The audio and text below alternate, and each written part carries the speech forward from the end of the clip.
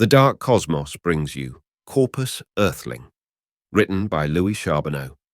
This alien invasion tale was first published in 1960. Sit back, relax, and unwind for the next several hours with this classic sci-fi story that features a protagonist who discovers that he has the unique ability to hear the thoughts of others, not due to telepathy, but because of a bizarre medical condition that has left him with a piece of metallic rock embedded in his skull, a remnant from a past surgery. In the shadowy depths of Paul Cameron's mind, a chilling secret unfolds. He can hear the sinister whispers of an alien invasion plotting Earth's demise. As reality blurs with nightmare, Cameron is thrust into a race against time to uncover the truth. Are these voices a figment of his imagination, or does an unseen enemy lurk among us, waiting to strike? Are you ready, dear cosmonauts?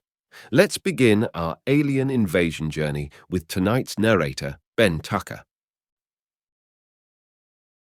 Corpus Earthling by Louis Charbonneau. Chapter 1. It came again. The dream within a dream.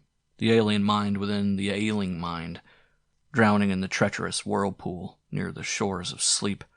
I fought to reach the firm reality of consciousness, of awakening, but I was sucked back and slowly sank beneath the surface into the horror of the dream.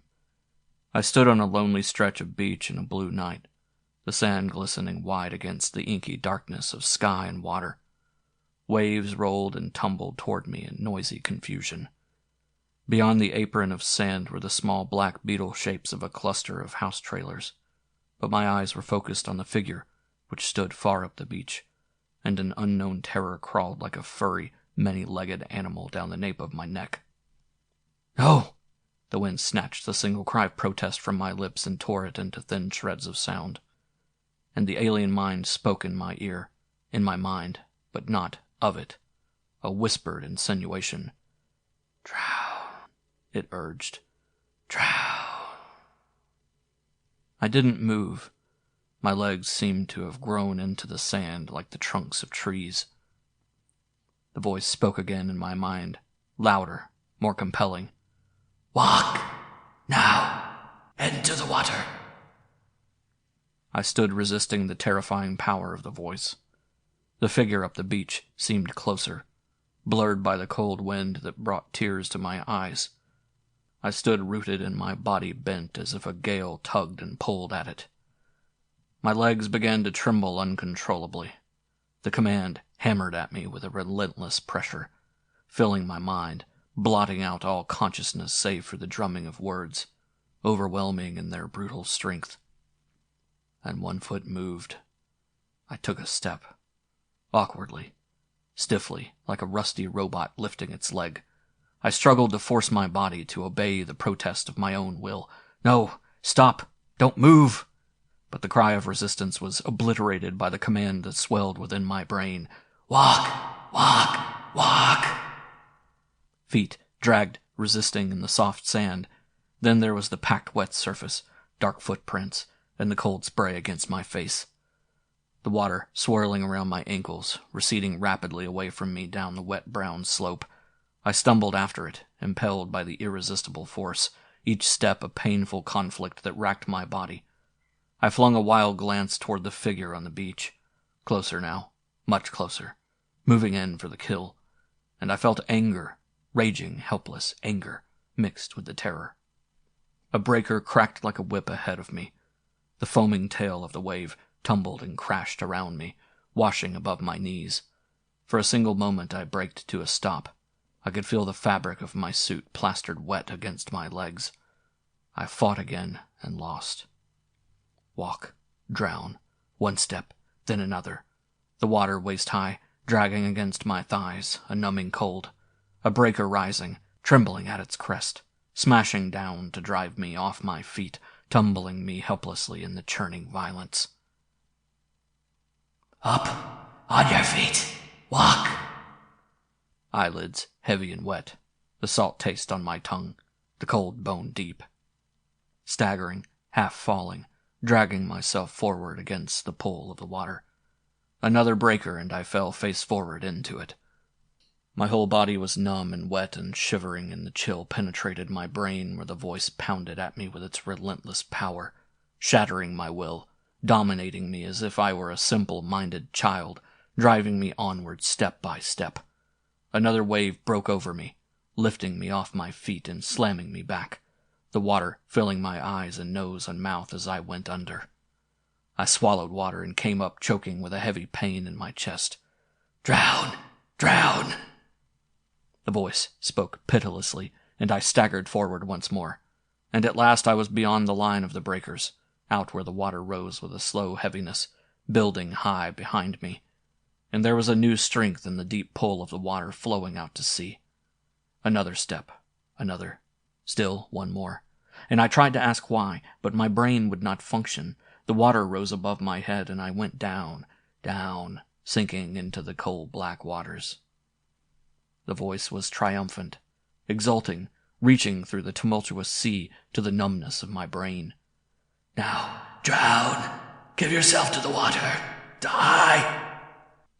In the last moment, panic came, the body retching, trying to disgorge the deadly water, the mind recoiling from the black abyss that beckoned, now so near, so tempting. And I tried to push up from the bottom of the sea, but the water was a thick, impenetrable wall toppling down upon me.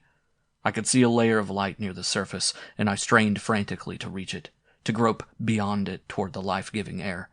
The alien mind which had driven me under was now. The mind was silent. I woke shivering in my bed. The sheets were damp with sweat. I lay rigid, unable to move. The panic drained out slowly. I thought of nothing, staring dully at the sleek surface of the plastic ceiling overhead. When at last the terror had ebbed away, I felt empty and cold and spent, as if all strength and sinew had rushed out through the opening where the fear had gone. A dream, I told myself. Only a dream. But the feeble reassurance carried no conviction. The barrier against thought which I had erected gave way, and the chill knowledge of what was happening to me spilled through the breach to strike with sickening impact. I was going mad. Chapter 2. I rose slowly. The muscles of arms and legs and shoulders felt stiff and sore, as if they had actually been tested and strained in the ordeal of which I had dreamt.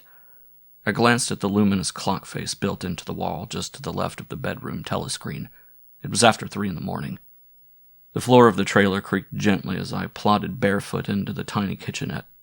The creak always gave me the impression that the trailer was moving, like a ship that groans protestingly, even as it rides with no apparent sway on smooth waters. I pressed the coffee button, and then, because I was too tired to move into the living area when I would only have to come back in a minute, I stood beside the sink, staring at the glowing red button as if hypnotized by it. I couldn't shake off the depression brought by the recurrence of the dream. The red button blinked off, a green one flared, and a coffee cup dropped into the slot beneath the spout, from which coffee poured in a hot black stream. I added a sugar pill and carried the cup into the living room. This was a small room about 7 feet wide and 10 feet long. All of the furniture was built in. A sofa across the narrow wall under the picture window, 2 flanking plastic chairs on pedestal bases, a coffee table, and a desk with its contour pedestal stool. Cramped quarters, but they were comfortable enough for one. The kitchenette in the center of the trailer had a small dining area. Beyond it were the bath, utility closets, and the small bedroom. I had never completely got over my luck in finding a place so close to the university, particularly one with a view. I pressed the wall button and the draperies parted slowly and silently across the picture window to frame a panoramic view of the west basin of the San Fernando Valley. It was a clear moonlit night. The trailer community I lived in was on a knoll above Mulholland Drive, near the crest of the Santa Monica Mountains. Behind me, at the southern foot of the hills, were the massive buildings of the University of California at Los Angeles. My trailer faced northwest. In the distance I could see the glow which was always visible over the spaceport of the Western Space Command, though I could not now make out the bullet-shaped noses of the shuttle rockets pointing skyward. Dominant landmarks which could easily be seen in the daytime projecting above an intervening ridge of hills at the far western end of the valley. The ever-present glow came from the atomic reactor factory where the power plants were produced for the interplanetary spaceships. These days, the bullet-nosed rockets were thundering skyward daily, carrying parts to the space station where the interplanetary ships were being assembled. Thinking of the coming moment less than a month away when man would be leaving on his second flight to Mars, I felt some of my depression lifting. The good hot coffee had quieted the quivering muscles in my stomach. I lit a cigarette and inhaled deeply. At last I permitted my mind to return to the dream. It was the third time I had experienced it. The same dream in every detail, with its latent death wish, its peculiar delusion of extraordinary mental powers, its mysterious unknown enemy, its strange water fear. The terrifying reality of the dream, coupled with the unshakable conviction that it was in some way a portent, only partly explained why it left me so shaken. For the dream was not the only symptom I had had. There were also the voices, and the clear sense of someone plotting against me. Sometimes the voices were extraordinarily vivid, whispering in my ear with as much clarity as if I were wearing earphones and tuning in a broadcast. I would stand at the window overlooking the valley, or even in my cubicle of an office at the university, and I would hear the meaningless fragments of thought, phrases, words, and half-words jumping into my mind with an eerie suddenness, bringing the peculiar sensation that the thoughts in my own mind were being formed by someone else. For over a year I had heard the elusive voices, but it was only recently that I had begun to entertain the delusion that they were plotting against me. "Someone is listening." That startling declaration had chilled my mind a little over a month ago. There had been an immediate impression of total silence, of waiting in a mental vacuum, and I had found myself holding my breath, my mind blank in readiness. But there had been nothing else, only the waiting silence. In the weeks that followed, the references to the listener, to me, I was sure, had been numerous, and I had sensed a deep animosity towards me in the voices that spoke to me unknowingly. They were trying to locate me. Who they were, I had no idea, but they were hunting me coldly and methodically. In the dream, they caught me. Psychology was not my field. I taught English literature at the university, and I was more familiar with Dostoevsky's probing of the human mind than Jung's or Freud's. But after I started hearing the voices, I did some intensive reading on abnormal psychology. I even quizzed friends in the psychology department, being careful not to discuss my symptoms with them openly. The research had been frightening. I had found nothing in the literature of psychology that exactly duplicated my symptoms, but I learned that minds, like fingerprints, always had their individual twists, and there were many parallels to my particular pattern, cases of multiple personality, in which one identity had spoken to the other as a clear voice in the mind, and had even tried to murder his fellow. The conflict of personality has often expressed itself in dreams in which the unconscious mind cleverly dramatized the conflict in bizarre terms. The fact that the enemy on the beach was unrecognizable was even a typical factor. I knew that I should have treatment while there was still time, before I did something dangerous. It was not beyond the area of possibility that I would try to kill myself, as the dream suggested. And yet, I believed in the voices. Reason said they could not exist. Logic argued that they were products of my own ailing mind, but my belief in them was a barrier that prevented me from seeking treatment at once. I kept searching for explanations of the voices. I kept thinking of them as completely foreign to me. I built up a flimsy case for the actual existence of beings who were telepathic, who communicated by direct thought transference. They were engaged in some melodramatic plot. Against whom? Me, of course. But only because I was a menace. I was able to hear them. I was a threat to some kind of monstrous plot that was far bigger than me, far more important than my life. I found it easier to demolish these theories than to construct them. Nevertheless, I clung to them with a desperate hope. For either there were real voices, there were real enemies, or I was insane. These brooding reflections were interrupted by a splash of light that fell across the narrow strip of lawn outside my trailer. I crossed quickly to the side window and peered through the vertical plastic blinds. When I saw the source of the light, I relaxed, smiling faintly. For a moment, I continued to stare at the curtained bedroom window of the adjoining trailer. This time I could see nothing clearly, only a blurred shadow of movement. It was enough to recreate a vivid picture. A moment later, light glowed at the front of the trailer, but again the blinds cut me off from my neighbor. With a slight feeling of embarrassment, I turned away, remembering the guilt I had felt a few nights before when my new neighbor had forgotten to draw her bedroom curtains closed. There is something especially stimulating in seeing a beautiful woman when she isn't aware of being observed, and in this case nothing had prepared me for the golden grace of the girl's figure. She had moved into the adjoining trailer only 2 weeks before. Trailer life is of necessity fairly intimate, and I had met her briefly a number of times. She was not the kind of girl you particularly notice. I had got the impression that she was painfully shy. The first time I met her, the day after she moved in, I said hello casually. She blurted a reply, stammered a name I didn't catch when I introduced myself, whirled, and fled into her trailer. I failed to get a clear impression of what she looked like. Young, slender, taller than average, blonde. Not a real yellow or a striking white blonde, but fair. Large frightened eyes whose color I hadn't caught. And that's all. Nothing that would enable me to recognize her on the street. During the days that followed, she avoided close contact. My first instinctive suspicion of any newcomer, a reaction to the knowledge that I was being hunted by an unknown enemy, quickly evaporated. I exchanged greetings with the girl a couple of times, but she didn't invite conversation and passed on quickly. I concluded that she would probably misinterpret any friendly overtures I made, and I dismissed her as a timid soul who wanted to be left alone. I wasn't interested. Until that midnight glimpse through the bedroom window. Glancing out, I had been startled by the extraordinary sight of the girl in the act of pulling a nightgown over her head. Too surprised to move, I stopped to gape at her. The gown was a pale iridescent green against the honey tones of her skin. For several seconds, she stood completely revealed, her arms raised, small breasts pulled tautly erect, her body bathed in soft light. Then she lowered her arms and took a step forward, which placed her out of my line of sight. I became rudely aware of what I was doing.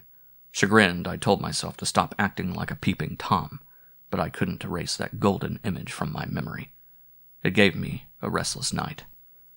Now, with a somewhat rueful smile, I turned out the lights in the front of my trailer and went back to the small bedroom. I felt a return attack of nerves at the prospect of going to sleep again. Perchance to dream. Aye, there's the rub. For in that sleep of sleeps, what dreams may come. I forced myself to turn out the light and lie on the narrow bed. After a while, my eyes began to ache from the effort of staring at the ceiling. Don't think about it, I told myself. You've never had the dream twice in one night. You can think about it tomorrow, in the daylight. Think of the girl next door. You forgot all about your troubles when you glanced out the window. Maybe sex is your whole problem. How would a psychoanalyst interpret your dream? The faceless enemy is obvious. That means it's someone very close to you, someone you hate but shouldn't hate, or someone for whom you feel a forbidden love. And what about the water symbol? But there was no one very close to me, no one it could have been. My mother was dead over 2 years, and I had never known my father, the man from Los Alamitos, who had been my mother's lover for a week in Albuquerque and had left his seed in her. And that was an answer, of course. The bastard son. What was the ratio of insanity among bastards? Higher than normal? I would have to look it up. I shut the thought out of my mind. For a long while I stared at the dim whiteness of the plastic ceiling, and then the picture of a shy, fair-haired girl with firm, uplifted breasts stole into my thoughts. The tension slid away from me. The horror of the dream was forgotten. It's funny, the tricks your mind can play on you. Chapter 3. The following night I worked late, correcting a batch of the interminable freshman themes. I didn't have any night classes, but the offices were bright for the lecturers who did. I found it difficult to concentrate on the semi-adolescent exercises and expository composition, even though the office was quiet and almost empty most of the evening. Near the bottom of the pile of papers, I came across one theme that jolted me. It was called How to Conduct a Seance. It was a juvenile and jocular approach to the subject, and I had never placed much credence myself in preternatural events and influences, or in extrasensory powers. But now I found myself feeling defensive, resenting the spoofing tone of the student's theme. Wasn't anything possible? How much did we really know? Wasn't the wisest philosopher actually as ignorant as this 19-year-old? I wondered if a man could have unusual perceptions, strange mental powers, for 27 years without knowing it. Wouldn't a talent for thought transference or for hearing the mental communications of others make itself known early? Or would it be necessary to have two sensitive people involved, sender and receiver? Could you be a telepath without knowing it simply because you had never encountered another? And I remembered the incident, distant in time and dim in memory, which I had refused to recall during the disturbing recent months. In itself, the experience, though startling at the time, was not unique. At least you hear about similar things happening to a great many ordinary people. You hear about it, but you brush off the story as coincidence or as the product of an overactive imagination. I have mentioned my father. Until I was 18, I never knew who he was or that he was alive. My mother had always talked about him as if he had been killed the year I was born, during the brief Chino-American War of 1963. After I had the extraordinary vision, she told me the truth, her story muffled by tears long contained. Ernest Cameron was a well-known physicist. He was married and had 2 children. If my mother can be believed, his was an unhappy marriage, but one which he did not feel justified in renouncing. During part of 1962, he was in New Mexico, working with the Army on atomic field weapons, the kind that did a hell of a lot of damage in a confined area, what they used to call clean bombs, in those days before all atomic weapons were outlawed. My mother was at that time a woman in her early 20s living in Albuquerque. She met Ernest Cameron when he was on a weekend leave. They fell in love, suddenly, catastrophically. Their passionate affair lasted for 9 days. Then, as the threat of war intensified in Asia, he was abruptly transferred overseas. My mother never saw him again, but she was already carrying the infinitesimal germ of life that grew into the son he never knew. Me, Paul Cameron. My mother always loved him. She moved to Los Angeles and took the name of Mrs. Rose Cameron, wanting me to bear my father's name. For 18 years after I was born, she posed as a widow. The role was never questioned. It was the vision which forced her to tell me who I really was, and who my father was. It happened on a clear, sunny afternoon. I was in the yard outside our small trailer. Having just graduated from high school, I was taking a week's vacation before hunting for a job. I was sitting on a canvas chair, idly enjoying the summer sun, and thinking wistfully about my hopes of going to college, when it happened. I saw him, a sandy-haired, middle-aged man with bent, rounded shoulders and a tired walk. Preoccupied, his eyes on the ground, he stepped off a curb and started across a street I had never seen in my life. I sat in the canvas chair, staring at the familiar setting of the crowded trailer court, and the picture of the sandy-haired man was superimposed on the reality before me, equally clear and vivid. When I saw the truck hurtling toward him, the illusion was so graphic that I cried out in alarm. The man looked up at the last moment of his life, soft gray eyes widening in blank surprise, without fear, as if he had not had time to bring his mind back from some distant point of reflection to this time and place of life and death. He had stepped out from behind a parked car. The truck driver, seeing him too late, tried to swerve. There was a terrifyingly slow sequence of brakes, screeching, rubber scraping off and black streaks on the pavement, big trailer lurching sideways, and the final sickening violence of impact, of smashed bones and flesh and blood.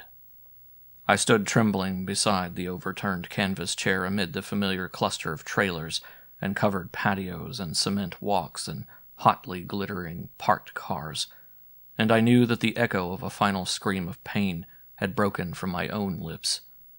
My mother was standing in the doorway of our trailer, her mouth open, one hand at her breast in fright, staring at me. She ran down the steps. "Paul! My God, Paul, what happened?"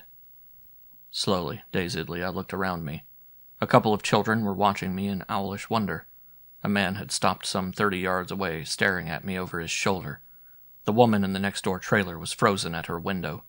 Even the birds were silent in the trees overhead. The whole world around me seemed to be arrested, waiting for me to come back to it. My gaze shifted to my mother's face. I moved and the scene came alive again, like a motion picture that has been momentarily stopped and then resumes, the figures jumping into motion to complete the half-finished gesture, the interrupted phrase. "I don't know," I said slowly. "I don't know." I lit a cigarette and opened a can of beer and took a long, cool drink. all the while trying to organize the confusion in my mind, trying to understand what had happened to me. My mother kept pressing me to explain what had made me cry out, and I had an impulse to assure her that it had just been a dream. It was several minutes before I felt capable of trying to put into words what I had seen.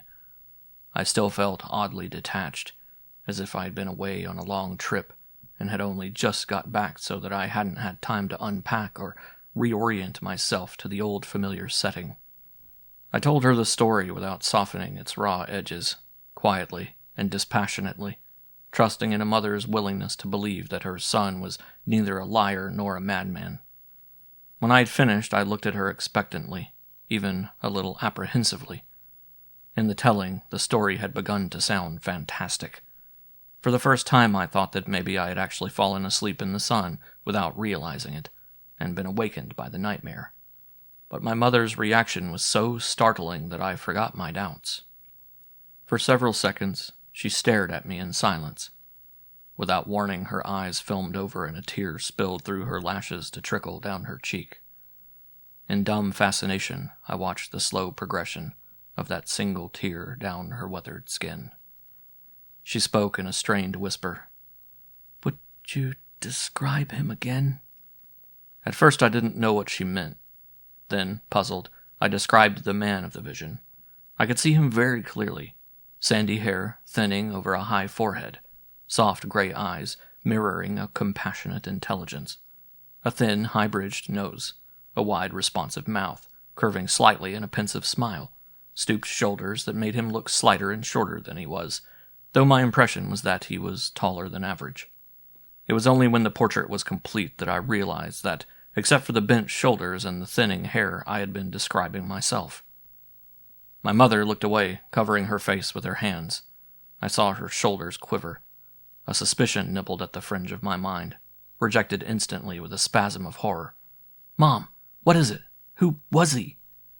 I was shocked by the agony of pain in her eyes. "Oh, Paul."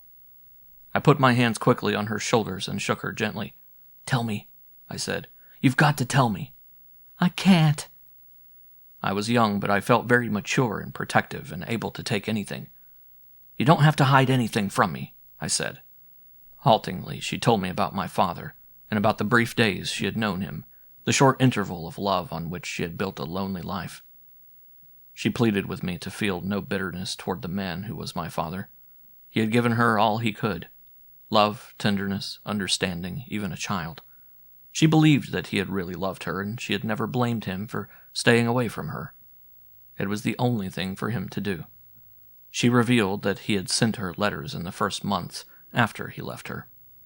She had written at last to tell him that it was better if she dropped out of his life completely.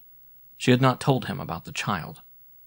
When she had finished, I felt only pity and love for this woman who had suffered loneliness for the better part of a lifetime, in exchange for a love held only for an instant, who had shielded even her bastard son from the truth that might hurt him, who had lived with her memories and her illusion of a life that was, in its own small way, complete. Anger and bitterness came later. Shame, a feeling that I had been cheated, tricked into believing that I was normal, that I had had a real father just like everyone else. Hatred of the man, for the loyalty he had given to another woman. And at last, when the hot flame of anger had burnt itself out, a lasting sense that I was different. I was an outsider. That night, when my mother's tears had dried, and she finally slept with the exhaustion of someone relieved at last of a terrible burden of secrecy, I lay in darkness with my new sense of isolation, and my mind returned to the inexplicable vision which had triggered my mother's confession. I wondered what kind of dream could come when one sat with his eyes open in broad daylight, fully conscious. Yet it must have been a dream. The man of the vision was surely someone I had seen, or a projected image of myself. A man whose appearance had made my mother believe I was describing her lover of long ago. Was Ernest Cameron still alive? What would he do or say if the son he didn't know existed should suddenly appear one day to confront him? I was never able to find out. Less than a month later, investigators, easily backtracking along my mother's trail from Albuquerque to Los Angeles, traced her to our modest trailer court. She had been left half of an estate valued at over $30,000 by one Dr. Ernest Cameron, recently deceased, professor of physics at the University of Illinois, a widower with 2 married children who had divided the remaining half of his estate. In his will, rewritten after his legal wife's death, Dr. Cameron had revealed the love he had kept secret for almost 20 years. He had died of injuries suffered in a traffic accident on June 16, 1982, the day of my vision. Now, 9 years later, remembering that extraordinary circumstance, as I sat alone in the small bright office, I thought how easily my mother and I had covered up the fearful evidence of the unknown. Almost by deliberate scheme, it seemed, we had failed to investigate the details of my father's death. There was no escaping the fact that I did appear to have dreamed of his accident. But my mother, who was a religious woman, found satisfaction in the belief that God had worked in one of his strange and unquestionable ways, and I found refuge in a recollection of the vision so blurred and hedged with qualifications that I was finally able to believe in coincidence, in a casual dream which had not really mirrored the reality of death occurring thousands of miles away, but had simply reflected some buried fear of violence of my own in a world in which accidental violence was commonplace. Ernest Cameron's death became important only because it brought my mother and me closer together, and because it provided the means with which I was able to go to college. Was I able now to fully believe in my own clairvoyance? Was the earlier vision a symptom of the extrasensory powers which I was only now discovering in other ways? I had to believe in it. At the same time, I was afraid to. For in my recent dream of violence, I was the victim. It was 10 o'clock that night when I left the massive liberal arts building and started slowly across the sprawling campus. The night classes were over and many of the lights had already gone out. There was a continuous cough and mutter of cars starting and roaring away. Clusters of students drifted by in heated conversation. Couples loitered in the deep shadows of trees or strolled hand in hand with intimate whisper of word and gurgle of laughter. I felt exhausted. I wandered toward the modern area of stores and restaurants and bars which bordered the campus. I didn't feel like returning to my empty trailer in the hills. At that moment, I keenly regretted the strange compulsion which had kept me from forming close friendships with my colleagues at the university. Perhaps subconsciously I had been avoiding exposure to disillusion or disappointment, but in so doing I had created for myself a lonely place apart. My path took me past the science building. On the first floor there was one panel of windows glowing with light. Most of the building was dark. I stopped for a minute, thinking of Dr. Jonas Temple, the revered geophysicist, who was working behind those windows. They were too high to permit me to see into his offices or his laboratories, but I knew he would be there. The old man's capacity for work was legendary, and in the past 18 months, those lighted windows had seemed to symbolize man's growing knowledge of life, not only on Earth, but in the limitless space in which we whirled. And specifically, of course, on Mars, for Dr. Temple was the man who had directed the exhaustive program of analysis and study of the dead relics of life brought back from the Red Planet. Like everyone at the university, I had been privileged to enter those offices and to stare in wonder at the rows of curious mineral and fossil formations behind the glass doors of their special cabinets. From these, piece by piece, Dr. Temple and his staff were slowly tracing the pattern of Martian evolution. This night, however, he was probably more concerned with the preparations for the new Martian flight scheduled to begin sometime this month. What lists would he have drawn of things which should be brought back to reveal what new secrets of the universe? Once again, the world's magnificent adventure made my own private problem seem petty and insignificant.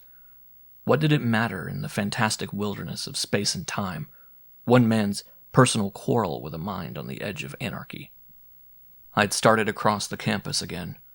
While standing still, I had allowed the October night's chill to penetrate the thin fabric of my coverall. Now my steps quickened.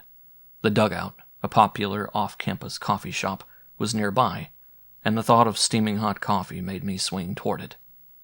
I was near the edge of the campus when the voice spoke, abrupt, shockingly strong, so real to my ear that I looked around quickly to see who had spoken. Is it safe to communicate? No one was near me. What I was hearing was in my own mind, a soundless emanation of thought.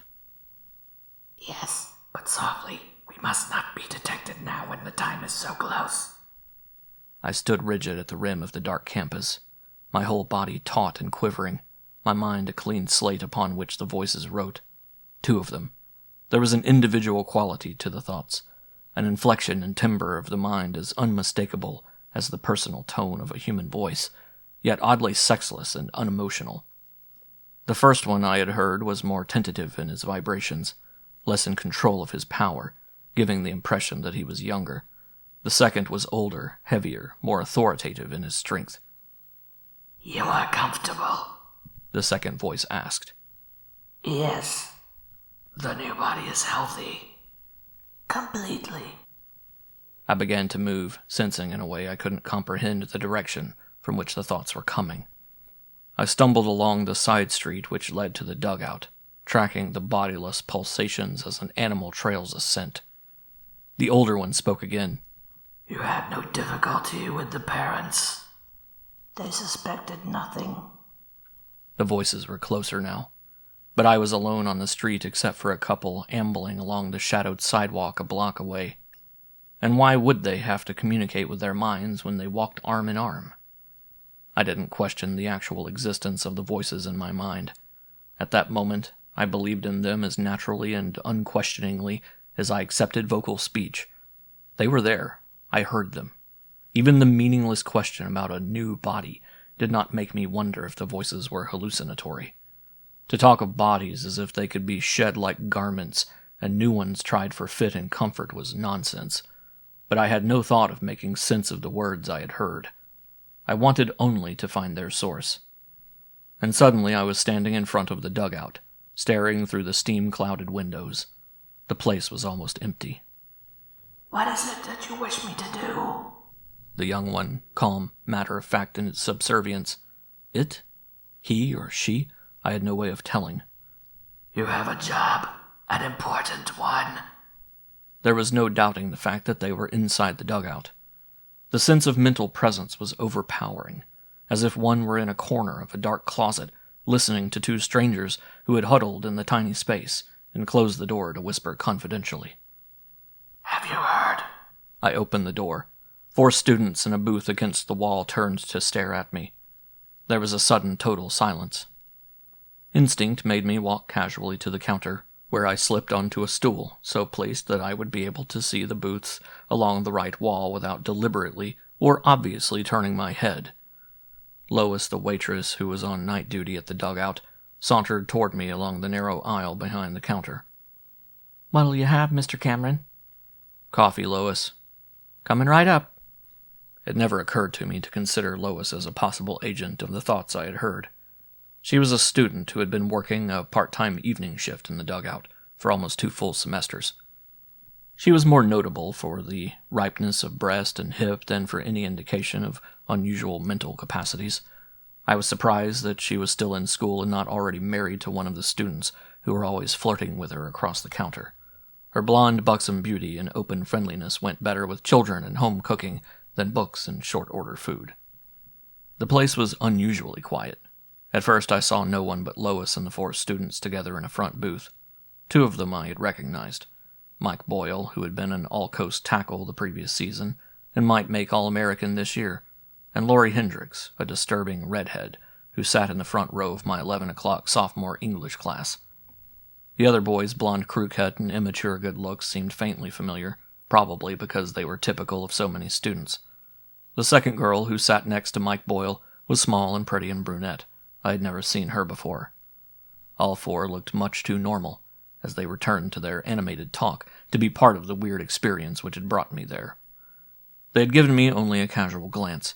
They seemed to be genuinely ignoring me as I sipped my coffee, trying to study the group without seeming to. The next thought came without warning from the back of the room. Have you heard anything else of the listener? I swallowed a deep hot draught of coffee, scalding my throat. Bending low over the counter, I struggled to keep from choking and coughing, The cup rattled in the saucer as I set it down. I knew that I was the listener. Whispers. Nothing I can be sure of. The question had come from the back. The answer was closer. I was convinced that the reply came from one of the 4 students in the booth not more than 15 feet away from me. Then I saw a hand move at the table of the last booth near the rear of the restaurant, a man's hand stirring coffee absently. He sat with his back toward me, concealed behind the high back of the booth. His was the older, heavier mental voice. He must be found, the man's thought came. Could it be a foreign intruder? Perhaps even one of us who... No, soon we will be many, when I come back. But now we are the only ones. He must be human. But he speaks with the mind. That is not so strange. It is only strange that many do not do so as we do. Listening, I felt a creeping contraction of horror, as if I had touched something cold and alien. My God, what did they mean? They believed that I must be human. And what were they? I would like to return with you to assist in your expedition. The bright young mind spoke. Your task is to find the human who speaks with his thoughts and destroy him. If he is able to hear us, he is dangerous. Once we are here in force, it will not matter. But now... The horror expanded in my mind. A revulsion exaggerated now by a consciousness of danger, of menace that was suddenly close and real. While they were hunting me, the listener, I had stumbled right into their midst. Who they were, or what, I did not know, but they held power in their minds beyond the scope of my imagination. And if they learned that I was... When do you go? The youthful one asked. Soon now. The launching will be in the final week of this month, depending on suitable conditions. You will be able to effect the transfer. There will be no difficulty in the actual change. I have already picked out the human in the space colony. He is young and strong, but mentally very susceptible. Already he is under my control. I have only to find the right moment alone with him. However, since this body I now inhabit must be presumed dead when I leave it, and there will be no visible remains, it will be necessary for me to devise an accident in which the body would naturally be consumed or lost. Drowning may prove most suitable. Drowning. My recurrent nightmare came back to me in a rush. I felt the blood drain from my face.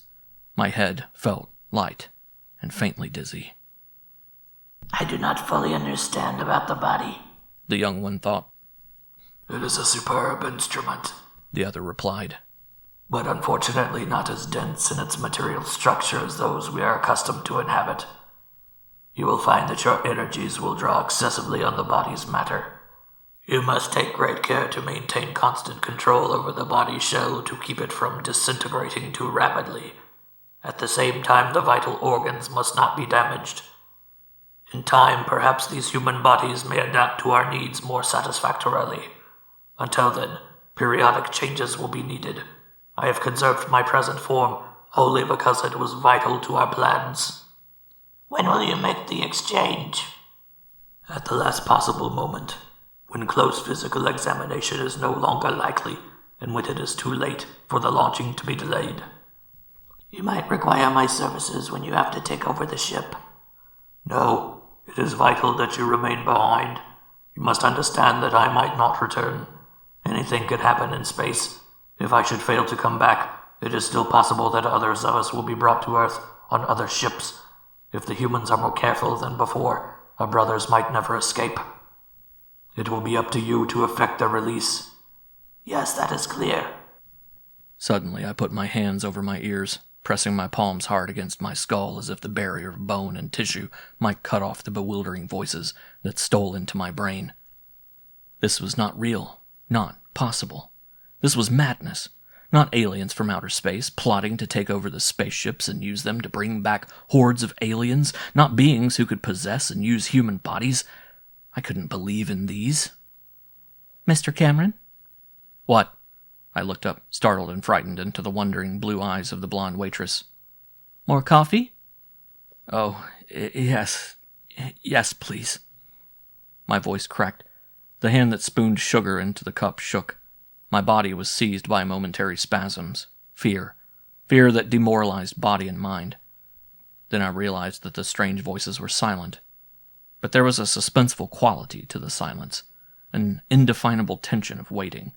Had I done something to betray myself? Had the lash of fear been audible? Slowly my gaze swung toward the booth in the back of the room. The man had withdrawn further out of sight. Even his hand was no longer visible. I forced myself to glance at the booth where the students were still talking, low-voiced, the steady murmurs split by wedges of laughter. Laurie Hendrick's eyes met mine in a brief instant of recognition. She was smiling, and her green eyes were speculative. At that moment, the blond youth spoke to her, and she turned toward him, red mouth opening in laughter. I looked away. Several yards down the counter, Lois was busily wiping an imaginary spot on the gleaming surface. I lit a cigarette with a painstaking effort at steadiness, and sat staring at the curl of steam rising from the coffee to blend with the denser cloud of cigarette smoke. And something probed at my brain. My reaction was instinctive, like a turtle withdrawing under its shell with surprising speed. I froze my mind, shutting off all thought. I was nothing. I was blankness.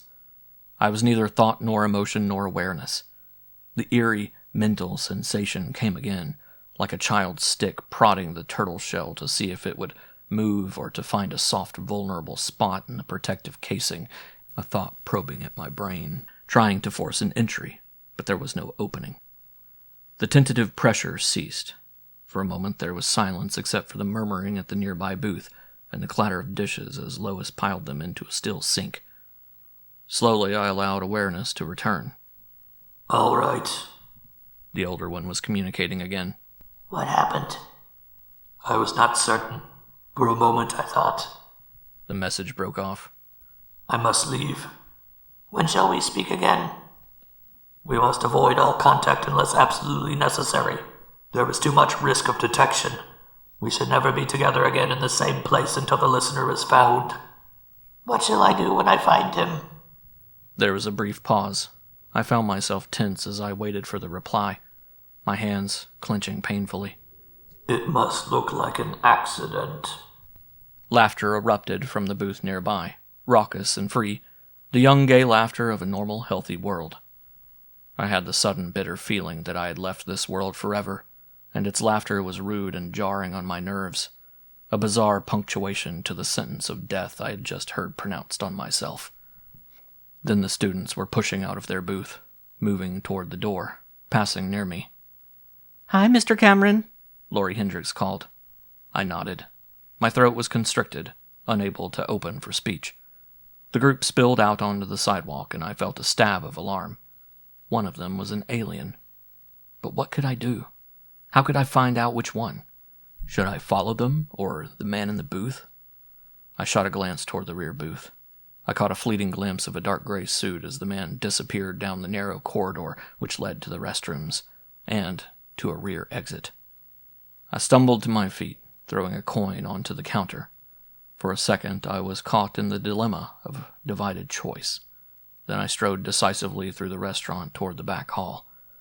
When I reached it, it was empty. I whirled and raced to the front door.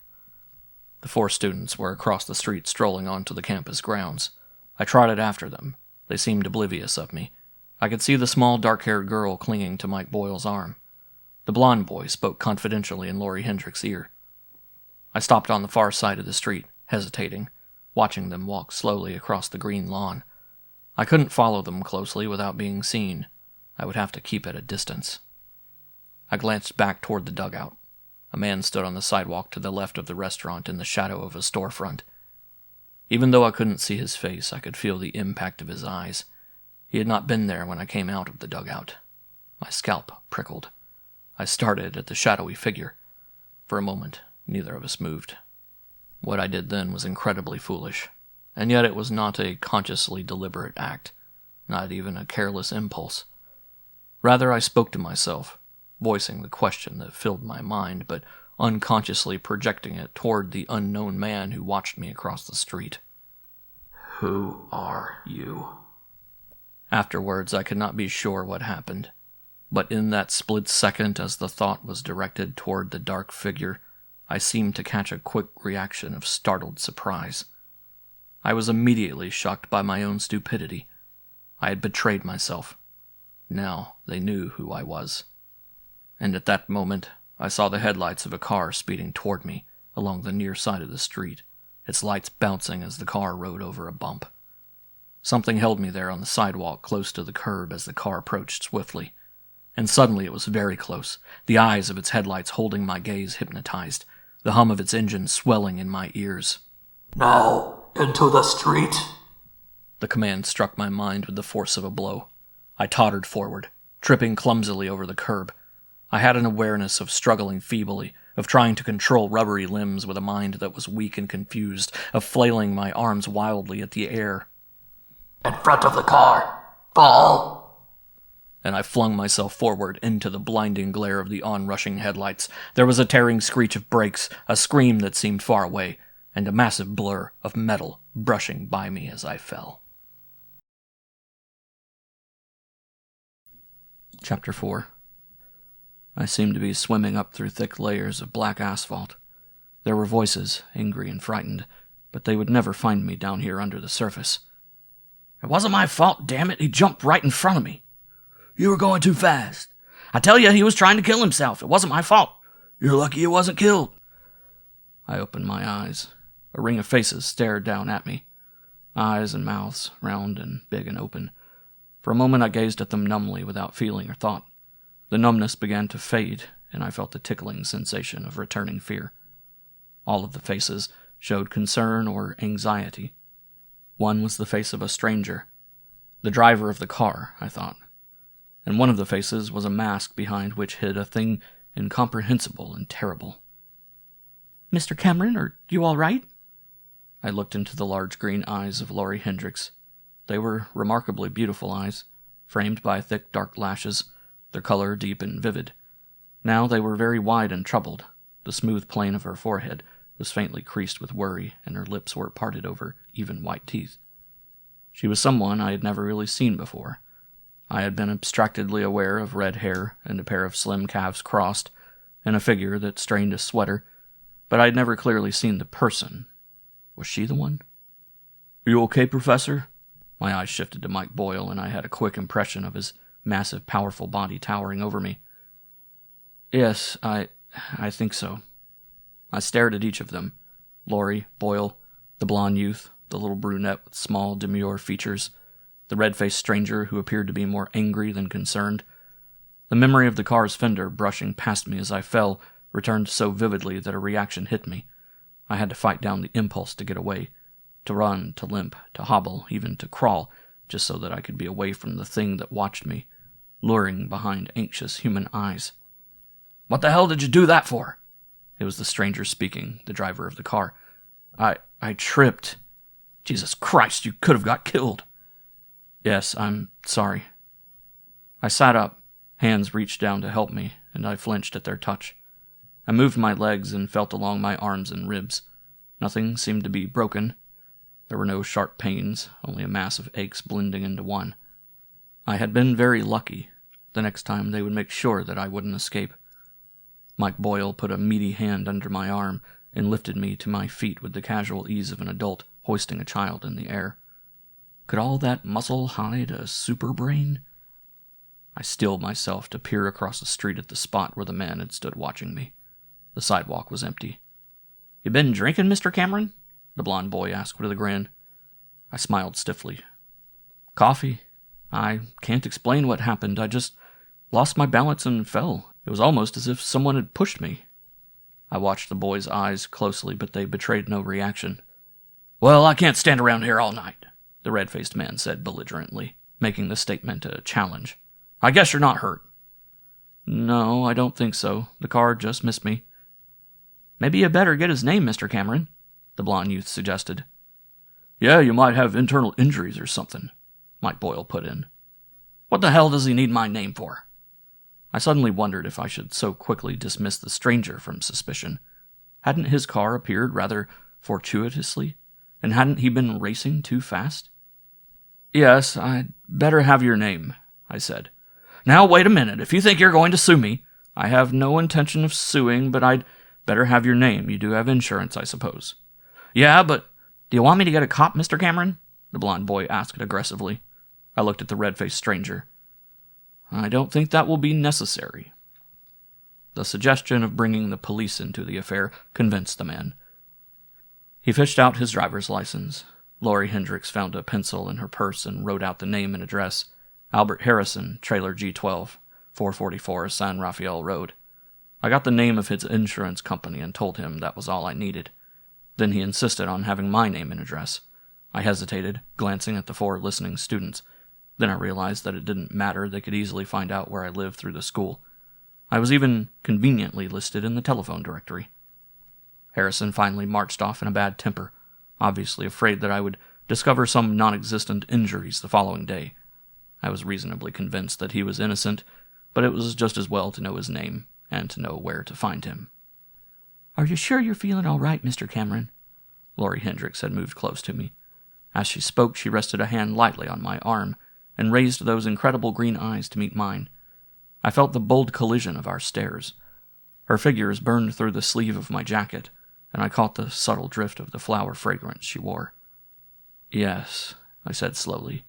"Thanks for helping." "We could drive you home," Mike Boyle offered without enthusiasm. "I've got my car." "That won't be necessary." And suddenly I looked at the slender girl standing beside Boyle, realizing that she was the only one of the group who had not said a word. She was watching me with curious interest. Catching my gaze, she smiled. "Yes, we'd be glad to drive you. Mike wouldn't mind." She looked up at the big football player and slipped her hand under his arm with a slight suggestion of possessiveness. Ordinarily, the gesture would have made me smile. Even now it caused my quick suspicion to evaporate. And I realized that I couldn't really believe that any of these 4 normal young people could be anything but what they seemed. To think otherwise was absurd, and yet I had heard one of them instructed to kill me. Or had I? And all of the tormenting doubt and fear of the past months returned. Could I have imagined everything? The voices, the attempt to kill me, the mysterious beings from outer space. Was all that an elaborate concoction of a diseased mind? There was nothing imaginary about the fall in front of the speeding car. But what if there were no enemies except those in my own mind? The meaning of this possibility was harrowingly clear. For then I had tried to kill myself. I saw the blond boy's feet shifting in evident impatience. I surveyed the group once more, and my eyes lingered on Lori Hendricks's upturned face, on the soft shimmer of her bright red hair. "You kids go on," I said. "I'm all right now." I turned and walked away, not looking back. Chapter 5. It was a bright morning. Through the high windows of the classroom came soft sunlight filtered through the delicate fiberglass grillwork that faced the entire west side of the building. I looked down at the peaceful campus, the slowly moving streams of students, the expanse of cool green grass, the solid impressiveness of nearby buildings. In the distance I could see a section of the practice football field, and I thought of Mike Boyle, driving his huge shoulder into a tackling dummy, sweating and grunting, thick thighs driving powerfully. A monstrous youth, all right, but an unearthly monster? Hardly. I heard the restless movement in the room behind me, and I wrenched my thoughts back to the lecture. "Why is Beowulf called an epic?" I asked rhetorically, turning. "Because of its scope, because of the greatness of its hero, because it expresses the whole struggle and aspiration and point of view of its people. Its action is on a grand scale. Its emotions are deep and powerful.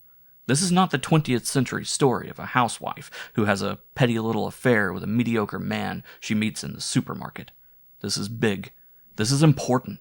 It has to do with the vital issues of life. It has greatness. Victory is a triumph over a formidable enemy of the people. Defeat is death, and even in the manner of dying there is majesty and heroism." I paused, letting my eyes rove over the room, using the teacher's trick of focusing on the last row and thus seeming to be looking at all of the students in between. Their faces were all turned toward me in a semblance of respectful attention. A boy in the third row was sleeping with his eyes half open. "And the manner of the writing is in keeping with the heroic action," I went on, letting my gaze move forward to the front row, to the shock of flaming red hair and a pair of carelessly crossed legs, sleekly clad in spun plasticine. "It is powerful, strongly rhythmic, eloquent." I smiled. Laurie Hendricks seemed to sigh, and the slight movement brought my attention to her breasts, softly outlined under a lemon-colored sweater. "Of course, it loses much in translation," I added. There was a respectful titter of amusement from the class. The old prof, I thought, with his academic jokes. Even at 27 in my 4th year of teaching, I had fallen into the habit of repeating the same jokes each semester. Laurie Hendricks smiled warmly at me, and I found myself reacting to the moist red curve of her lips, liking the fact that she had been amused. During the long, relatively sleepless night, my faith in the validity of my mind's impressions had wavered badly. I had ranged from an angry conviction that everything I had heard was real and true, through all the stages of argument and doubt, down to a dismal hopelessness, an acknowledgement that alien minds and macabre plots were grotesque splinters off my peculiar branch of insanity. Looking now at Laurie Hendricks, I found myself reluctant to believe that she was anything but an unusually beautiful girl who was giving every indication of being more than ordinarily interested in me. The accidental circumstance of the previous night's meeting had created a new relationship between us without a word being spoken this morning. She was no longer just another anonymous student, and I strongly suspected that I was no longer to her just another stuffy instructor. I turned abruptly toward the sleeping boy in the third row. "Mr. Carbeau," I said sharply. "Mr. Carbeau." His head came up with a snap. His eyes were still dull with sleep. "Huh? Mr. Carbeau, are you with us?" The class laughed, warming to a situation in which someone else is made to look a little ridiculous. "Mr. Carbeau, what do you think of Beowulf's technique in handling the dragon?" "I don't think I understand, sir," the boy said lamely. "You have read the assignment, I suppose?" "Yes, sir." "Did anything strike you about the fight?" "Well, I thought it was kind of bloodthirsty, sir." "The Anglo-Saxons were a bloodthirsty people," I said. "They didn't have television or movies or synthetic participation sports to let them drain off some of their violence. Even their literature was more like a battle cry than a civilized catharsis of emotions." "Yes, sir." "I'm glad you agree, Mr. Carbeau." I felt that I was being rather hard on him, but you were expected to make a goat out of the guilty student who slept or talked or failed to study. It was standard teaching procedure, and not without its value in keeping the class on its toes. I let him off the hook, turning to address the class as a whole. "You know how boxers will waste the first round feeling each other out, testing the other's reactions? Did you notice anything similar in Beowulf's approach to the battle?" "Yeah," a student called from the back of the room. "He lets the dragon gobble up a couple of the other guys." "Right," I said with exaggerated enthusiasm. "Miss Hendricks, would you read that passage for us?" She looked startled. As she hunted for the place, there was a general thud and rustle of textbooks being hastily opened. Laurie Hendricks coughed and began to read. Her voice was low, hesitant, pleasantly husky. The passage she read told in gory detail how the ancient hero had watched as the dragon entered the mead hall, had waited, feigning sleep, studying the enemy's movements, even though this involved a rather grim death for some of Beowulf's companions in arms. As I listened, I thought of the younger alien the night before, standing among the students on the campus, and watching while the other flung me into the street in front of the racing car. I heard the words of the centuries-old epic, and a detached portion of my mind told me that, unlike the mighty Anglo-Saxon warrior, I couldn't wait out the enemy. I already knew how he worked. If I waited, there would be another accident. I had to find the enemy before he or she had a chance to attack. Laurie Hendricks finished reading and glanced up questioningly from the text. I nodded to indicate that that was enough. My gaze held hers. "The point I'm making," I said, "is that the attitude toward life was so different from ours. Unless you understand and accept that difference, you can't respond to the literature of the people at that time. Their view of the universe was alien to anything we know. Human life was cheap. To stay alive was a constant struggle. Life didn't last very long." The bell rang to signal the end of the lecture. I held up my hand, stilling the immediate mass movement out of the seats. I have to talk to you individually about your term papers, I said quickly, ignoring the general groan. I'll set up individual appointments. If the students in the first row will stay a few minutes, I'll start with them. I nodded, and the class burst into a confusion of noise and movement. The students in the first row lingered. I sat behind the desk in the front of the room and waved the initial student forward. Carefully, I drew up a time schedule of office appointments. As I had hoped, Laurie Hendricks waited until the last. We were alone in the classroom when she uncurled from her seat and swayed toward the desk. The soft curve of her mouth was provocative. "You don't look any the worse for wear, Professor." I smiled faintly. "I'm only an instructor, Miss Hendricks, not a professor. And I feel fine thanks to you and your friends." "We just picked you up and dusted you off." There was a brief, awkward silence. Our eyes met appraisingly. She leaned a firmly rounded hip against the edge of the desk. "I'd like to thank your friends personally," I said at last. "Would you give me their names?" "Sure, but you don't have to thank them." "I'd like to. I know Mike Boyle, of course, but who is the girl with him?" "That's Helen Darrows. She's a physics major. She and Mike are going steady now." I looked surprised. The girl hadn't seemed like the kind who would be majoring in physics, and that fact didn't go along with a co-ed's worshipful admiration of a brawny football star. "They're a funny couple," Laurie Hendricks said, patting her red hair with graceful fingers. "But sometimes a man and a woman can clink together when you'd least expect it." I smiled. "And who was your boyfriend?" "My boy... Oh, you mean Bob. That's Bob Jenkins, but we're just friends, Professor." I wished that she would ease off a little on the steam she was generating. Her invitation was too open, too sudden. I felt a tickling wariness inside as I looked into the green eyes. "Did you have something in mind for me, Professor?" she asked, her voice almost purring. "I mean about the term paper?" "Yes, suppose we set up a time." I stared at the schedule I had started to draw up. A half-formed plan jumped into focus in my mind, and I knew that subconsciously I'd known all along what I hoped to arrange. I spoke impulsively. "How about tonight, Miss Hendricks?" "Tonight?" Her face showed surprise, but I saw the flicker of something else momentarily in her eyes. Satisfaction. "My time is pretty well taken up for the next 2 days during the day, with classes and these other appointments. But I do have some free time tonight." "In your office?" I hesitated. "You could come up to my trailer. I'm at the top of the hills near Beverly Glen, the Valley View Trailer Court. It's quite easy to reach." "I know the place. Off Mulholland, isn't it?" "Yes, I'm in number 14P. She was smiling broadly now. "That sounds fine to me, Mr. Cameron." "About 8? "I'll be there." She eased away from the desk and started across the room. I found myself watching the rhythmic motion of her hips. At the door, she turned to give me a parting invitation over her shoulder. I didn't move. Through the door, I saw the young blonde boy, Jenkins, join her in the corridor. He grinned and took her hand in a casually intimate way. I felt a tug of... My God, I thought. Jealousy. Envy. And I wondered what was my real motive for asking her to come to my trailer that evening. Feeling out the enemy? Narrowing down my list of suspects? But if there were any possibility that she could be possessed by a powerful alien being, it would be incredibly dangerous to be alone with her. I wouldn't have a chance. The point was that I didn't want to believe that she was the enemy, and I did want to be alone with her. Chapter 6. Jack Hess, another of the younger instructors in the English department, asked me if I'd like to go to a nearby drive-in for lunch. I hesitated, and suddenly remembered Lois, the blonde waitress in the dugout. Once again, I'd been stupid. "No, not today, Jack," I said quickly. "I've got something on." He looked at me quizzically, shrugged, and turned away. I knew most of my colleagues thought me an odd one, reserved and even antisocial.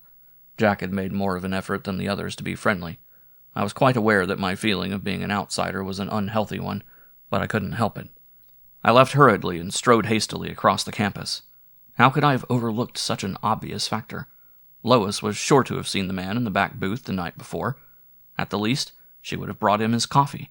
Even if he was a stranger to her, she would be able to describe him to me. And perhaps he wasn't a stranger. Maybe he came in often. The little restaurant was jammed with students. I pushed my way to the end of the counter. Lois wasn't in sight.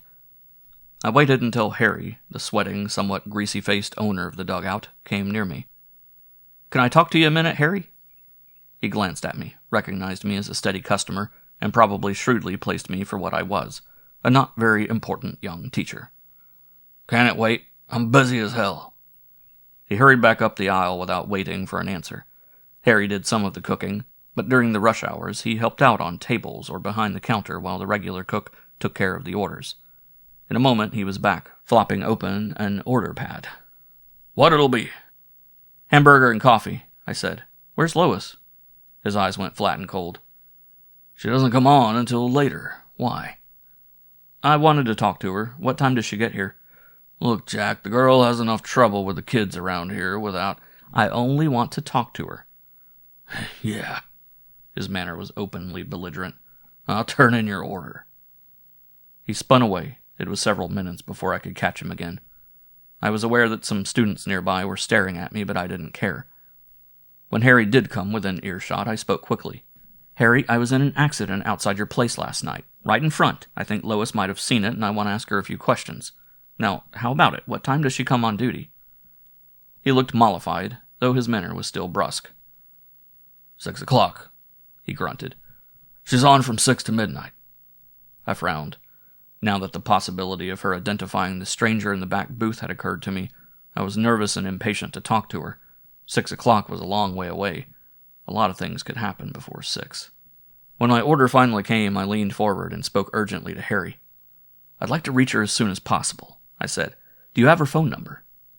The aggressive coldness hardened his face instantly. His eyes were small and their expression bleak. "I don't set up dates with the help," he said. "Even for teachers.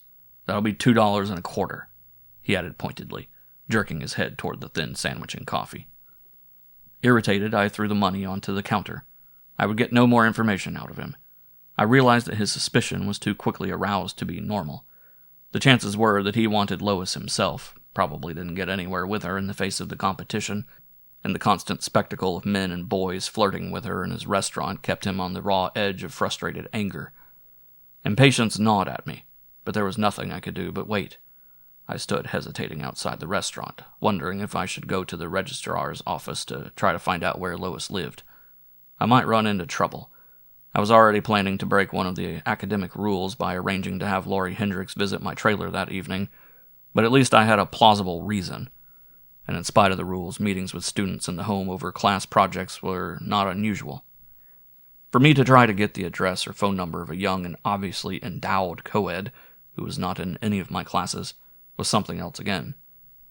I spent the afternoon, except for one lecture at 2 o'clock, in the safety of the library stacks. I compiled a bibliography of recent publications in the library on the subject of life on other planets.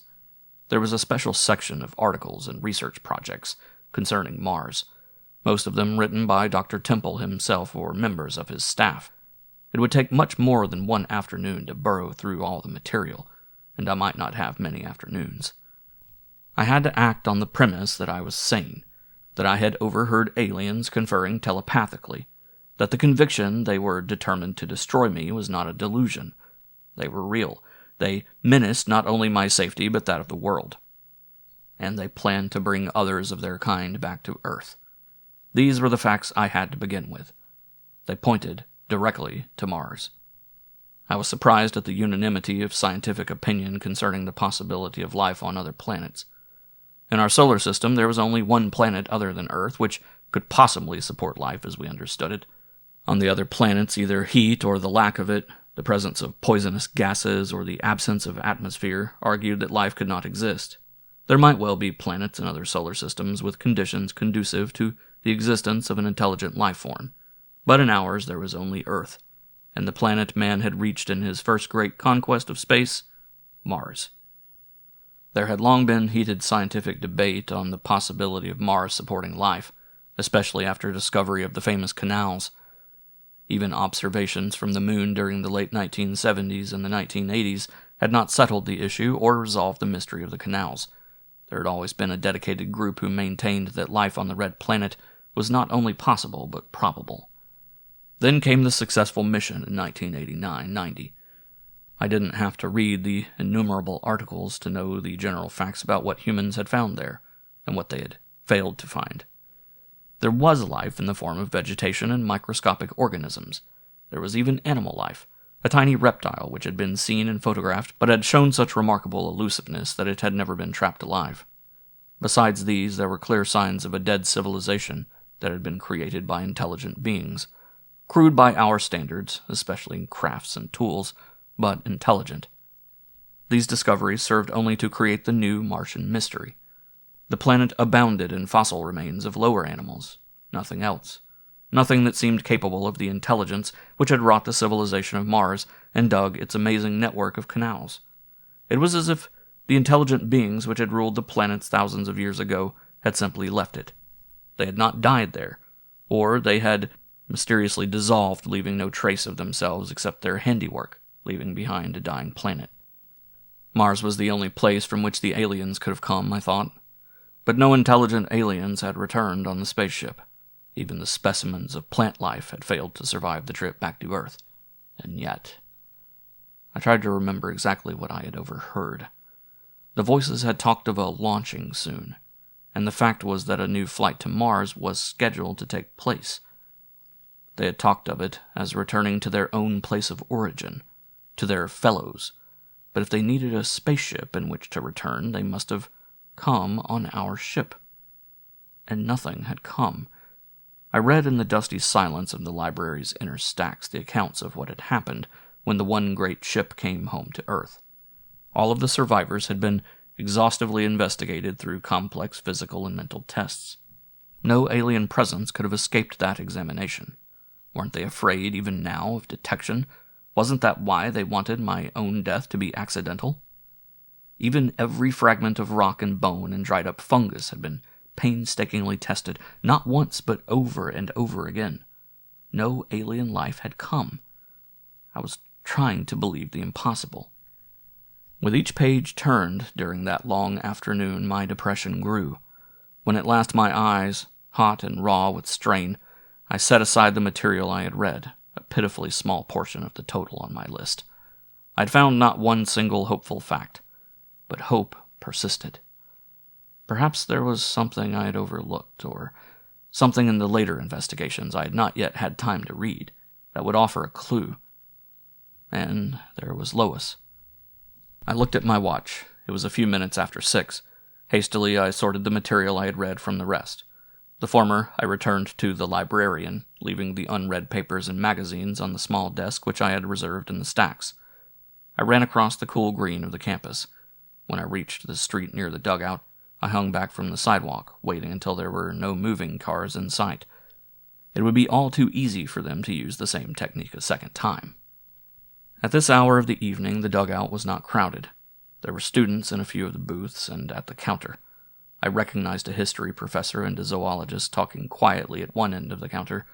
Lois was not there. Another girl was working the tables, the same girl who had been on duty earlier in the day, and Harry himself was still behind the counter. He glared at me as I approached. "Where is Lois?" I asked anxiously. "How the hell should I know? Maybe you can tell me." "She hasn't come in?" "No, she hasn't come in." Harry obviously blamed me. "Look, Harry, I told you I just wanted to ask her a couple of questions. It's important, but that's all I want." I paused. "Didn't she call or anything?" "No," he grunted less nastily. "Sometimes she's late. Sometimes she doesn't come in at all." I felt a hollowness in my stomach. She had to come. I had to talk to her. I sat at the counter and ordered coffee. I waited. The 2 teachers farther down the counter nodded at me. Students left and a few more trickled in. Every time the door opened, I looked up eagerly.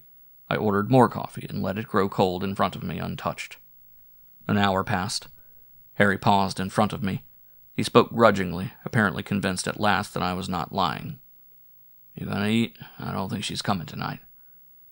"No, I'm not hungry. Has she ever done this before? Just stayed away without telling you?" "Yeah, sometimes." His face clouded. "These kids." I thought of my date with Laurie Hendricks. Lois might show up later. She had probably gone out with some student. Apparently, she could be careless about her hours. Harry wasn't going to fire her no matter what she did. Yes, she would probably be in later. I could come back after Lori left. At 7:30, I gave up. I just had time to get back to my trailer court before 8.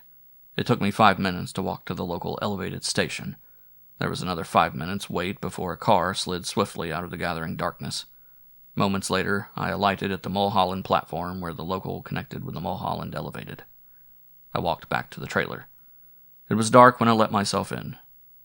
My neighbor, the strangely withdrawn girl with the surprising figure, sat eating in her brightly lit room, the blinds partly open at the front of her trailer. Another lonely one, I thought. Another outsider. But tonight, I wouldn't be alone. Chapter 7. By 8:30 that evening, I was becoming uneasy. I had had an evening full of impatient waiting, and the strain was telling on my nerves. I was beginning to feel like a man with a cold or some other rare disease, shunned and avoided. I kept rising and going to the windows to peer out, expecting each time to see Laurie Hendricks just turning up the walk. Each time I was disappointed. I don't know what I had actually expected to happen when she came. I had told myself that the reason for asking her was clear. She was suspect. Even if I didn't think she was guilty, I had to make sure, and the opportunity to meet her privately had been easy to create. But there was another reason. My self-imposed isolation had had a number of drawbacks. When I thought of the clean limbs I had seen so often displayed in the front row of that 11 o'clock English class, when I remember the way her sweaters were pulled taut across her chest, I felt a different shakiness that made my throat dry and my palms moist. The wall clock kept changing numbers, approaching 9, and still she didn't arrive. I began to question the eagerness with which she had accepted the suggestion of meeting me at my trailer. Had it all been an act? To lull any suspicions I might have? Set him up for it? Make him jumpy? Dull his mind with a little sex play? Then arrange a convenient accident? Easy. He's right for it. He hadn't had a woman in over 2 years. He won't be thinking of anything else. He'll never believe that a young, beautiful girl could be a... The rap on the door was so light that for a moment I wasn't sure I had actually heard a sound. Then it came again, a gentle rapping, clearly audible. I stared at the door, and all of a sudden my palms were clammy again, and I didn't know if the reaction was from desire or fear. She was standing on the step just outside the door, looking up. When I didn't say anything, she smiled apologetically, the curve of her lips tentative and strongly appealing. "I'm sorry I'm late, Mr. Cameron. I was held up." "Come in," I said stiffly. "It doesn't matter." She stepped up into the small living room. The moment she entered the room, it seemed to shrink, filled with the physical fact of her presence. I closed the door, feeling self-conscious about the action, as if it were overtly aggressive. I stared at her. She wore one of the popular one-piece coveralls knitted of a chemical fiber in a red and white diamond pattern. The clinging suit was not exactly the usual costume for a student visiting her instructor. She glanced curiously around the room. "This is nice," she said. "Not exactly spacious, but I get by, and the view is good." I indicated the glittering panorama visible through the window in the end wall. She moved closer to it and looked out into the night. I suddenly wondered if someone else was outside waiting for her signal. The other alien. I made a conscious effort of concentration, listening with my mind. I seemed to have a strange sensation of hearing the world's slow murmur like the distant sounds of traffic on a road far, far below you, but nothing else. Something made me glance out the side window. I was just in time to see the face of the girl next door, set and unsmiling, before her blinds snapped shut. I closed my own draperies, feeling the tension easing in me. So my neighbor wasn't above doing a little window watching of her own, I thought, half smiling. "I meant to be here on time," Laurie said, still staring out the window. "But Bob dropped in, and sometimes he's difficult." "Jenkins?" "Yes, we were supposed to have a date tonight." I looked at the line of the zipper that traced the curving column of her spine, realizing how easily the clinging suit could be shed and acutely aware that she wore nothing underneath it. "I don't blame him," I said. "I'd be jealous too." She pivoted slowly, pleasure growing in her striking green eyes, and I realized how young she really was. 20 at most, I thought. Her skin was flawlessly smooth, clear and unlined. Her every movement had the supple grace and vitality of youth. Yet, she was a woman, already wise in the way of women. I caught myself. What did I really know of her? How could I know the mind which controlled this youthful animal beauty? And I thought of a cunning superintelligence watching me from behind the cool green of her eyes, amused, toying with me. Or did they have a sense of humor? I had caught nothing humorous in the words I had overheard. I had sensed something infinitely cold, completely emotionless. "Daddy says I'm spoiled," Laurie Hendricks said abruptly. "Daddy?" I repeated stupidly. "Yes, I do have one, you know." She shrugged, and the gesture caused a wonderful interplay of movement under the tight coverall. "But he's the one who spoiled me, so he shouldn't complain. He thinks I just amuse myself with men, and he doesn't like it." "Do you?" She laughed, the warm rippling sound making my skin tingle like an electric current. "Of course," she said. "Why shouldn't I?" "I suspect you're rich," I said. "It's funny, I hadn't thought of you that way." "Have you thought about me very much?" Her face sobered and her voice became huskier. "I've thought about you. A lot. I guess that's pretty standard procedure, isn't it? Schoolgirl gets crushed on handsome teacher." I swallowed with difficulty. The conversation was getting out of hand. I wasn't controlling it at all. "We'd better get down to work," I said. "Have you thought about a subject for your term paper?" She appraised the couch under the long window, seemed satisfied, and settled onto it with a relaxed ease and grace of movement. "Well, if we must work," she murmured. "No, I haven't thought about it. Did you have any suggestions for me?" "You might be interested in medieval romances," I offered, struggling to keep my mind on what I was saying. "You could do something on the tradition of courtly love." She smiled suddenly. "I think I'd like that. Maybe you should tell me about it, Professor." "No, that'll be your project for research." "I have a better idea," she said softly. "I bet you know a lot about it.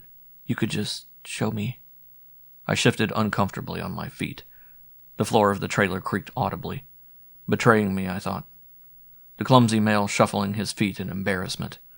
"Laurie, Professor, you didn't really want me to come up here to talk about a term paper, did you?" I stared at her in confusion, thrown off balance by her directness. Slowly everything came into focus. This was a strange creature, all right. But nothing otherworldly. She might be dangerous, but not in the way I had feared. She was simply a sensuous, desirable woman. The feelings she inspired could hardly have been more human. "Well, if you won't come to me," she said, "I guess I'll have to come to you." She uncurled deliberately from the couch and swayed toward me, her body as sleek and graceful as a cat's. Even the rippling movement of flesh and muscle under the tight coverall reminded me of a cat's powerful rhythm of motion. She stopped very close to me. There was laughter in the green eyes, but as I stared into them, their shading changed, deepened. Her fingers ran up my chest to my shoulders and paused there. "How many times do I have to ask you?" she breathed. Control snapped like a taut wire breaking. Our lips and bodies met, adjusting and fitting together with an instinctive familiarity. She was not one of those women who are awkward to kiss, who seem made of separate parts joined together, whose bodies never lose an indefinable tension. Her body was a single, marvelous, mobile unit, and it seemed made expressly for mine, at once fluid and firm, swelling and yielding, excitingly strong and meltingly soft. I felt reason sliding swiftly away from me into a crimson pool of sensation. She pulled away from me with a violent twist. We eyed each other warily, like enemies. I felt the heavy pounding of my heart and tasted the long, unfamiliar sweetness of lipstick. "Well, Professor, I never would have thought it. Or maybe I did." "Perhaps we should try that again," I said. "For verification." Her eyes sparkled. "I love to be made love to in an erudite way," she said. "Make love to me, Professor." This time she didn't have to ask twice. I reached for her, but she slipped away, backing toward the couch. I caught her. For a moment she struggled, and I heard breathless laughter. Then she was in my arms again, her red mouth warm and alive, and my fingers found the zipper on her suit, pulled it down the long, supple line of her back. A pounding penetrated the haze in my brain. At first I thought it was the blood pumping furiously through my own veins, but suddenly I wasn't holding her anymore, and she was staring beyond me toward the door. The loud, officious knocking came again. "My God, who would that be?" she whispered. "I don't know." "Oh, damn. She jerked angrily at the zipper. "Just when my professor was warming to his subject." I grinned, and the laughter spread through me, silent, exhilarating. Fear and danger seemed very remote. "I'll tell the man to go away," I said. I was still grinning broadly when I pulled open the door. 2 uniformed policemen confronted me, their faces hard and unsmiling. Chapter 8. "I don't understand," I said. "It's a simple question," Sergeant Bullock said, shifting his broad and solid buttocks on the small pedestal chair in front of the desk. "Do you know a girl named Lois Worthington?" "I don't know. I know a girl named Lois, a waitress at a little restaurant near the university, but—" "That's the one." The sergeant glanced meaningfully at his partner, who abruptly tore his gaze away from Laurie. She sat on the couch under the window, her legs drawn up under her, her face extraordinarily cool and composed under the flaming hair. "I don't really know her," I said. "I mean, I've just met her in the dugout." "You don't know her very well, huh?" "No, I remembered the attempts I had made to reach her that day. The hard, shrewd eyes of the policeman never left my face, and I felt a chill of foreboding. "Look, Sergeant, what's this all about?" "I understand you were trying pretty hard to get a hold of the girl today. You made quite a scene about it." His eyes flicked toward Laurie, and there was a faint sneer on his flat, cold face. "She another one of your students?" "No, I was in an accident last night. It happened right in front of the dugout. I know Lois was on duty, and I thought she might have been a witness. I wanted to ask her what she saw." "You report this accident?" I flushed. "No." "Why not?" I didn't think I was hurt at the time. But today I had a painful rib, and I thought I'd better make sure." "You thought maybe you might be able to collect a little something, eh, Professor?" I began to get angry. "Maybe I did, but that isn't what you came here to ask me about, Sergeant. If you've got something on your mind, let's have it. Otherwise—" "Don't get smart, Professor!" The sergeant rose abruptly. One jerky stride brought him closer to me. The heavy face looked mean and dangerous as he thrust it in front of mine. "I'll ask the questions the way I want to ask them, and you'll listen and you'll answer, just like one of your students in the classroom. Nice and polite." I held my tongue, but I could feel the skin tighten across my cheekbones. "Now," he snarled, "you were in the dugout asking for the girl between 6 and 7 tonight, that right?" "I left about 7:30. "Yeah, and you said you'd be back later. You acted like you had a date with her." "That's not true." "But you were going back?" I glanced at Laurie. There was a bright spark in her eyes as she waited for me to answer. "Yes, I was going back." "But instead you went to see her, didn't you, Professor?" I showed my surprise. "No, I came straight here." "What time did you get here?" "Just before 8. I had an appointment with Miss Hendricks." "Yeah?" He whirled toward Laurie. "And what time did you get here?" "It was 5 minutes past 8, Sergeant," she lied calmly. "I know because I was a few minutes late and I checked my watch." The sergeant glared at her suspiciously, then swung back to me. "You've been here since then, the 2 of you?" "That's right," I said, wondering at the smoothness of Laurie's lie. "Now, maybe you'll tell me what this has to do with Miss Worthington." His small, hard eyes snapped with something like pleasure. "She was murdered, Professor. That's all." I felt the blood drain from my face. "Murdered?" "Yeah. We figure between 8 and 8:30. Closer to 8. That's nice timing for you, Professor. Seemed like the girl had a hell of a lot of boyfriends. But you were number 1 on our list." I stared at the hostile face and thought about what would happen if Laurie hadn't lied. If I'd had only my own word that I was alone in the trailer between 8 and 9. And then I thought about what would happen if they learned that she had lied. But when my mind turned to Lois and why I had wanted to see her, I felt a fear that had nothing to do with the policeman's threatening attitude. A quivering fear that started way down inside me. A queasy weakness that made me feel sick. How was she killed?" "Nice and quick, Professor. Her neck was broken." I heard Laurie gasp, and I looked at her quickly. Her face was pale now, heightening the bright red slash of her lips. Her eyes were fixed on me, wide and frightened. The sergeant started toward the door. His partner went down the steps ahead of him. The burly man turned in the doorway. "This lets you out for now, Professor, but we'll check on your story, and maybe we'll have another little talk later on. Be around where I can find you, huh?" "Any time, Sergeant," I said, feeling that my voice sounded hollow and unconvincing. "If there's any way I can help." "Yeah," he said, the flat lips stretching in what might have passed for a smile. "Sure." He took another long, steady look at Laurie and at me before he turned his broad back on us and went out. I waited until the two men had gone down the walk to the street before I closed the door. Laurie hadn't moved. There was an expression in her eyes and around her mouth that I didn't immediately fathom, a curious tension. But the brutal announcement about Lois had been shocking. Small wonder that Laurie would be upset.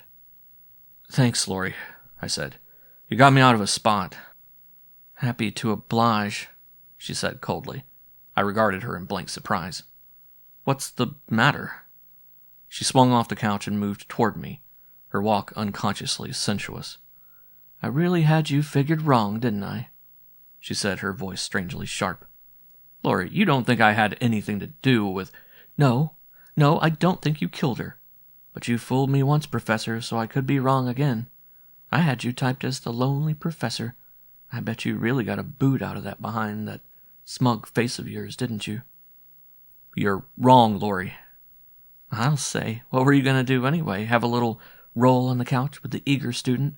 Send her on her way and then trot along to meet your little waitress? You must be quite a guy, Professor. I should have known from the way you kissed me, shouldn't I? You didn't learn that in a book." She was clearly hurt, a stung pride firing the bitterness of her words, and I knew she wasn't going to listen to me. "Laurie, I had to talk to her, believe me." "Sure you did. About the accident, wasn't that it? You needed a witness." I had to ask her a question. "Does she always say yes? You don't have to tell me the question, Professor. I can guess. I've seen the girl." "I can't explain, but you've got to understand that there was nothing between me and Lois." "Tell that to the cops, Mr. Cameron, but next time don't expect me to provide your alibi." She stalked past me, jerked open the door, and bolted down the steps. I started after her. "Laurie!"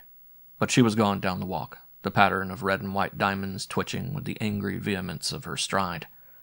And all at once it seemed too vehement to me, her anger and refusal to listen too unreasonable, a convenient way to get away quickly, just as she had been too smooth and ready to lie for me.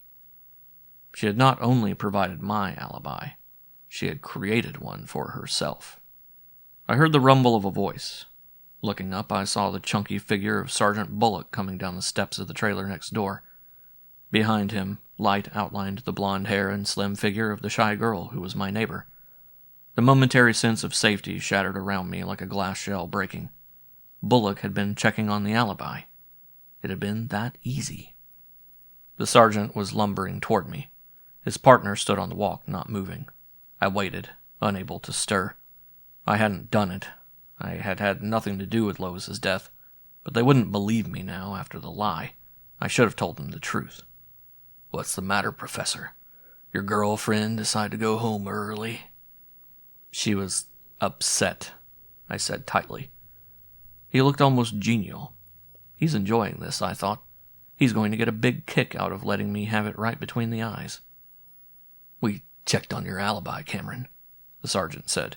"Your neighbor backs you up on the time you got here, and she saw the girl arrive just after 8. So I guess we had it wrong. No hard feelings?" "No," I said woodenly, stunned. "No, of course not." "We'll find out who did it," the sergeant said matter-of-factly. "But now we're going to have to dig." They left. I watched them until they had climbed into the yellow and black helicopter parked on the strip across the street, and the ship rose slowly with a deep chugging rhythm of engine and whirring blade into the night sky. At last I turned to stare at the trailer next to mine. The door was closed. The blinds were tightly drawn. The girl had shut herself inside. Everyone was giving me an alibi, I thought. Nobody wanted me in jail. I wondered why. The bewildering sequence of events, the jolting pile-up of shocks, had left me confused, unable to think clearly. but after a while, still standing in the open doorway looking at the blind walls of the trailer just a few yards away, I thought of a reason why. Jails were safe. Chapter 9. I had another night of fitful sleep that left me bone-weary in the morning. I fought against the deep sleep that might bring a recurrence of the terrifying dream in which I was sucked down into coal black waters, and as a result I dozed and woke in momentary panic and lay sweating in bed, and finally dozed again and woke again, on and on through the night. Images of dreams and reality kept getting mixed up in a disorganized montage. I would be holding Lori in my arms, feeling the firm and vital strength of her young body warm against mine, and suddenly the face switch tilted up to meet mine. The lips that parted were not hers, but those of a shy and timid girl with soft blonde hair, whose name I didn't know. Or I would dream fragmentarily of being trapped in a corner with the meaty face of Sergeant Bullock shoving aggressively at me and snarling, "Why did you kill her?" And waking, I would think of Lois and ask myself why she had died, knowing in my heart that she had had to die, that I had marked her for death, because she knew. She had seen the alien. When I tried to find her, I'd become the unwitting instrument of her death.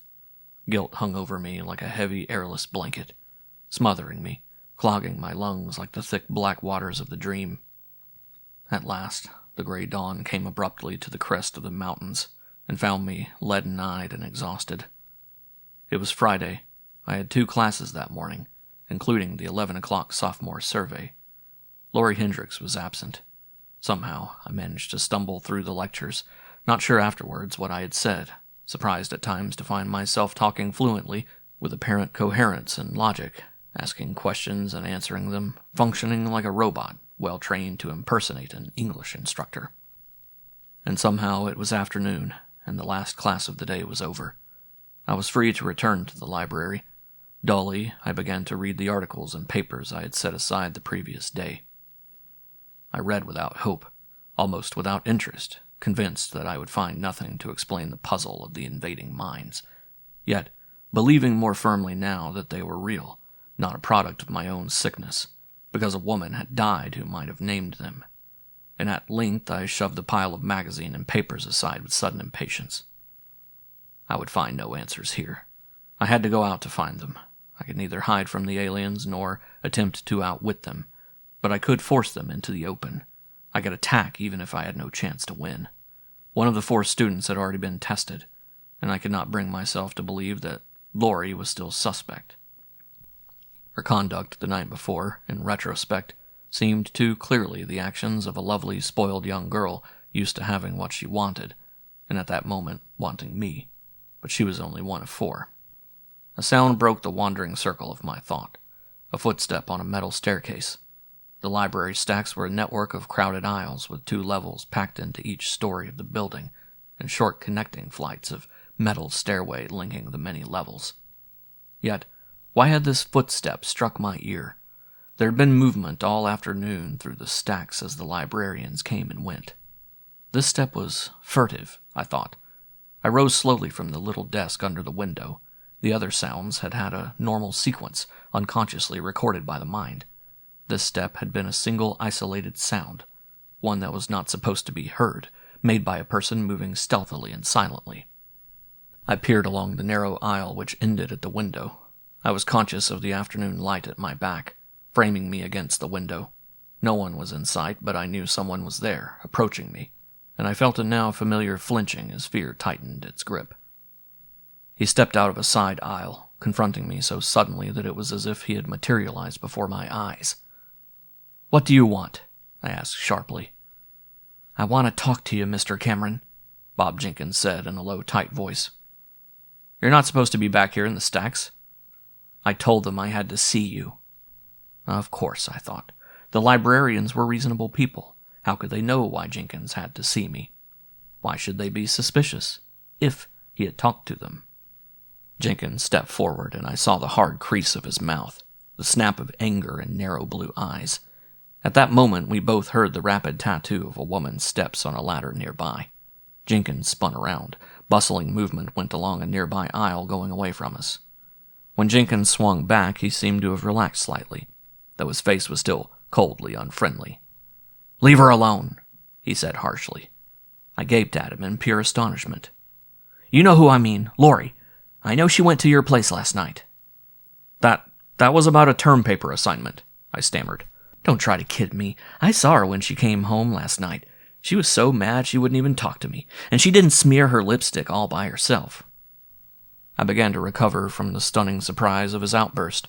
The danger I had expected was so much more to be feared than the anger of a jealous boy that I had a hysterical impulse to laugh. But his anger seemed genuine. I think if the librarian hadn't been there in the stacks nearby, he would have started a fight. "She's my girl," Jenkins snapped. "Keep away from her." "That's for her to decide, isn't it?" I asked quietly. "But I don't think you have anything to worry about. I doubt that she'll want to see me again." "Don't try to brush me off," the boy said fiercely. "If you don't leave her alone, maybe the school would like to know about it. The authorities wouldn't like it." I felt a trace of answering anger. "If you're thinking of creating a scandal," I said coldly, "maybe you'd better think about Lori's reputation, too. If you try to damage me, you'll be hurting her as well." The words shook him. He glared at me, fists clenched, breathing hard and quick as if he had been running, and I sensed the conflict in his mind, the rage made impotent. "Damn you," he choked. "I'm warning you. Next time I'll make you pay for it." He flung away down the aisle, vanishing from sight as he bolted along a connecting corridor. I could hear the harsh fall of his steps fading away from me. I took a deep breath and held it, let it out slowly, feeling some of the tension subside in my arms and legs and chest. Chalk up another threat, I thought wearily.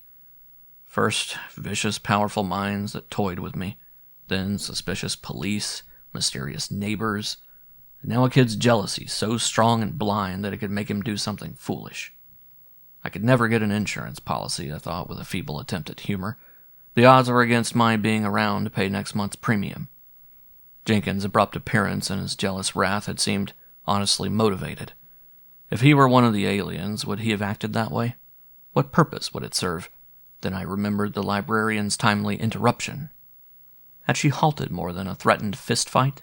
Had Jenkins' plan for an accident been spoiled by the presence of someone else, forcing him to improvise a clever and plausible reason for stalking me?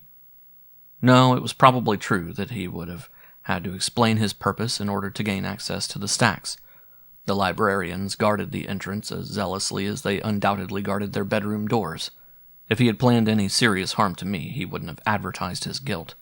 This was not the place he would have chosen. My mind was tired of questions. Jenkins was still not removed from suspicion. No one was. I was no closer to getting any answers than I had ever been. Chapter 10. I found Mike Boyle on the practice football field at the west end of the campus. The first team was scrimmaging a group of substitutes who were running through the plays of one of the schools on the weekend's doubleheader. I saw Boyle roving wide to defend against an attempted end run, saw him follow the play, not moving fast, until suddenly he was charging forward, bouncing off the interference in such a way that he kept his feet and sliced through to the halfback who was caught open and hemmed in near the sidelines, a sitting duck for the tackle that slammed him to the ground. And then Boyle was on his feet, amazingly nimble and springy for such a big man, trotting away without glancing back at the runner, who rose slowly and stiffly. The deceptive ease of the play showed why Boyle was an All-American candidate. It also revealed something I had heard about the big roving tackle, whose position was one added to football's original 11-man team in order to give the defense some needed help in the increasingly wide-open style of the game. Boyle showed an uncanny ability to divine what the opponent was going to do. Somehow, wherever a play went, he was there in front of it, anticipating it almost as if he knew precisely where it was going. The fact was an innocent one, but now it made me wonder as I watched him in action. Everything was suspect now, I thought. Nothing was innocent. The scrimmaging continued for 20 minutes while I watched. Then the first team was called off the field for a rest, and the second unit went in against the same tired group of subs. Some of the first team limbered up after the bruising workout by running up and down the sidelines. Others flipped a football or just stood watching. I walked toward Mike Boyle. As I neared him, he gulped water from a ladle dipped into a pail and spewed it out in a great gusher. Then he drank, his throat working visibly, sweat pouring down his face to mix with the water that spilled around his mouth and ran down his throat. He seemed to do everything in a big, robust way. In the padded uniform, he appeared immense, twice as broad as I and towering over me. He had not seemed nearly as big in street clothes. I stood waiting while he drank. I was sure that he had not noticed my approach, but he spoke as he dropped the ladle into the pail. "Hi, Prof. Been running into any more cars?" "I managed to keep out of the way of most of them." He grinned. His mouth was full-lipped and wide, matching the proportions of a prominent nose that had once been broken and an unruly mass of black hair. Only the eyes were too small for the face, but that might have been due to the habitual squint against the sun of a young man who spent a great deal of his time outdoors. "You profs kill me," Bole said. "What was on your mind, Prof? A poem or something?" "Something I heard." "Yeah, must have been good," he said offhandedly, "to make you walk in front of the only damn car on the street." "It was," I said. The small brown eyes regarded me curiously, and I wondered if their glint held amusement or something deeper. "Well, you better be careful," Bole said. "Hearing things like that won't do you any good if you're dead." I read menace into the words, but it was belied by the faintly contemptuous grin on his face. He had the habitual cockiness which I had often seen in the professional campus athlete to whom public adulation had come too soon, before the mind is mature enough to discount it. The attitude was always irritating. "That's a nice-looking girlfriend of yours," I said, perhaps too casually. "Isn't she a physics major?" "Helen? Yeah, she's a brain," he agreed. "A cute kid, though," he added, as if the combination of cuteness and intelligence was cause for surprise. "We have a ball." "Miss Hendricks said you were going steady?" "Yeah, you might say that, Prof. But I'm not the kind of guy that likes to be tied down, you know." I was groping, trying to find a way to ask him where he had been the night before without seeming to be probing. I found myself disliking the youthful arrogance, and it was an effort to keep the amiably stupid smile on my lips. I stood for a moment in silence watching the scrimmage. The subs executed an intricate play that caught the defense completely out of position for the pass. Bole cursed vehemently. "They should have smelled that one a mile off," he growled. "Doesn't the coach object when you go out on dates during the week?" I asked suddenly. "Or do you have a curfew?" He spat vigorously. "Nuts," he said. "I'm his bread and butter. I go out when I want to." I hesitated. "I thought I saw you and Helen again last night," I said. "Pretty late, too. I was on my way home from a movie." He swung around slowly, and the small brown eyes caught mine in a fixed stare. The indefinable trace of contempt marked the expression of his eyes and mouth. "Prof," he said softly, "you didn't see me and Helen out last night. You got something on your mind? Maybe you should tell me what it is." "I guess I was mistaken," I said, glad at that moment that I had had the sense to pick this time and place to sound him out, with 100 people in clear view and within shouting distance. I was not sure what the hint of ugliness in his voice and manner signified. The thickly muscled chest and arms didn't frighten me. Rather, it was the thought of this brutal strength directed by a supremely powerful intelligence. "Yeah, you made a mistake, Prof. Helen was with me last night, but you didn't see us. I tell you what, you want to know if Helen was with me last night, you just go ask her, huh? And don't bother me with your nosy questions." "I can assure you I wasn't being nosy," I said in my best and huffiest imitation of professorial dignity. "I was merely making conversation." "Sure you were. Well, you just go talk to yourself, Prof. Only watch out for those cars. We'd miss you around here." He turned his back on me and began to do a series of leg exercises, squatting and jumping erect, thick thighs stretching the pants of his uniform each time he dropped into the crouch. I walked away slowly. The momentary irritation I felt over the open contempt shown by a muscle-headed athlete was not important. But if his statement about being with Helen Darrow could be believed, it was highly significant. It meant that they could vouch for each other, providing that they were together at the time Lois Worthington was killed. Bole was the one suspect I knew who could easily have broken the girl's neck without even breathing hard. But I was convinced that Lois's death was linked to the aliens, and I knew there were not 3 of them. There was the man who had been in the back booth and one student, not two. Helen Darrow could prove that both she and Mike Boyle were innocent. In one stroke, the possible number of suspects would be cut in half. Chapter 11. I felt a compulsion to keep moving. Even the negative results I had garnered so far gave me a feeling of accomplishing something. In addition, I was avoiding being a fixed target. The fact that the aliens had not already struck again surprised me. Almost 2 full days had passed since the first hastily improvised attempt on my life. It was not comforting to reflect that they would want to be absolutely sure of me the second time. And it was probably not easy to arrange a foolproof accident. Besides, came the chilling thought, they had been busy the night before with Lois Worthington. I needed greater mobility. That meant a car. I rented a small closed aluminum model from a lot near the university. While the cost was high, I seemed to have acquired a new indifference to economics. Whether I ate next week or paid next month's rent didn't seem to matter anymore. My entire perspective had gradually been changing. Even the conditioned obedience to academic rules of propriety was disappearing. 24 hours before, I had been reluctant to seek Lois's address from the registrar's office, afraid that my motive might be questioned. That had cost the girl her life. Now I had no hesitation about going to the office for the 2 addresses I wanted. Ironically, the girl behind the counter didn't even appear curious. I wouldn't have cared if she had. Was this the schizophrenic's apathy? His progressive lack of orientation? There were gaps in the days when I had done habitual things like shaving and changing clothes. I couldn't remember doing them. The car's mirror reflected an image that could have been someone else. A young man whose face showed little evidence of strain and fatigue. In fact, despite my lack of sleep, I didn't feel tired. I felt as if I had been wound up tight, and any minute I would be released and would begin to spin madly. Madly. The word stuck. It kept coming back. The awful fear. My stumbling investigations had a double-edged motive. To find the aliens, and to prove that I was not mad. And I was slowly, inexorably, trapping myself in a narrowing circle. If I sat back, if I did nothing, I wouldn't know for sure.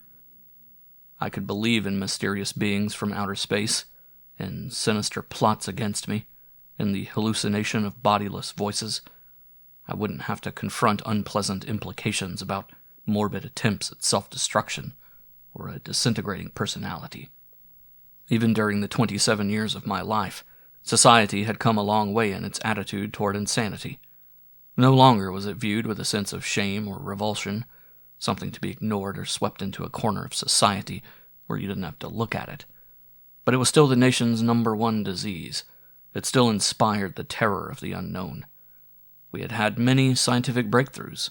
The famous virus break in 1971, which meant the end of cancer, the virtual elimination of the common cold, the successful heart patch of 1975, which changed heart disease from a leading killer to a rarely fatal disease, the total elimination of polio and multiple sclerosis, and many other vicious enemies of the human organism. But the mind remained impregnable.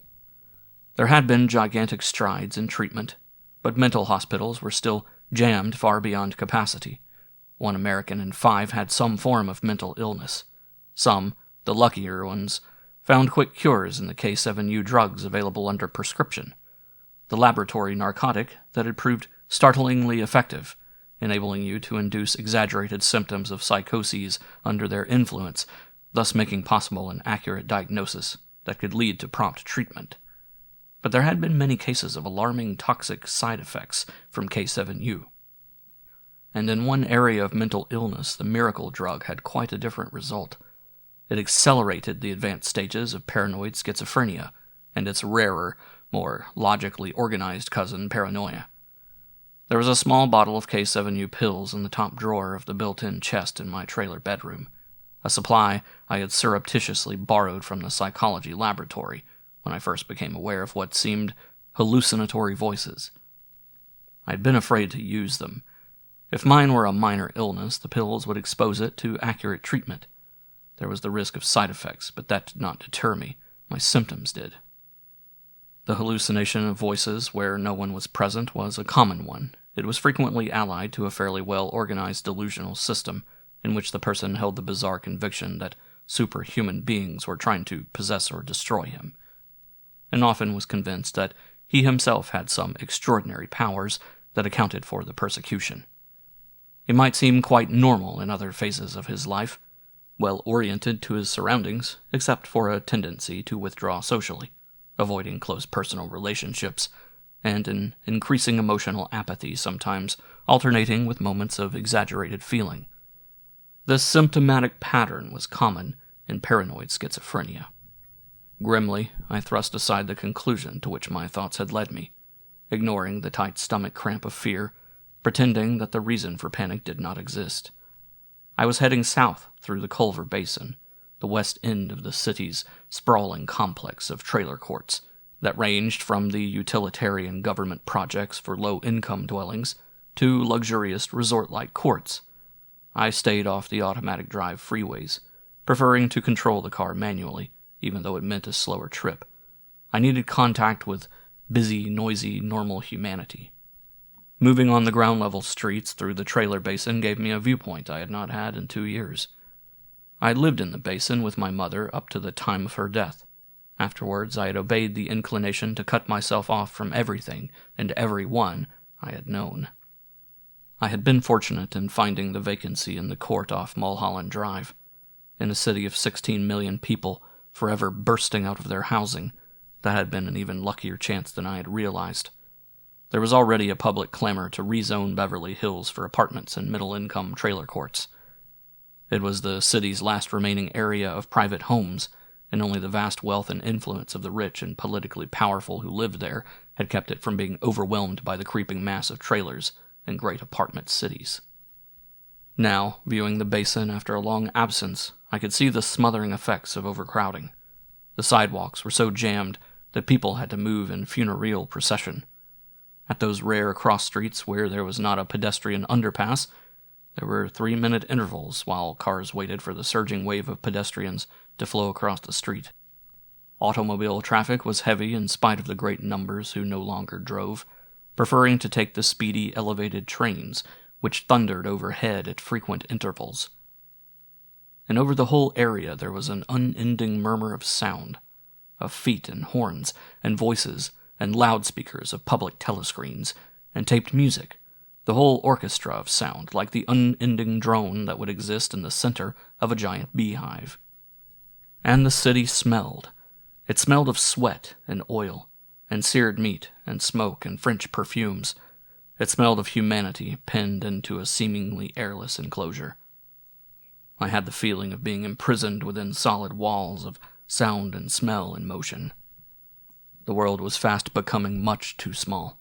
Over 25 years of uninterrupted peace had combined with the achievements of science against sickness and disease and accident to produce a vast population explosion, with all of its attendant overcrowding and unemployment and food shortages. The world needed space. Already the crime rate was climbing alarmingly. Traditional food resources were being exhausted. We needed the universe to grow in. But what enemies lay waiting for us on those distant planets, circling through the void? Was it conceivable that I, alone in all the world, had met the first of those enemies? That I held the fate of mankind in my hands? Would anyone believe me if I could warn those who might save us? No, they wouldn't listen. An overcrowded world had produced a surplus of fanatic prophets of doom. They would be sympathetic, the leaders who might hear my cry of warning. If I got violent, they would forcibly confine me for treatment. But if what I believed was not madness but reality, and if I failed to stop the aliens, humanity would perish. Absorbed in thought, I missed the intersection I was searching for. In no time I was lost in the maze. The street pattern was so chaotic that, even with a map, it took me an hour to find what I sought. The Lucky Galaxy Trailer Court. By then it was dusk, and I realized I would probably be arriving just at dinner time. I wondered what the Darrows would be like. The trailer was quite old, slightly larger than my own, set on its own small plot of ground with a tiny cement patio, and several square yards of grass and garden, carefully tended. In spite of its age, the trailer had a look of well-scrubbed cleanliness and perfect repair, an air of privacy and pride. I remembered my mother's attempts to keep our trailer clean and comfortable and homelike, and how restless and ill at ease she had felt in the newer trailer we had bought after my father's legacy tour. A modern trailer made of materials that shone without cleaning, full of gadgets that made cooking effortlessly impersonal and housework obsolete. The blinds were not drawn in the Darrow trailer. I could see a man of middle age standing in the living room before a three-dimensional TV screen. He had his arm cocked in the pose of a football player about to throw a pass. In the kitchen, a plump little woman moved back and forth busily, her back toward me. I saw no sign of Helen Darrow as I went up the short walk to the door. The man answered my knock. He had a short, spare figure and defeated eyes, surrounded by wrinkles that suggested he had once laughed a great deal. He carried his shoulders erect and square, with a suggestion of defiant pride. At the moment, the corners of his mouth were pulled down in an expression of irritation. "What is it?" he snapped. "Is Helen in?" I asked. Curiosity stirred in the dull eyes. "No, but she'll be back in a few minutes. We're just about to eat," he added pointedly. "Ask the young man in," a voice called from within the trailer. "Well, I don't want to interrupt your dinner," I said. "I just wanted to talk to your daughter for a few minutes." "Nonsense," the woman said, appearing suddenly beside the man. "Come right in." I hesitated. The man turned his back on me and trotted back to the TV screen. The woman beamed cheerfully at me. I stepped inside, feeling uncomfortable about my mission. "My name is Cameron," I said awkwardly. "I'm an instructor at the university." "Well, isn't that nice, George? He's one of Helen's teachers." "No, I'm not," I said quickly. "But I know her, and won't you stay for dinner? Have you eaten?" "I couldn't do that."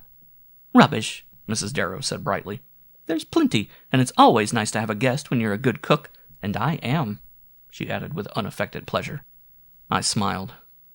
The odors of fresh vegetables cooking filled the small room. "I'll bet you are," I said. "But I can't stay. I have another call to make." "You have to stop to eat sometime," she said placidly, ignoring my protests and getting another plate from the built-in rack. There was an unexpected thump from the living area. I turned to see George Darrow rising from the couch and going through the motions of dusting himself off. His eyes glittered with pleasure. I heard the announcer's voice from the TV set talking excitedly about someone just getting a pass away before being dumped. The pass was complete for a 15-yard gain. With a faint smile, I realized that Darrow was one of those millions of sports addicts who lived for the synthetic participation games so popular now on television. "You can eat while you're talking to Helen," Mrs. Darrow said behind me. "Unless it's private, of course." "No," I said quickly. "I really shouldn't be bothering her, but I thought she might be able to help me." "You just go into the living room with Father. Helen will be here any minute. George, isn't that game over yet?" "We're in the last quarter," George Darrow said excitedly. "Watch that safety man!" I was in time to see a pass skip off the outstretched fingers of a defensive halfback. Darrow sighed with heartfelt relief. "That was close," he muttered. "We're playing the New York Bruins," he added. "I'm with the Toronto Titans tonight." I took a seat at the side of the room, so as not to get in the little man's way. It was remarkable how his eyes had lost their lifelessness. They were avid, greedy with interest. He bent forward eagerly, calling imaginary signals under his breath. The ball was snapped, and it seemed to spiral directly toward us in the startling illusion of the dimensional screen. George Darrow reached to gather it in, and faded back a couple of steps to pass, looking for a receiver. The announcer's voice rose in an animated description of the action. I thought of the billions of men and sports-crazy youngsters throughout the world who would be duplicating his actions, just as he imitated the movements of the passer on the screen now, taking the passer's place through the trickery of the television cameras. The participation sports events provided a year-round diet of baseball and football, hockey and high-lie, and various other games and contests in which the viewer could have the vicarious thrill of taking part. I had never enjoyed them.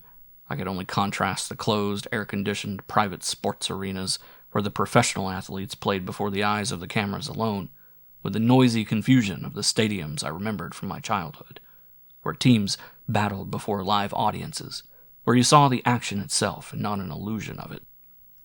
but George Darrows' sports enthusiasm might prove useful to me. He would probably not be at all reluctant to talk about Mike Boyle. I waited impatiently for the game to end. Except for the announcer's voice with its false excitement and George Darrows' quick breathing and occasional grunts, the trailer's piece was disturbed only by the small, familiar kitchen sounds of a woman preparing a family meal, happy in the surprise addition of a guest. The place was full of her warmly sentimental touches, frilly draperies, handcrafted artifacts, an elaborately framed telephone screen in rare, genuine maple. My own trailer, in comparison, was bare and cold and impersonal. I began to feel more keenly the absurdity of any suspicion that this warm and modest home, so typically human, could house an unearthly creature. George Darrow pressed a chair button to turn off the TV set. The game was over. The room was abruptly silent. He sank into a chair, staring at me. After a moment he coughed, seemed about to speak, thought better of it. "You must know Mike Boyle pretty well," I said casually. The man's eyes brightened again. "Mike? Sure do. Best roving tackle in the country, that boy." I had struck the chord. "Yes, I saw Mike this afternoon scrimmaging. A couple of tough games coming up this weekend." "We'll take 'em," Darrow said. "Mike should make All-American in a walk. The kind of season he's having. He's the difference in our team." He paused, then looked up happily. "Mike and Helen are going steady, you know." "Yes, I knew. That reminds me, did Helen see him last night? I heard the coach talked to him about being out late again, breaking training." Darrow laughed. "They may talk to Mike, but he don't listen. He does just what he wants, that boy. Yeah, he and Helen had a date last night, like most nights. But they weren't out late, were they, Mother?" Mrs. Darrow carried a steaming bowl over to the table at one end of the kitchen. "I'd say about 11, she said. "Mike's a good boy, Mr. Cameron. I never worry when Helen is out with him." "I'm glad to hear that," a voice broke in. We all turned toward the door. The slender brunette I had seen with Boyle stood in the doorway watching me, her face unsmiling. I rose. "We were just talking about you." "I heard." She took a couple of steps into the room, her eyes still sharply observant, and I wondered whether there was anything of wariness in them, or just a girl's natural suspicion of a stranger who comes around asking questions. "Mr. Cameron stopped by to see you," her mother said cheerfully, "so I asked him to stay for dinner. It's all ready." "Maybe he doesn't have time," the girl suggested. "He has to eat," the woman said, briskly appraising my tall, angular frame, "and he looks like he could use a good home-cooked meal." I smelled the heaping bowl of vegetables and the thick slices of real bread. Sharp teeth of hunger gnawed at me. I guess I am hungry at that. Although it was obvious that she did not welcome my presence, Helen Darrow did not object, nor did she press immediately to find out what I wanted to see her about. The four of us sat around the small table and ate. The girl and her father were silent. Mrs. Darrow talked with unaffected garrulousness about Helen and her aspirations and physics, her childhood successes in school, the happiness she had brought her parents. Pride bloomed in the mother's voice. The girl would sometimes smile slightly and make a mild protest, which her mother brushed aside. I began to realize that the girl was not actively unfriendly, simply reserved and rather serious by disposition. Soon I was feeling quite comfortable with the intimate family group. I liked them, and even envied them a little. Any suspicions I might have had evaporated. When the girl's question came at last near the end of the meal, voiced casually as if it were not important, I felt guilty about persisting in a pointless investigation. At the same time, I had come up with a plausible excuse for my visit. "What was it you wanted to see me about, Mr. Cameron?" I hesitated. "You remember that accident I had the other night?" "Of course." "You were in an accident?" Mrs. Darrow asked with quick concern. "Nothing serious," I said. "But I wanted to get in touch with the man who was driving the car, and I seem to have lost his address. I wondered if by any chance you remember it." Helen Darrow frowned. "Harrison, I think his name was." She seemed to accept my explanation without question. "Albert or Alfred or something like that." "Do you remember the address?" No, I can't help you there, I'm afraid." I smiled appreciatively. "Well, it was worth a try. Maybe one of the others will remember it. I tried to phone you last night," I added with a studied lack of emphasis. Around 8, but he must have been out. I was with Mike. We went out to dinner. That's funny, her mother said. Father and I were in all evening. There was an awkward silence. No, we weren't, George Darrows said abruptly. We went over to the Wallaces for a few minutes. Just about 8 o'clock it was. That must have been when I called, I said with relief. I rose from the table. I hate to eat and run. I do appreciate your hospitality, Mrs. Darrow, but won't you stay and have some coffee? No, I have some other calls to make. I wish I could. Well, you must come again. I'll try to do that. It isn't often I get a chance to eat a meal like this. The girl followed me to the door. I hope you can find the man, she said, more openly friendly now than she had been in the beginning. More at ease, I thought, liking her, liking the serious, intent face and the quiet, intelligent eyes. I thought you were going to ask me about that girl who was killed, she said. I felt an involuntary tension. No. You heard about that? It was all over the school today. I relaxed. Of course it would have been a sensational topic of conversation on the campus. I could imagine the speculations, the arguments, the macabre jokes. A terrible thing, I said automatically. I turned to leave. Thanks for your trouble, and thank your parents for me again. I went out into the cool night. The girl stood watching me, a small, slim figure outlined against the warm light within the trailer. Once again, my search had been fruitless, and now I had talked to all 4 of the students who were in the booth of the dugout that fateful night. I couldn't believe that any one of them was capable of inhuman powers, or of murder. Chapter 12. When I dialed Laurie Hendricks' number, a male servant answered. The number was a Beverly Hills exchange. The man informed me politely that Miss Hendricks was not at home, but that she might be reached at the beach trailer. This was the first I knew of a place at the beach, but its existence was in keeping with the expensive luxury of space I could glimpse on the telephone screen as I talked to the servant. At that moment I made a mental connection I had failed to reach before, coupling the name Hendricks with the economy 2-passenger helicopter that had brought flying within the reach of the average family's budget. The Hendricks helicopter. The name was so familiar that I had not thought to link it with Laurie Hendricks, but the wealth evident in the existence of a private home in Beverly Hills, plus a beach trailer, suggested that she might indeed be the daughter of Ben Hendricks, heir pioneer extraordinary. The servant gave me the address and phone number of the beach trailer. Laurie answered on the 4th ring. Hello? Her image leaped onto the screen. She was dripping wet, her red hair clinging to her head in dark, heavy strands. I glimpsed behind her a damp bathing suit tossed carelessly over the arm of a chair. She held a huge beach towel in front of her chest, with one hand pressed between her breasts, the towel draping itself tantalizingly over the fullness on either side of her hand. Laurie, this is Paul Cameron. I flicked the 2-way switch so that she could view me on her screen. There was a moment's pause while her eyes stared steadily at me from the lifelike image. I wondered if she was aware that the picture was turned on at her end of the line, or if she was always so careless about dress when she answered the phone. What do you want? Her voice was cool, distant. We were interrupted the other night. Were we? I've got to talk to you. I don't think we have anything to talk about. I'm coming out there. Will you be waiting? You needn't bother. I have a date tonight. With Bob. I have to get ready now, so you must excuse me. You're going to listen to me whether you want to or not, I said, suddenly angry. There was nothing for you to worry about between me and Why should I worry? She broke the connection. In the instant before the image faded, she turned away. There was nothing to conceal the sculptured beauty of her back.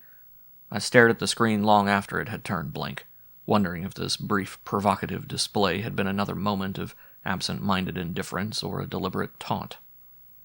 It had destroyed the effect of her cold rejection. I took the automatic freeway to the beach, setting the controls for the fast inner lane.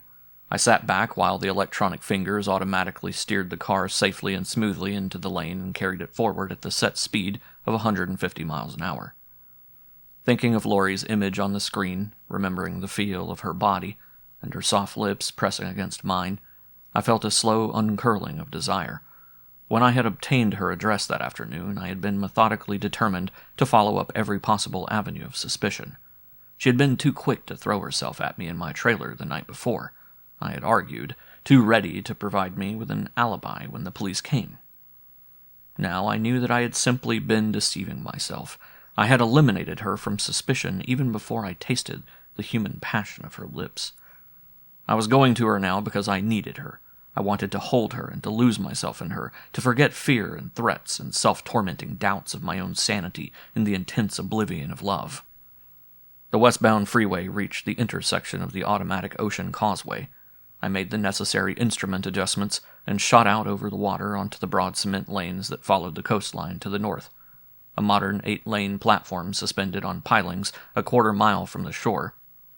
There was a manual drive highway just inland from the beach for slow and local traffic, but if you wanted to make speed, you took the causeway out over the... It struck me like a blow below the belt. Water. The dream. A senseless, terrorized animal, I found myself scrabbling at the door, trying to force it open. The same automatic controls which guided the car along the road also froze the doors while the car was in motion. I came out of that first blind moment of panic and sat rigid in the seat, my eyes fixed on the white ribbon of pavement directly in front of me, refusing to look to either side at the black pounding surf. Headlights rushed at me on the inbound lanes and hurtled past. The engine whined and wind buffeted the speeding car, but I imagined that I could hear above these sounds the crash of waves below me. Revulsion came, bitter self-recrimination, contemptuous denunciations of my own animal fears. You're going to see Laurie, I told myself. There's nothing to be afraid of. You won't have to go near the water. You won't be alone. The nightmare of drowning is a phantom of the night, symbolical only, a graphic representation of your subconscious fear of sanity. Face it, recognize it, accept it. But the voice, I thought, the voice of command, the alien mind, that is real. I have heard it while I was awake and fully rational. That was no dream symbol. That was real. But was it? Hadn't I investigated every one of the suspects, the 4 ordinary young people who were supposed to be possessed by some incredible thing from Mars? Hadn't I convinced myself that each one was innocent? Wasn't it about time that I began facing the irrefutable facts, admitting that the weird plot against me was a fantastic concoction of a sick imagination, revealing a not very unusual hidden desire for self-destruction? I grew calmer. In that moment, the terror of insanity seemed less horrifying than the specter of a vicious alien force that could possess and destroy me. At last I looked toward the shoreline at the familiar sight of waves rising to a white crest and toppling over to wash upon the beach. I had seen this 1,000 times. It was nothing to be afraid of. It couldn't touch me. I was nearing the stretch of beach where Laurie's trailer should be. Numbers flashed by at each of the ramps connecting the causeway with the shoreline road. I pushed the lane change button that would shift the car into the slower outer lane of traffic. At the next ramp, I turned off. The automatic controls cut off as soon as the car sped onto the ramp. My hands were sticky on the wheel, and my arms quivered with tension. But seconds later I was turning onto the beach highway. I began to feel safer now, that there was no longer any water under me. The road rose and dipped with the curvature of the land. Crowding the hills to the right on the inland side of the road were luxurious beach apartments and nests of trailer courts, their lights creating a rich pattern in the darkness. Most of the choice land along the beach itself had been usurped by beach clubs and expensive resort hotels, except for an occasional luxury group of trailers. It was in one of these, the Beachcomber Trailer Lodge, that Laurie's trailer had a uniquely desirable front row site. I parked off the road on a bluff overlooking the trailer village and the beach. Walking down, I could hear the rolling thunder of the surf, and each reverberating crash caused my body to flinch in the way that, watching a fight, you will seem to feel the thud of a telling blow. I tried not to think about the limitless black plain of water stretching beyond the narrow strip of beach. Laurie's was a crisply modern mobile home with a large window facing the shoreline.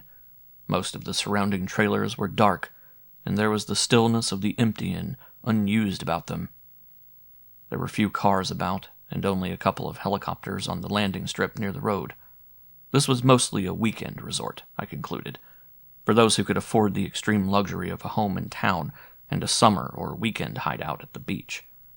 At this season of the year, many of them were undoubtedly deserted. I knocked. There was no sound from within the trailer. I raised my hand to knock again at the moment the door was pulled open. Lori stiffened. "You! I told you not to come." "And I said I had to talk to you." She started to close the door, but I shoved through. The door slammed behind me. She held herself stiff with anger, her small fists clenched, but even the rigidity of her body could not change the curving softness of breast and hip and thigh to which the pale green tissue of her dress clung. Confronting her in the small room, I felt the same quick surge of desire, the same overpowering response to her beauty that had swept over me the night before, when her physical presence had seemed to dominate the confined space of my own trailer. I had never reacted to a woman so immediately and so forcefully. How much of my reaction showed in the way I stared at her, I don't know, but it seemed to me that the bright spark of anger in her green eyes subtly altered. "I'm not sure what you're trying to prove," she said, less sharply than I had expected, "but this isn't the way. You can leave right now." "No, I'm here, and you're going to listen to me." Abruptly, she turned away. Scooping up a light coat from the back of a chair, she started toward the door. "If you want to talk, there's a restaurant not far up the road. Maybe the waitress will listen." I caught her arm.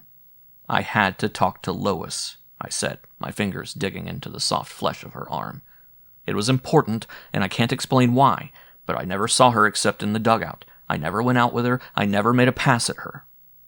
Lori's face was still aloof, indifferent. "Is that supposed to mean something to me?" "Yes." "What do I do now? Start to melt?" "Are you trying to tell me that what happened last night meant nothing to you? Just another lark?" She wrenched free. "What did you expect? You didn't really believe that bit about the student having a crush on teacher, did you? I was having some fun, Professor, and tonight I'm having it with someone else." I almost hit her. Rage rocketed through me with an explosiveness that was so shockingly violent I barely held the arm drawn back for the blow. And in the next instant I had pinned her against the wall and my arms were tightening around her, my mouth imprisoning hers in a brutal, angry kiss that brought the taste of blood to my lips. I wasn't even aware whether or not she was struggling. I knew only that she was intensely, excitingly desirable, and that the full warm length of her was pressed against me. I stepped back, breathing hard and quick. There was a frozen moment of time suspended while I waited for her to explode. Lori laughed. "My God, Professor, you certainly do keep surprising me." She tossed the coat she had been holding in the direction of the chair. It missed and tumbled onto the floor. Ignoring it, she was already moving back into my arms. "Let's try that again," she murmured. "But this time don't bite." The kiss was long and deeply disturbing. When it ended, I felt shaky. I wanted her, but for the first time I wondered if my emotional attraction to her went beyond that need. If I wasn't already completely in love with her. I stared at the puffed redness of her bruised lips, at the delicate bone structure beneath the smooth skin of her cheeks, at the vivid coloring of her eyes, and the painful knowledge came to me that I was not free to love, not until I knew. I think I'm a little afraid of you, Paul Cameron," she said in a voice that was younger, more subdued, less self-assured than I had ever heard it. "I think you'd better leave now." "But, please, it was true what I said about Bob. I do have a date with him. He should have been here by now." Her eyes were pleading. "I was mad at you. Besides..." She hesitated, her gaze searching my face as if she wanted to remember every line. "I think I need a little while to mull this over. This little girl isn't used to being swept off her feet. Not like this." I reached for her, but she backed away quickly. "No, let's see how we feel tomorrow when we're both a day older and wiser and calmer. I'll be here, waiting for you." At last I nodded. "You're right, Lori. But if you let that blonde kid..." She smiled. "I can handle Bob." She didn't move as I went to the door. Before I opened it, her words came softly and with a surprising note of tenderness. "Good night, darling." Chapter 13. The trailer was in a slight hollow. From inside you could see the white froth along the shore, but when you stepped down to the sand outside, the smooth ridge cut off the view of the water. I could hear the smash of a breaker coming in, the receding rattle as it washed back over a bed of stones. The sound didn't frighten me now. For the moment the dream had been forgotten. Lori's last words drifted on the cool night air. bringing their own tingling warmth. He struck out of darkness. I had a split second of warning, time enough to flinch against the whiplash of command. It didn't come. The shadow that had moved around the corner of the trailer closed in on me swiftly, but the blow was not a sickening mental force. It was a clumsily swinging fist that skidded painfully off my shoulder as I dodged. I heard a choking sob. "Damn you!" The white blob of a fist arched toward me and smashed against my jaw. I was caught off balance. Falling, I had a strange floating sensation. My cheek was numb. Even on the soft sand, the fall was jolting, and for a second I couldn't move. The figure stood panting over me, and I saw blonde hair caught in the slanting light from Laurie's window. "Get up!" he raged. "Damn you, get up and fight!" I laughed. Fear fell away from me, and the reaction of relief was so intense that there was no room for anger or pain or even surprise. Jenkins. The jealous youth who had warned me to keep away from his girl. The laughter enraged him even more. He dove on top of me. I rolled as his lean, hard body slammed against me. His fingers tore at my chest, reaching for my throat. I fought back automatically, not really wanting to fight, desiring merely to stop this foolishness, yet instinctively defending myself. My flailing arm banged against the side of his head. He grunted. For an instant, the pressure of his hold weakened. I wrenched free and tumbled away from him. He came to his feet more quickly than I did. I was still in a crouch when he stepped in and brought up his knee in a short, vicious piston stroke. It exploded against my chin. My head snapped back and I toppled backwards like a limber doll. "I'll kill you!" he snarled. Still, I felt neither anger nor fright. There was a fleeting sense of alarm, of recognition that here was a real threat, something that had to be stopped, not just a laughable mistake. And there was pain. Blood filled my mouth and my jaw was bruised and throbbing, but everything was clear and rational and without emotion. Somehow I got to my feet again. Absurdly, the thought crossed my mind that he wasn't playing the game according to the rules. You weren't supposed to kick a man when he was down. You shouldn't use your knee at all. Then there was no more time for reflection. He rushed at me, fists pumping, and I managed to sidestep. He whirled and came at me again. His fist grazed the top of my head. I punched back, hitting for the vulnerable stomach, hoping only to slow him down. I wasn't breathing very well, and I was aware of blood streaming from my nose. We fought standing up now, without speaking, the thud of a blow echoed by a grunt or a gasp, our breathing loud and wheezing. My arms began to feel leaden where they had caught the heavy impact of his fists. "Don't be a damn fool," I gasped. "I warned you!" I was wearing down, like a mechanical doll wound up and now nearing the end of its dance, beginning to slow, each jerky movement more labored, more artificial. He was younger, in better condition, harder, stronger, more rested. I saw the end coming. His blows broke through my barriers of elbow and shoulder more frequently. He must have sensed that I was weakening, and he pressed his attack more savagely. I went down again, not so much from one blow as from an accumulation of them.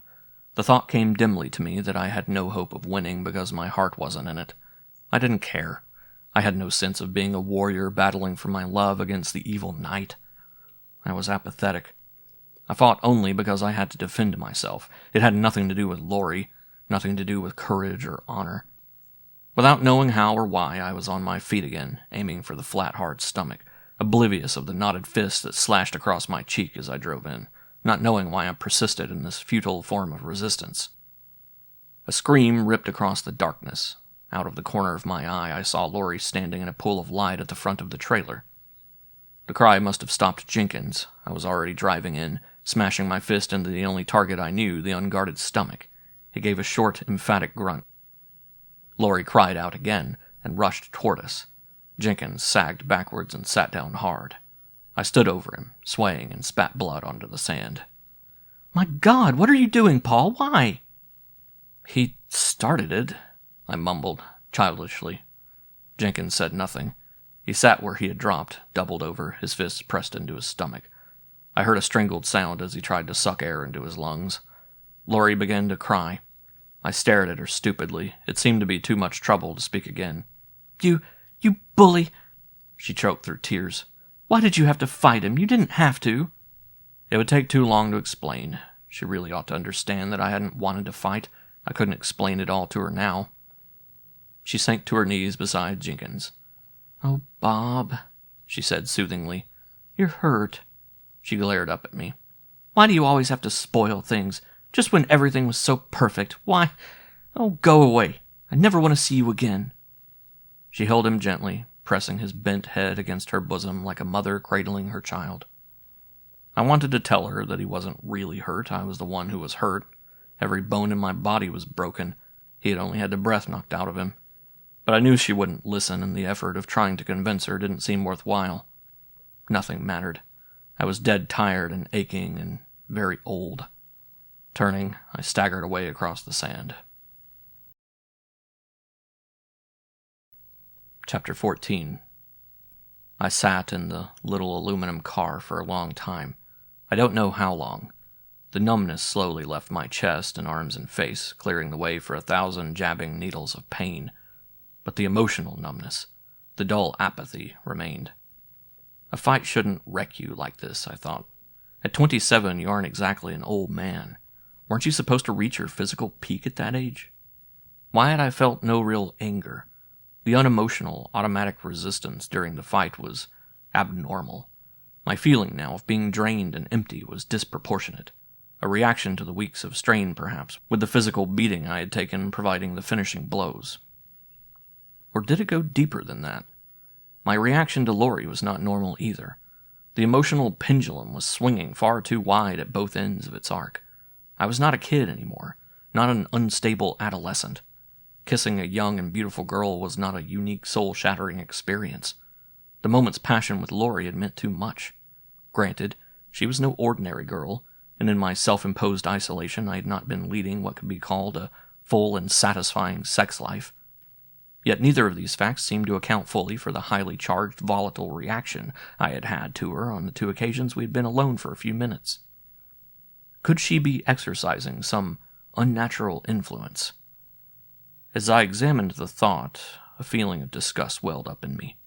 It won't work, I thought dully, the revulsion itself a gray, listless emotion. Laurie is dangerous only if you're afraid of love, timid in the face of a strong relationship. She is not a monster, nor is Jenkins. He had his opportunity right there on the beach in the darkness. It would have been easy for him to use the brutal force of a supermind instead of awkward fists. He could have done it before Laurie heard the sounds of fighting and came out. It could have been done as it was in the dream. Drown yourself. And no one would have known how or why it happened. No, not Jenkins, not Laurie, not Helen Darrow or Mike Boyle. It had to be one of these, and it was none of them. So I could no longer hide behind my bizarre delusion. There were no aliens. There was no enemy but the one who hid inside me, myself. And yet, there was one fact which was not imaginary. Lois Worthington had died. She had seen the man in the back booth. I had tried to reach her, and she had been brutally murdered. This fact was all too real, and the vision I had had so long ago of my father's death, that could not be dismissed or explained away now. That too happened. At the time, I was able to believe in coincidence. No longer.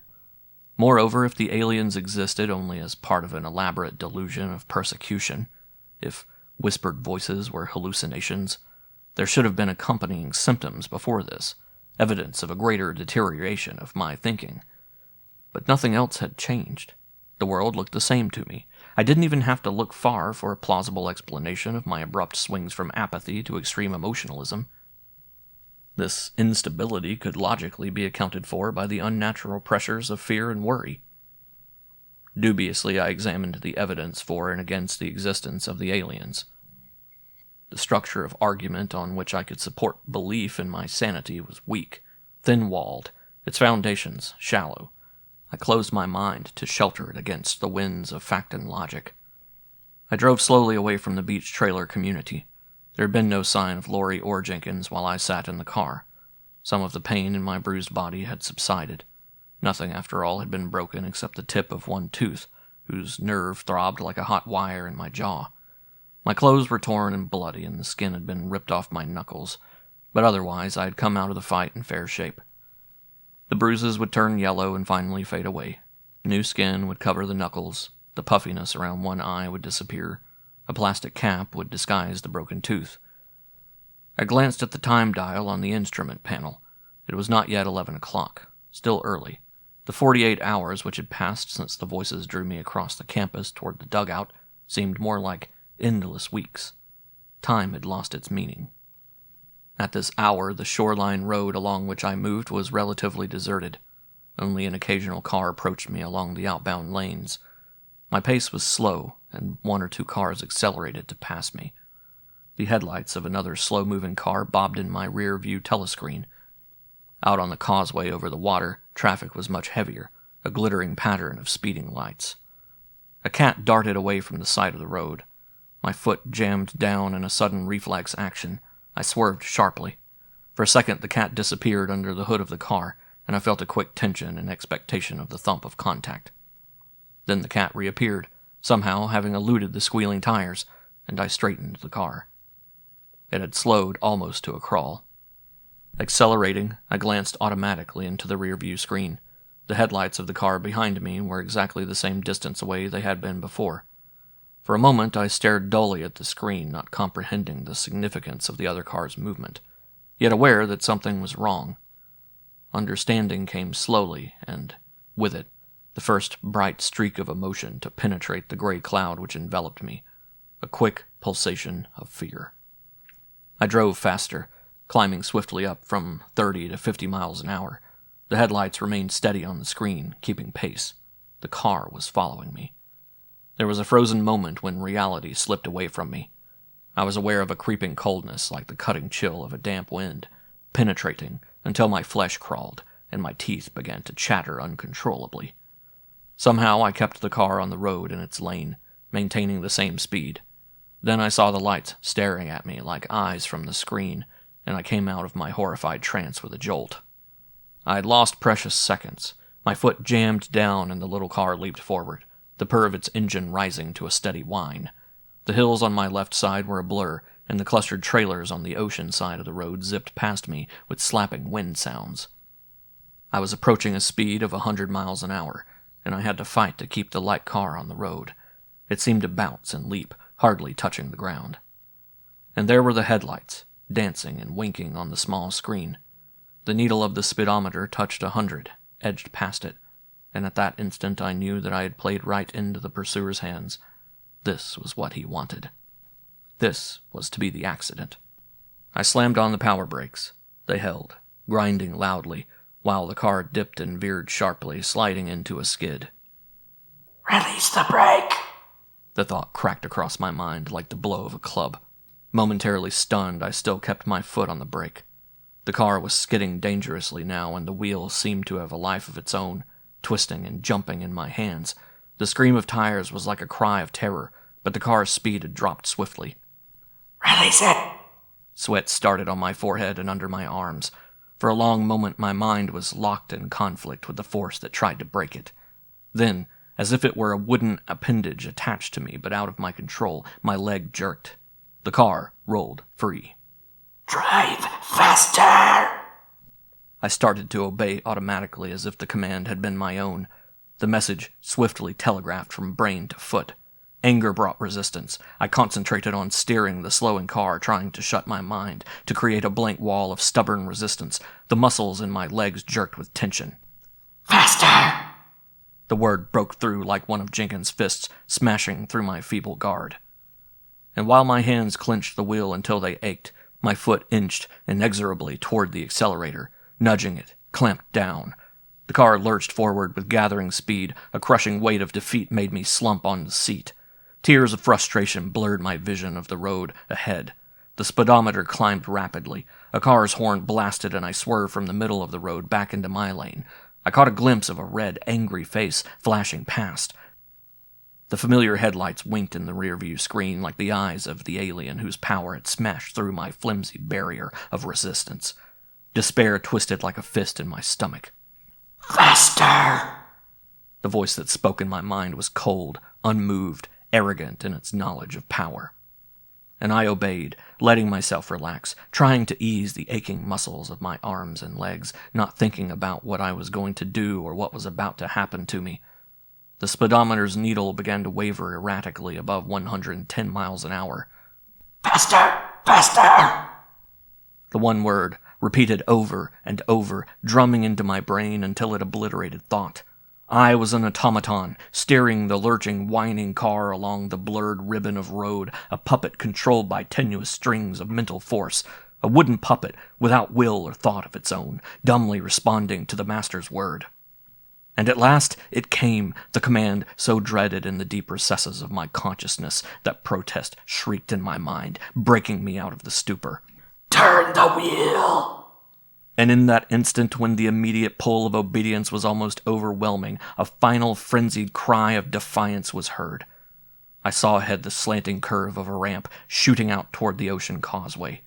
For long, agonizing seconds, I held out against the pressure, and when my hands moved on the wheel, it was at that precise and last possible second, which sent the car careening onto the ramp and into a long banked curve.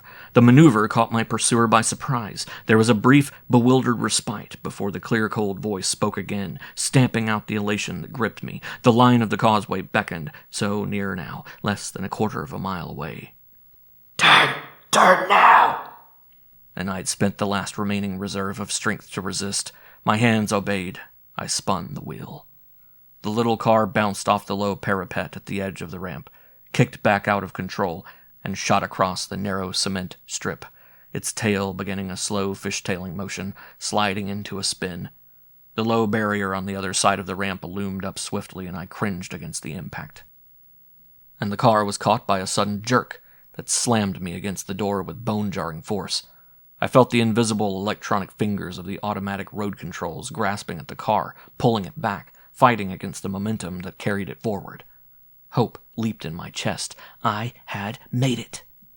For a flashing second, the car seemed to hang suspended, caught between the conflicting forces, and I was aware of the speeding lanes of traffic on the causeway now, so near to me, of the whirling canopy, of the star-stabbed sky, of the gray cold water surging far below. But the car's momentum had been too great.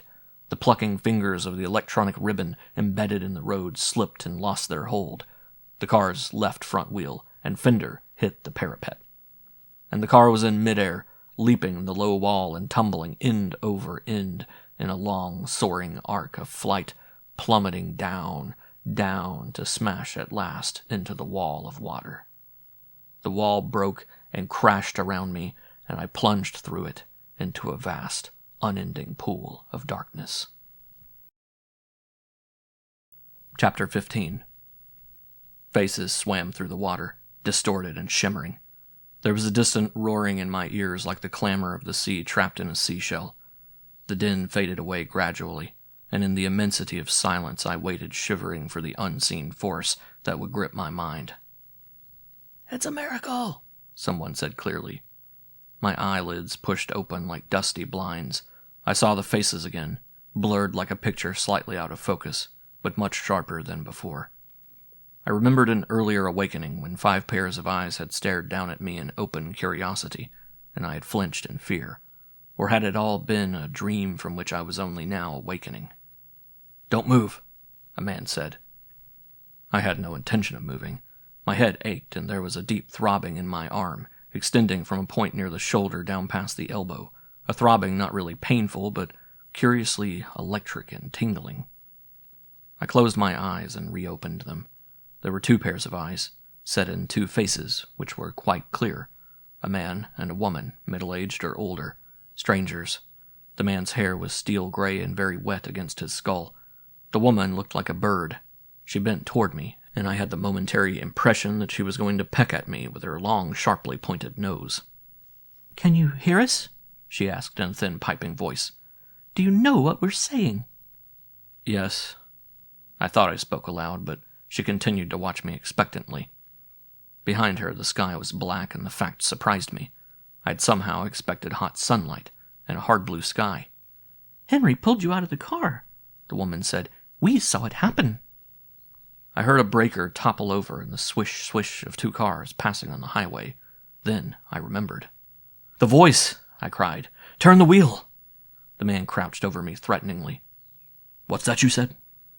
I tried to twist away. Pain sliced through my head in a clean stroke that seemed to take the top of my skull off. "Please," I groaned. "The voice." "What about the voice?" "It told me, turn turn the wheel." "Henry, did you hear what he said?" "He's delirious, Mother. It don't mean anything." "But he heard voices. He must be one of them." "He doesn't know what he's saying." My eyes had shut against the pain in my head. Opening them, I saw the two people in sharply dimensional focus. The man was soaking wet. He appeared worried. The woman's bird-like features were curiously pinched, her eyes bright with excitement. "Did you hear a voice?" she asked quickly. "Is that what you're trying to say? Did a voice speak to you?" "Told me to turn," I said weakly. "The alien voice." "In your mind?" she demanded. "Can you hear voices, even when there aren't any people talking?" I nodded faintly. "Tried to make me kill myself." "He needs a doctor," the man said suddenly. "No!" The woman whirled on him. "The Exalted One would wish that he be brought to him." "We aren't sure." "But he must be one who can hear the voices. You heard what he said, and you said yourself he should have been killed in that accident if he hadn't been a chosen one." "He might be hurt worse than we can see." "The Swami will know. We must take him there." Bewildered, I listened to them argue, not understanding what they could mean. They spoke in casual tones, as if others had heard the voices. But if that were true, then I was not alone. It wasn't something I had imagined. "You heard the voices?" I asked eagerly. "You've heard them?" The brightness faded from her eyes, clouded over with sadness. She shook her head. "We try, Henry and me, but we can't hear them. We are weak. We have not learned the fullness of believing. But the Swami says we are approaching the purity of full knowledge." Her voice rose earnestly. "Our day will come, if not in this life, then in the next." The man grunted, interrupting her. "Can you move your legs?" he asked of me. I hesitated, then tried. I could wriggle my toes and flex my knees. I felt as if this were a great accomplishment. The man shook his head. "You should have been killed," he said, as if it were a grudging admission. "I guess maybe Mother is right." He stood turning toward the woman. "I'll bring the car down here. Don't let him move." He glanced down at me. "We can't do anything about your car right now. We'll report it, and maybe they'll be able to fish it out. But the water's pretty deep there." The loss of the car meant nothing to me. At the moment, it did not even occur to me that the car was not mine, and I would be responsible for any damage to it. The man had trudged up the beach toward the road, and I stared at the bird woman. "This person you're taking me to, has he heard them?" "Oh, yes," she said, evidently surprised. "He is exalted." I didn't understand. Fatigue pressed down on me, and I was conscious of the pain in my head, of the deep throbbing in my arm. I tried to concentrate on what the couple had said, feeling an impatient excitement, but I couldn't seem to think clearly. I clung to one fact that emerged clearly. There was someone else who had heard the voices. Someone who could help me. I wouldn't be alone anymore. A car chugged through the soft sand and stopped nearby. A door opened. I felt hands sliding under my arms, lifting me. There was a cry of pain. A dizzying spiral of brightness whirled me around and around, released me, and I went sailing off into dark, empty space once more. Chapter 16. It was morning when I woke. I felt stiff and sore, and for a minute I had the impression that I was encased from head to toe in thick white bandage. As I came more fully awake, I realized that only my head and left arm were bandaged. I was dressed in a shapeless one-piece white gown that was tangled around my legs and torso. I didn't know where I was. I lay in a hard, narrow bed between crisp, old-fashioned white cotton sheets, the kind I had known as a child. The room was small and high-ceilinged. There was but one window, long and narrow and deeply inset, with an elaborate metal grille. Though the window was curtainless, the wall was so thick that the rays of the sun were not direct, but soft and filtered through the narrow aperture. I pushed myself up, swinging my legs over the side of the bed. I had to brace myself as a dizzying wave of pain and nausea washed over me. I had the weak-limbed sensation of someone who had been in bed a long time. I wondered if I was in a hospital, and how long I had been there. There was a heavy carved wooden door at one end of the room, with a small panel of opaque glass set into it at eye level. I had a fleeting impression that Someone was watching me, but I couldn't see through the glass. Memory returned to me slowly, in sharp-edged, broken fragments. I remember being with Lori, the fight with Jenkins outside her trailer, the headlong flight along the coast road, the lights staring at me from the rearview screen, the voice urging me to go faster and faster, and at last, the moment of terror when the car struck the parapet and tumbled through the air so fast that I was pinned against the seat. And the couple who had loaded me into their car. They were taking me to see someone. I heard a click. The door swung open and a small, sharp-featured woman trotted briskly into the room, clad in a loose white toga. "You're awake?" she exclaimed. The statement didn't seem to require an answer. I frowned at her. "Don't you remember? We brought you here, Henry and I. The Swami was very pleased." "Swami?" "Yes, the Exalted One. He will see you this morning." She peered at me anxiously. "Are you feeling all right? The Swami said there was nothing broken. Your arm was badly cut and you had a concussion, that's all." That was all. I felt as if I would never be able to move freely again. Yet I realized that I had once again been incredibly lucky. The alien had failed. "Do you think you can eat?" The thought of food brought back the acute sensation of nausea. I bent over, pressing one hand against my stomach, swallowing hard. I shook my head. "You must have something," the woman said with a birdie peck of her head. "Don't try to walk yet." She swept out, her toga trailing on the floor. The dust on the skirt marred the pristine white effect of the gown. I made no further attempt to move. The room swayed unsteadily around me whenever I stirred. I sat on the edge of the bed, unable to rouse myself to any real curiosity about where I was and why I had been brought here. Minutes ticked by, and the woman did not return. The room was totally soundless. I could hear neither movement within it nor the sounds of a living world outside. Even the air conditioning was noiseless. The place was like a crypt, I thought. The idea was peculiarly disturbing. I stared at the thick walls and the narrow slot of window and the heavy closed door, and they danced before my eyes as if they were edging forward, slowly closing in on me. A smothering claustrophobic fear clotted my throat and my breathing became labored and irregular. Panic drove me off the bed. My clothes were laid neatly on a carved wooden chair against the wall. I staggered toward the chair. The floor of the room tilted, and I had the sensation of falling, but somehow I reached the wall and leaned against it. After the room steadied, it took me several minutes to change from the white gown into my own coverall. I had to keep grabbing the chair for support. In spite of the cool temperature, I was sweating. Then I discovered that my shoes were missing. I looked very carefully around the room. There was no closet. The chair and the narrow bed were the only pieces of furniture. The floor itself was bare. My shoes weren't there. I was still puzzling over this when the door opened and the bright-eyed bird woman tripped into the room carrying a tray. She stopped abruptly when she saw me. "I told you not to get up," she said crossly. I didn't answer her. She left the door open and I was staring at it. Air seemed to rush in through the opening. The smothering, closed-in feeling left me. How absurd, I thought. You're ill. You're imagining all kinds of dangers. "You'd better sit on the bed," the woman said. "Can you make it? I guess you can, getting dressed and all." I went obediently to the bed. It was easier this time. Even the dizziness was subsiding. I could smell the fragrance of hot tea. On the tray there were also some dry crackers and a bowl of some kind of dried meal that looked like rice, but was hard and crunchy like a seed. To my own surprise, the sight of the food made me hungry. I ate. The meal was tasteless but not unpleasant. The crackers and the tea were excellent.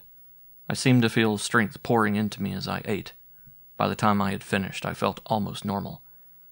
I glanced up at the woman, who sat perched on the edge of the chair with a bright-eyed air of interest. She even cocked her head and peered at me sideways, like a bird. She wore a thin little smile. "Where are my shoes?" I asked suddenly. She was startled. "Oh, we never wear shoes here." And for the first time I saw that her feet were bare. No wonder she moved so silently. I thought of hundreds of people padding throughout the building on silent, naked feet.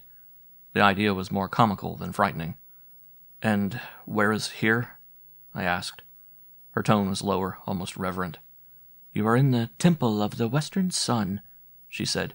"You have been granted an audience with the Exalted One. He has already seen you and laid his hand upon you." I frowned. Phrases came back to me from the previous night. and from somewhere came an image of a very brown man with luminous black eyes staring at me, bending close. And I remembered why I had been brought here. I looked sharply at the woman. Her husband had saved my life, and they had said something about the alien voices. "I owe you my life," I said. "Your husband pulled me out of the car." She smiled. "We saw it happen. Henry swam out and got you. Then when you said you had heard a voice, that an evil voice had forced you to turn off the road—" "There's someone else here who has heard the voices," I asked eagerly. "You said—" "The Exalted One hears," she said calmly. "It's strange that you should have heard them when so many of us have tried so hard and failed. But the waters of God's purpose are deep and hard to fathom." The last words dropped incongruously from the woman's lips, spoken with a kind of mechanical precision that was very familiar to me. The recitation by rote of an approved answer by a student who does not understand. The curiosity growing in me was checked by some misgivings. I was eager to meet the man she called the Exalted One. I had heard of mystic religious cults, of course. Their numbers had grown rapidly in recent years, and it was probable that I had stumbled upon one of these. But I grasped at the straw of fact that was offered to me. The man had heard bodiless voices, however he might have interpreted them. Wasn't it possible that he might have heard the aliens? "When can I see him? I'd like to talk to him now." "He is in contemplation," the woman said, "but it won't be long now." She nodded toward the window, through which one could perceive only a sliver of blue sky. "When the sun is overhead, he will call you." Her expression became grave. "You will want to prepare yourself. I will come for you then."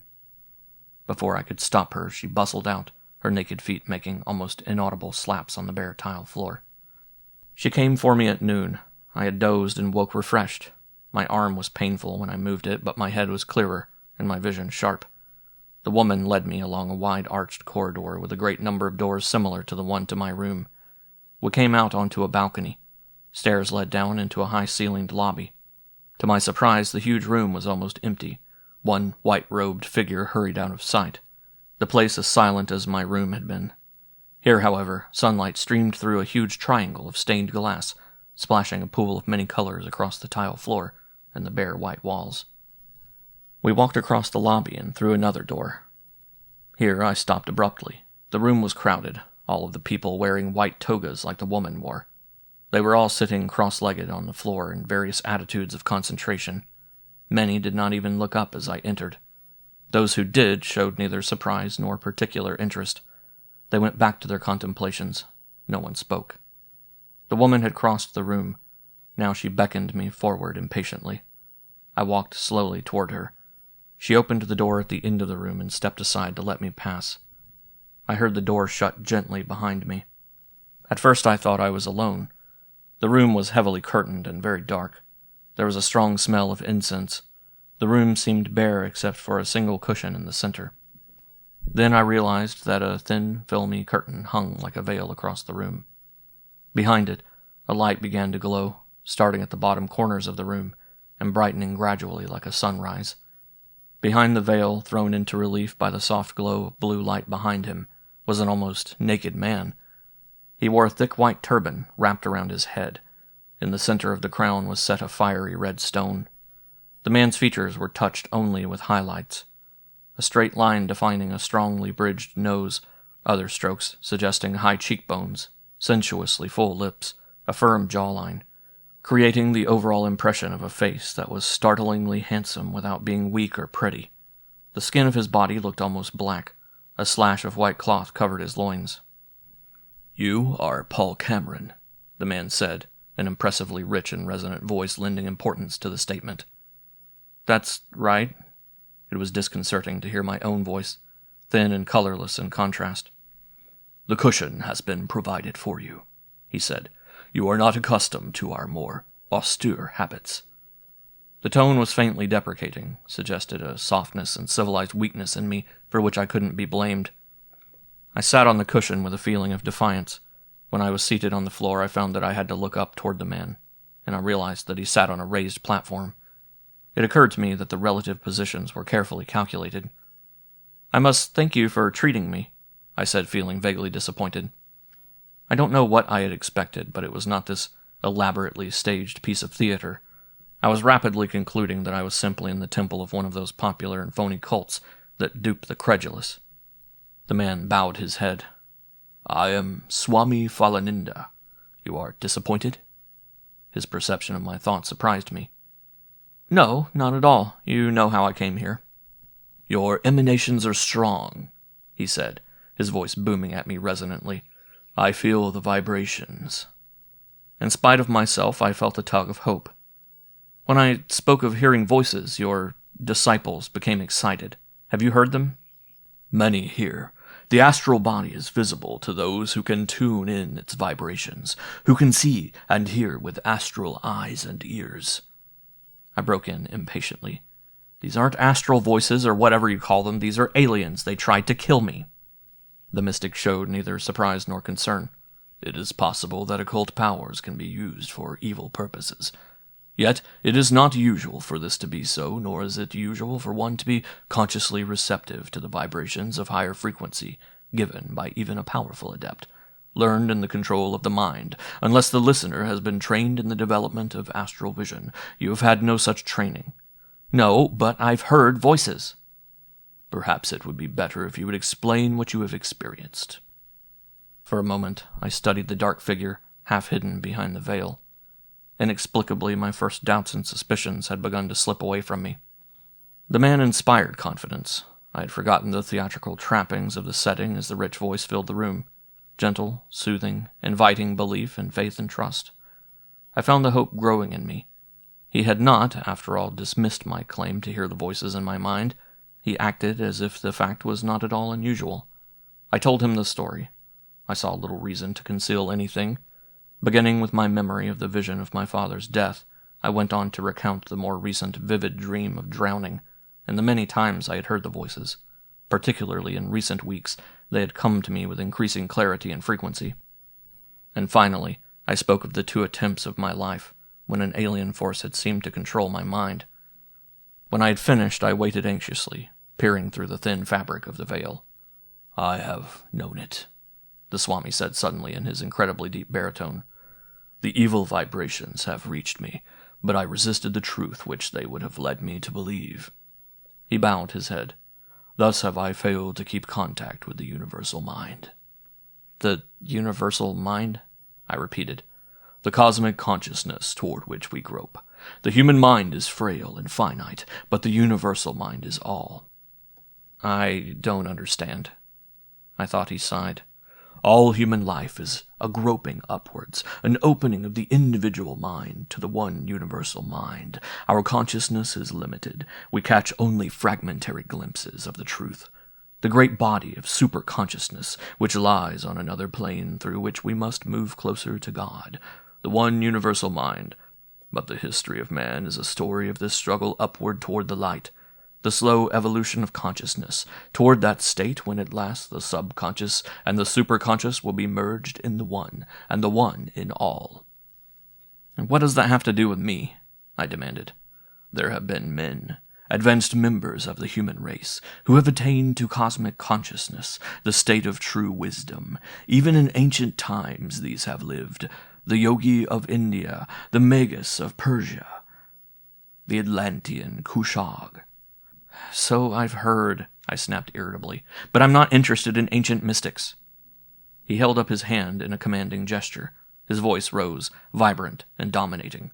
"Listen, do not close your mind to the truth of the ancients, for they have lived, they live now, whom you do not understand, who have discovered the wisdom of the East, who know that there is no pain, no sickness, no evil beyond the power of the mind to control. All men may approach this realm if they but wish it. It is necessary to purify the self, to rise above the interfering vibrations of material need, and base emotions, and ego-dominated thoughts, to learn control of the body and the mind. Only then can we rise like the phoenix from the ashes of a dead ego into a new life in the higher plane where the self does not exist."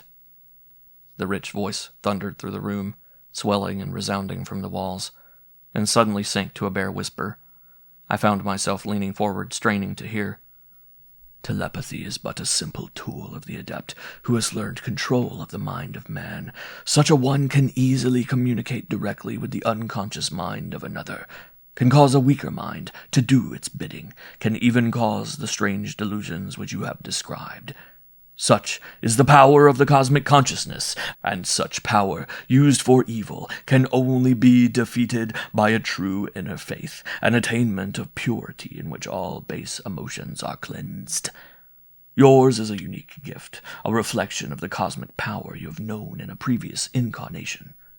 To use this power of the mind, you must learn that total concentration in which there is no sensation, no awareness of self.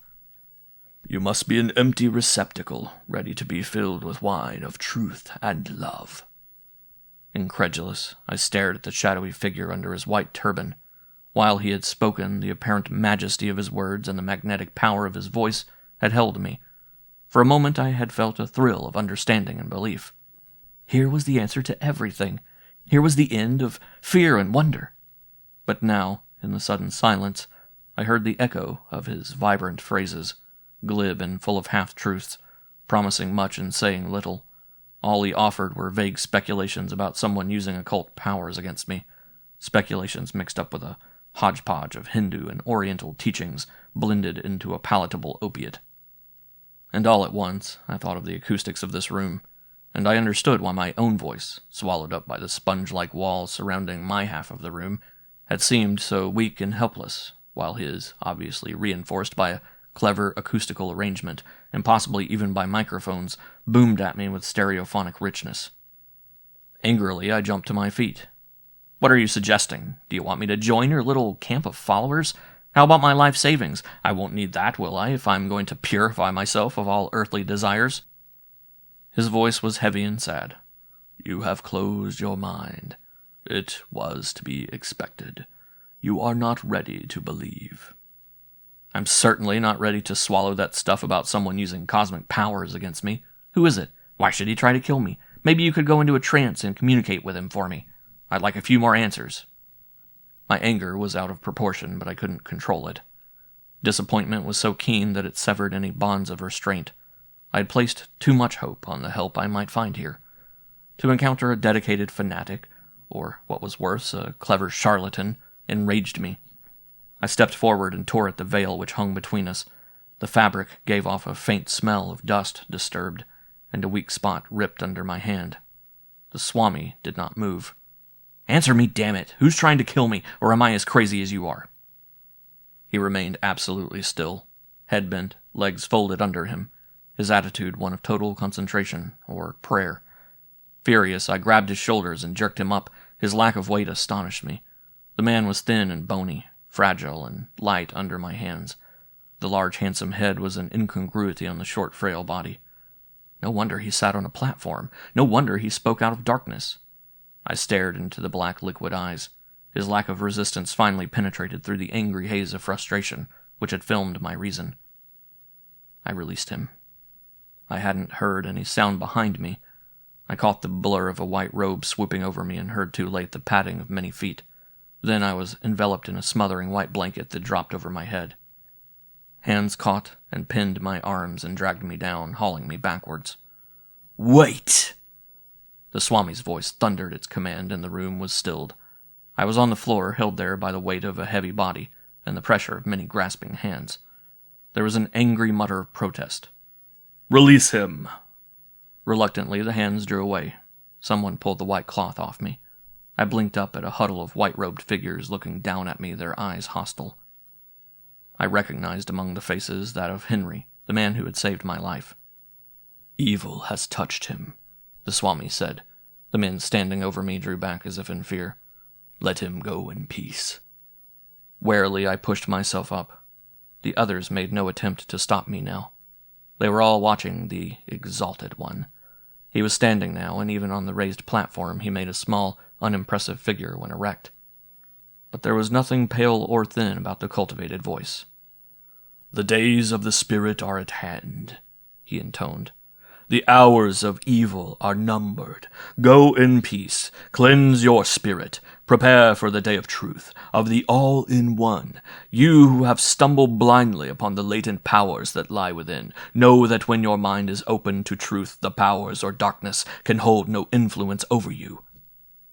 Know your own strength, believe in it, fear not to die, for there is no death, there is only the life of the spirit. To my astonishment, those who had a moment before been violently tearing at my body now sank slowly, one by one, to the floor, ignoring my presence. Only the Swami himself still watched me. The red glow of the gem in his turban was like a fiery eye. Uneasily, I stumbled back through the motionless heaps of white-shrouded figures, kneeling or sitting on the floor. The door was open. I turned and ran. In the lobby, I was abruptly confronted by the bird-faced woman. Her features were pinched tight, her eyes bright with venom. "We should have left you to die," she screeched. "You put your hands on the Swami." "There is no death," I muttered. I left her open-mouthed. A moment later, I burst out of the cool lobby into the bright, hot sunlight. I was striding swiftly away from the temple before I realized that I was still barefooted. I turned to look back at the Temple of the Western Sun, an architectural anachronism that, like the Swami's faith, dated back to a time lost in the reaches of history. The sunlight reflected glaringly from the arched roof and from the intricate pattern of color in the big stained glass window at the front. I was intensely relieved to be out of the place and to the open air. Here I could breathe freely, free of the dusty heritage of an ancient wisdom founded on love and the aspiration of man to be one with the source of all things, the creator of the universe, a wisdom now half absorbed and clouded by a ritual of words. And I felt ashamed of my relief. The small satisfaction derived from my final taunt to the bird woman crumbled before the knowledge that I had bolted from the temple in foolish panic. I would have come to no harm at the Swami's hands. In the end, he had acted far better than I. Perhaps he was not a charlatan. One couldn't blame him for using a few dramatic effects to heighten the impact of his message. What religion had not? And his last words had had a ring of sincerity. He believed. It was I who, driven by blind anger, had almost been guilty of violence, because the man had failed me. And yet, standing there, staring at the silent temple, I had the obscure feeling that he had said something that was very important to me, something I could not quite grasp, a truth buried under the avalanche of his words. Chapter 17. I arrived at my trailer in the middle of the afternoon. My feet were tired and blistered, although I had managed to pick up a pair of sandals along the way. The Swami's temple had been a good mile from the nearest elevated station. I wasn't used to that much walking, particularly in my bare feet. Just as I had turned into the walk leading up to my trailer, the girl next door appeared. She ran down the steps toward me and halted abruptly. For a change, her eyes were not cast down or averted, but intent on my face, wide with concern. I had a startlingly clear sense of her anxiety, followed by an apprehension of acute relief. You're all right?" she asked breathlessly. She was staring at the bandage around my head. My coverall concealed the larger bandage extending from my left shoulder to the elbow. "Banged up a little," I said with forced cheerfulness. "Nothing serious." "I was afraid," she caught herself. "When you didn't return home, I looked at her sharply, and she blushed. Her head turned away quickly, but not before I saw the creeping stain of red under her skin. For a moment, I was too astonished to reply. The girl's next words made me forget all about her odd behavior. "The police were here," she said, her glance brushing mine for only an instant. "They wished to see you." I felt a quick stab of warning. My gaze narrowed, trying to read her expression. The police had not been satisfied with my story then, and this girl had backed up my alibi. "Were they questioning you again about the other night?" I asked, with an attempt at casualness. "Oh, no," she shook her head in a terse, firm negative. "They were very nice. They said they would stop back to see you later." "You didn't tell them anything else?" A faint smile touched her lips, and I seemed to see her face revealed for the first time without the mask of shyness. It was a face that mirrored warmth and a hidden humor, a sensitive, lovely face. "There was no need," she said. "I do not think they are interested anymore." "But they didn't say why they wanted to see me?" All at once she appeared to become aware of my close scrutiny, and she took a step back. "Nothing," she said quickly. They told me nothing." She started to turn away, and I stepped quickly toward her, catching her arm. "Wait," I said urgently. I could feel a faint trembling under my fingers, a current of, what, excitement? Fear? "I want to thank you for being worried about me." Her eyes met mine briefly, and I was surprised to see that they reflected none of the timidity or apprehension that seemed to vibrate in her body. "It is only natural that I would be concerned," she said, and even her voice held a different tone, a note of surprising tenderness. And while I stared, she pulled away from me and ran lightly up the steps and into her trailer. The door closed firmly behind her. I took a step after her. Her words came back to me, her news about the police. They would be back, and there could be only one reason for their wanting to talk to me again. It took all the control I had to keep from turning and running. I let myself into my trailer. It seemed stuffy inside, the clean, cool, filtered air, slightly stale after a day without human smells to combat. An impulse of caution made me go through the trailer quietly. In the compact, carefully planned rooms, it would have been impossible for anyone to hide. I felt the absurdity of expecting to find police lurking in the closet or under the bed. But I was not acting very rationally. The desire to flee followed me through the empty rooms.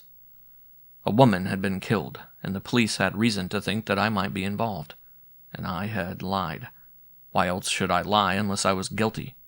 From their point of view, the conclusion was obvious, and then it occurred to me that they might have even more reason than I knew to find me a prime suspect.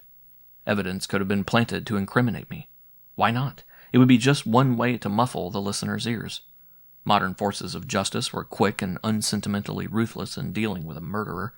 They had to be in an overcrowded world. Restraint snapped. I ran into the bedroom and fumbled hastily in the closet for my one small suitcase. Tossing it onto the bed, I began to pull a few clothes out of the closet in the chest. I snatched a razor from the washstand and a windproof jacket from its hook. When I had jammed everything into it and slammed it shut, I stood over the suitcase panting. It seemed to me that I could smell my own fear, sharp and acrid, soiling the conditioned air. I felt an unexpected revulsion. I sat on the bed. For a long moment I didn't move. My mind seemed frozen. The trailer was very silent, and I listened to my own strained breathing. And at last I held up my fear and examined it, and I knew that I could not run.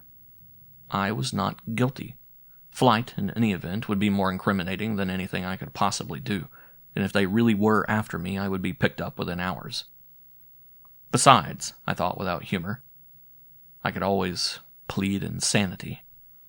I had less than an hour to wait. I heard the helicopter whirring overhead and was at the window when it dropped gently onto the landing strip across the street. The two policemen came directly toward my trailer, moving unhurriedly. I recognized the chunky sergeant who had questioned me before. The same lean partner was with him. I opened the door as they reached the steps. Sergeant Bullock looked up mildly. "Glad we caught you in, Mr. Cameron." "I heard you were looking for me?" "Yeah, we thought you might be a little worried about the case we talked to you about." I stared at him, puzzled. His attitude was not that of the aggressive policeman. He seemed almost apologetic.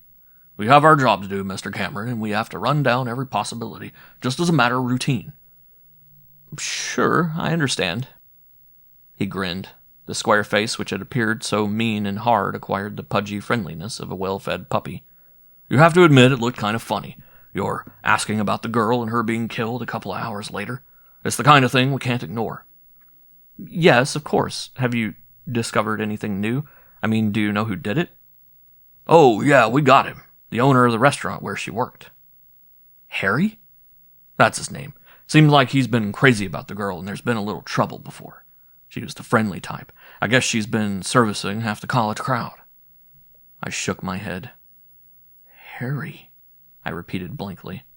"Yeah, well, he's caused trouble before this when he caught her with some kid.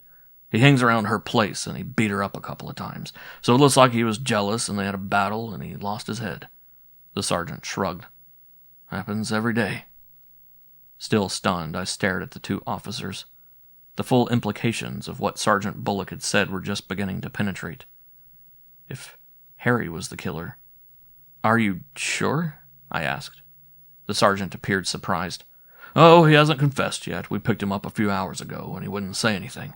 Stubborn guy, but we'll have the results of the lie detector and serum test within a few hours, and that'll wrap it up. He did it all right. He was seen near her place that night, and the neighbors heard them quarreling. We'll be digging up more stuff on him now that we got it pinned down. I felt a numbing cold settling at the base of my neck. Thanks for taking the trouble to tell me this, I said thickly. No trouble, Mr. Cameron. This is our patrol area anyway. We're around here pretty regular. Just thought we'd drop by and take a load off your mind. Thanks. The thin, silent partner spoke for the first time. Never thought you did it anyway, he said laconically. I tried a smile. My lips felt like stiff rubber. You had me worried. I'm glad it's all cleared up. Yeah, the sergeant said heavily. So are we. They turned away. I managed to utter a reply to their casual goodbyes. They crossed the street and climbed into the helicopter. A moment later, it rose slowly into the air. I watched it until it had dwindled out of sight, lost in the afternoon haze. All over, I thought. The mystery all cleared up. No mystery at all. There never had been one. Lois Worthington's murder had been the one tangible proof I had that aliens were real and dangerous. But she had been killed by a jealous lover. There were no more threads to cling to. I stumbled back into the trailer, dropping onto the couch under the long window. I lay motionless, my eyes open and unseeing, fixed on some distant point beyond the ceiling. My mind turned over sluggishly. With careful logic, I tried to examine all the facts. Like a policeman, I thought, investigating a crime. A reported crime. You check each suspect, eliminating them one by one. When the list is limited, that's not hard. I had done that. None of my 4 suspects was capable of the monstrous plot I had imagined. None had superhuman powers, so there were no suspects. Better take another look at the crime, a close look, question the witnesses, see if their testimony is reliable, make sure it stands up. This time there was only one witness who claimed that a crime had been committed, an attempt at murder. The victim himself, Paul Cameron. Queer duck, a bastard. Mother's dead, so he lives alone. Keeps pretty much to himself. No close friends. Got a vivid imagination. Keeps hearing things. Is he the only witness to the fact that there was a crime? Yes. Well, how do we know he's not lying? How do we know it's not all in his mind? And that was it. Investigation completed. There was no crime. There were no aliens. For long, painful, unaccounted minutes I confronted this inevitable conclusion. Then, in one of those odd mental leaps that seemed to have no apparent motive, like the sudden sideways jump of a grasshopper, I thought of Swami Falaninda, the Exalted One. I could hear the vibrant echo of his voice. Know that when your mind is open to truth, the powers of darkness can hold no influence over you. A wise platitude, I thought. When you examined with the cold objectivity of distance any of the little man's pompous phrases, they resolved themselves into very ordinary statements. His devoted circle of followers thought he was a man apart, a special being in touch with the cosmic consciousness, a man one with God. The brief episode with the little mystic had left an unusually deep impression on me, but the message he brought back from his astral plane could not save me. There was another God left to me. One I had not turned to, the last one who stood between me and the powers of darkness which sought to possess my mind. The man of science. Chapter 18. Dr. Jonas Temple was a man of about 60, whose appearance belied his years. His hair was a crisp iron gray, cropped close to a large, strong-modeled head. His features were heavy without being coarse, and the flesh was firm and ruddy. Of medium height and powerfully built, he looked more like an athletically vigorous man who was capable of exhausting physical labor than a renowned geophysicist who seldom left the pale blue atmosphere of his laboratory. His eyes, bright blue and intelligent, regarded me steadily. Their expression was thoughtful and appraising rather than mocking. I felt grateful. I knew that I had been fortunate in finding him in his office alone on a Saturday evening. The building was almost empty. One of Dr. Temple's assistants was working in a small laboratory down the hall, and janitors were puttering about the building on their routine cleanup chores. I reflected that it was an index to the character of the man in front of me that I would have found him here, still working at the end of a long day, tireless and dedicated, and it was even more characteristic that he would take the time to listen to my story without laughing or showing impatience. "Let's review what you're suggesting," Dr. Temple said. He touched a jet of flame to the fragrant ash in the deep bowl of his pipe. "What you're asking me to believe is that some form of alien life has assumed human form. Possessed human bodies. Yes, possessed." The blue eyes squinted at me speculatively, and I knew that the word had called to mind the devil possessions and exorcisms which had once been so prominent a part of the history of Christianity. "They control these bodies as their own, a kind, intelligent parasite." I nodded. I could feel the tension in my body as I waited, like a network of wires being stretched tighter. "And you can hear their thoughts?" Dr. Temple asked. "They're telepaths." "But that means you are too, because you're the only one who hears them." "Yes," I said stubbornly. "Can you hear mine? Can you project yours to me?" I was silent.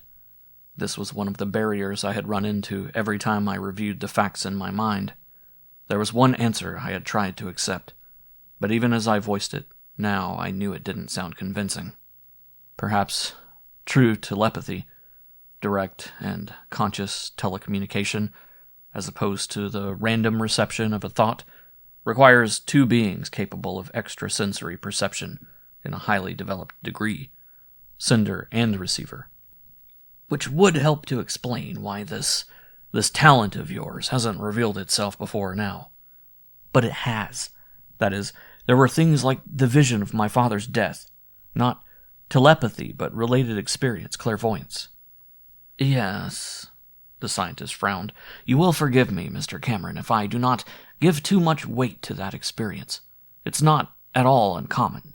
People envision harm to those close to them every day, and it is inevitable that they will think it extraordinary when one day something does happen." "But I didn't even know my father existed." "Perhaps." The voice was gentle, the blue eyes kindly. "You could easily have known that he did. Deduction, or through some chance remark of your mother's. You could have reached the conclusion subconsciously while not admitting it on a conscious level because you found the fact unpleasant to face." "That's possible," I said slowly, unconvinced. "Mr. Cameron, I'm not trying to ridicule what you have suggested. I'm just trying to review all the implications of what you're asking me to believe. Asking yourself to believe, and we must restrict ourselves to directly pertinent information. Your vision of your father's death could or could not be relevant. There are, I admit, fairly well authenticated cases of clairvoyance. But with reference to your recent experiences, that earlier vision is inconclusive and subject to varying interpretations." He shifted in his chair and sucked vigorously at his pipe until the bowl glowed red. As I waited in the stillness of his office for him to continue, my eyes strayed past him to the cabinets along one entire wall. Behind glass doors was the famous collection of Martian crystal and fossil formations, to the study of which the scientist had devoted his life. Surely these must have revealed something of the nature of Martian life. If some kind of intelligent parasite had existed there, wouldn't it leave traces detectable to a man like Temple? "This alien form of life you postulate could exist," Dr. Temple said. "Grant that. There is no reason why life, intelligent life, on other planets would have to be recognizable to us. What you postulate is essentially a form of parasite, and the idea of a parasitical being which is also intelligent is not completely beyond the evidence of life we know even on Earth. Let us concede that it could happen. An intelligent being, evolving under vastly different environmental conditions, might discover early in the progress of evolution that it could use a material host with a more highly developed physical organism, but an underdeveloped intelligence. And through the eons of change and self-improvement, such an intelligent being might evolve physically only along those lines which would be necessary to its survival and its mental development. If it could use the body of a host, it would tend not to improve its own self-sufficient physical organism, as man has developed his body, but rather to perfect the ability to seize and to control its varied hosts." I nodded eagerly, feeling hope stir and unfold. It was possible. However, the scientist said slowly, it's rather a difficult step to accept the idea that such a parasitical life form could live in any host, even one from another planet and with a totally strange organism such as man. But it is conceivable, I said doggedly, unable to relinquish the blossoming hope. Perhaps we know so little of life, of the living organism. We know, or at least we think we know, that any highly developed being would have cells, and that it would be constructed ultimately of the same limited number of atoms from which everything in our universe is manufactured. But the forms which life could take are infinite, and the possibility which you suggest has one interesting facet. He paused, and I leaned forward, feeling sweat on my palms.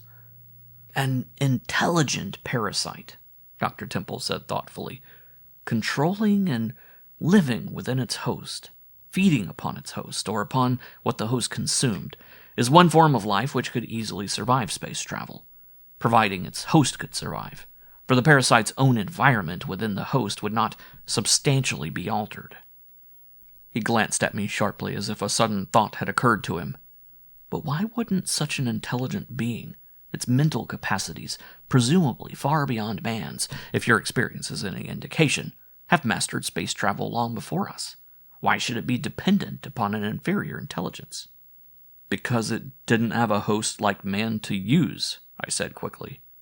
That seems to be one main reason for coming here, and for wanting to bring other aliens here. They've never known a physical organism like man. They haven't developed one themselves because they didn't need to, or possibly because it wouldn't have been able to exist under Martian conditions of life. Their hosts never developed the perfection of usefulness man's body has reached with his arms and hands and fingers. What's more, we know that Mars is almost a dead planet. Wouldn't a parasite eagerly seize upon any new organism that came along, especially one that was physically far superior to anything that had evolved on Mars? Dr. Temple nodded slowly. Yes, that is a plausible explanation. He sighed. It's all possible, Mr. Cameron, all plausible, up to a point. The existence of extrasensory powers in such an intelligence would be quite natural, even inevitable, but... There was reluctance in his voice, compassion in his eyes. Go on, I said harshly. There are two objections to your theory for which I can find no answer. One is that my own studies do not reveal any evidence of the kind of creature you have postulated, and I am led irrevocably to the conclusion that there would be telltale signs. And the other? I whispered. The second object is the manner in which this parasite actually came to Earth, on a returning spaceship. This we have from the aliens themselves, according to what you overheard. This is the only way they could have got to Earth, and yet that way is impossible. I didn't want to ask why. The word was thick and hard and painful in my throat, but I had to voice it. Why? Why? Your alien said something about transferring to another body, and you concluded that he meant this was necessary for the return trip through space to Mars. What is especially pertinent, he wanted to effect this transfer at the last possible moment when it would be too late for any close physical examination. Yes, one of them said something like that. And obviously, Mr. Cameron, we do not need the alien to give us the information that they would want to avoid close examination of the host. The presence of a powerful parasitic organism in man's body can quite readily be detected. We might not know what it was, but we would know that it was there. We must assume that this would be particularly true in the case of a parasite so powerful that it was able to control directly the human body and mind. Any exhaustive examination would reveal the alien's existence in the body. I felt the hope withering, turning brown and fragile. Mr. Cameron, Dr. Temple said quietly, no parasite entered Earth in the body of any of the men who came back. I need hardly tell you that each of those men was put through exhaustive, painstakingly complete physical and mental tests under rigidly controlled conditions, even before coming in contact with any humans back here on Earth. You see, we had to be careful. There was the risk of bringing back deadly viruses that might not yet have visibly affected the men. There was the question of radiation, of contagious diseases, of any number of harmful effects. In addition, the very fact that these men had survived extensive spaceflight made them priceless subjects for study. Mr. Cameron, you needn't take my word for it. You can easily verify what I'm saying. But nothing unusual could have escaped the examination these men underwent. Dr. Temple swung toward the glass cases along the wall. Why, even every bit of rock and bone and dead fungus you see in these cabinets was exhaustively examined and re-examined and tested with every means known to science before ever being touched by human hands. But there must be some way. Let me finish. There is another factor which you may have failed to consider, one that you could not be expected to know. The men on our ship never once came in direct physical contact with any object on Mars or among the items brought back from that planet. The landing party was never directly exposed even to the Martian atmosphere. It was too great a risk. A protective wall always interposed between the men and the objects they contacted. Nothing was touched by human hands. So how would a parasite have made entry? I don't know, I said harshly, but it happened. Something stirred in my mind, something urged into activity by Dr. Temple's words. But the moment I concentrated on it, trying to isolate it, a door seemed to close solidly down a dimly lighted corridor of my mind. Maybe it was dormant when it was brought in, I said desperately. Maybe it didn't show up under the tests. How can we be so sure our instruments tell us everything? For a moment the scientist did not answer. I saw the compassion in his eyes, and knew that he did not believe the aliens existed. He was trying to be kind and patient. I was taking up a great deal of his valuable time, but he gave no indication of this. His pipe had burnt out again, and now he set it carefully in the big ashtray on his desk. He leaned forward. Mr. Cameron, I am a scientist. When I'm presented with a strange new set of facts or apparent facts, even if they seem to contradict my own established theories, I have to consider them. I must try to let the facts speak for themselves without my imposing a preconceived meaning upon them. I've tried not to do that with what you've told me. I've tried to consider seriously the theory or explanation you've offered for the particular set of facts. However, when investigation appears to preclude one possible explanation, we have to look for another, an alternative meaning, and see if it will provide a vessel into which the facts might fit precisely. In the present situation, there does seem to be another possible answer. I know what you're going to say. There may be no alien minds, Dr. Temple said quietly. Or rather, there may be only one, your own. The words dropped with a brutal finality into my brain. I am not a psychiatrist, Dr. Temple went on gently, each word falling like the blow of a hammer. But everything you have told me admits of a known delusional pattern with which even I am familiar.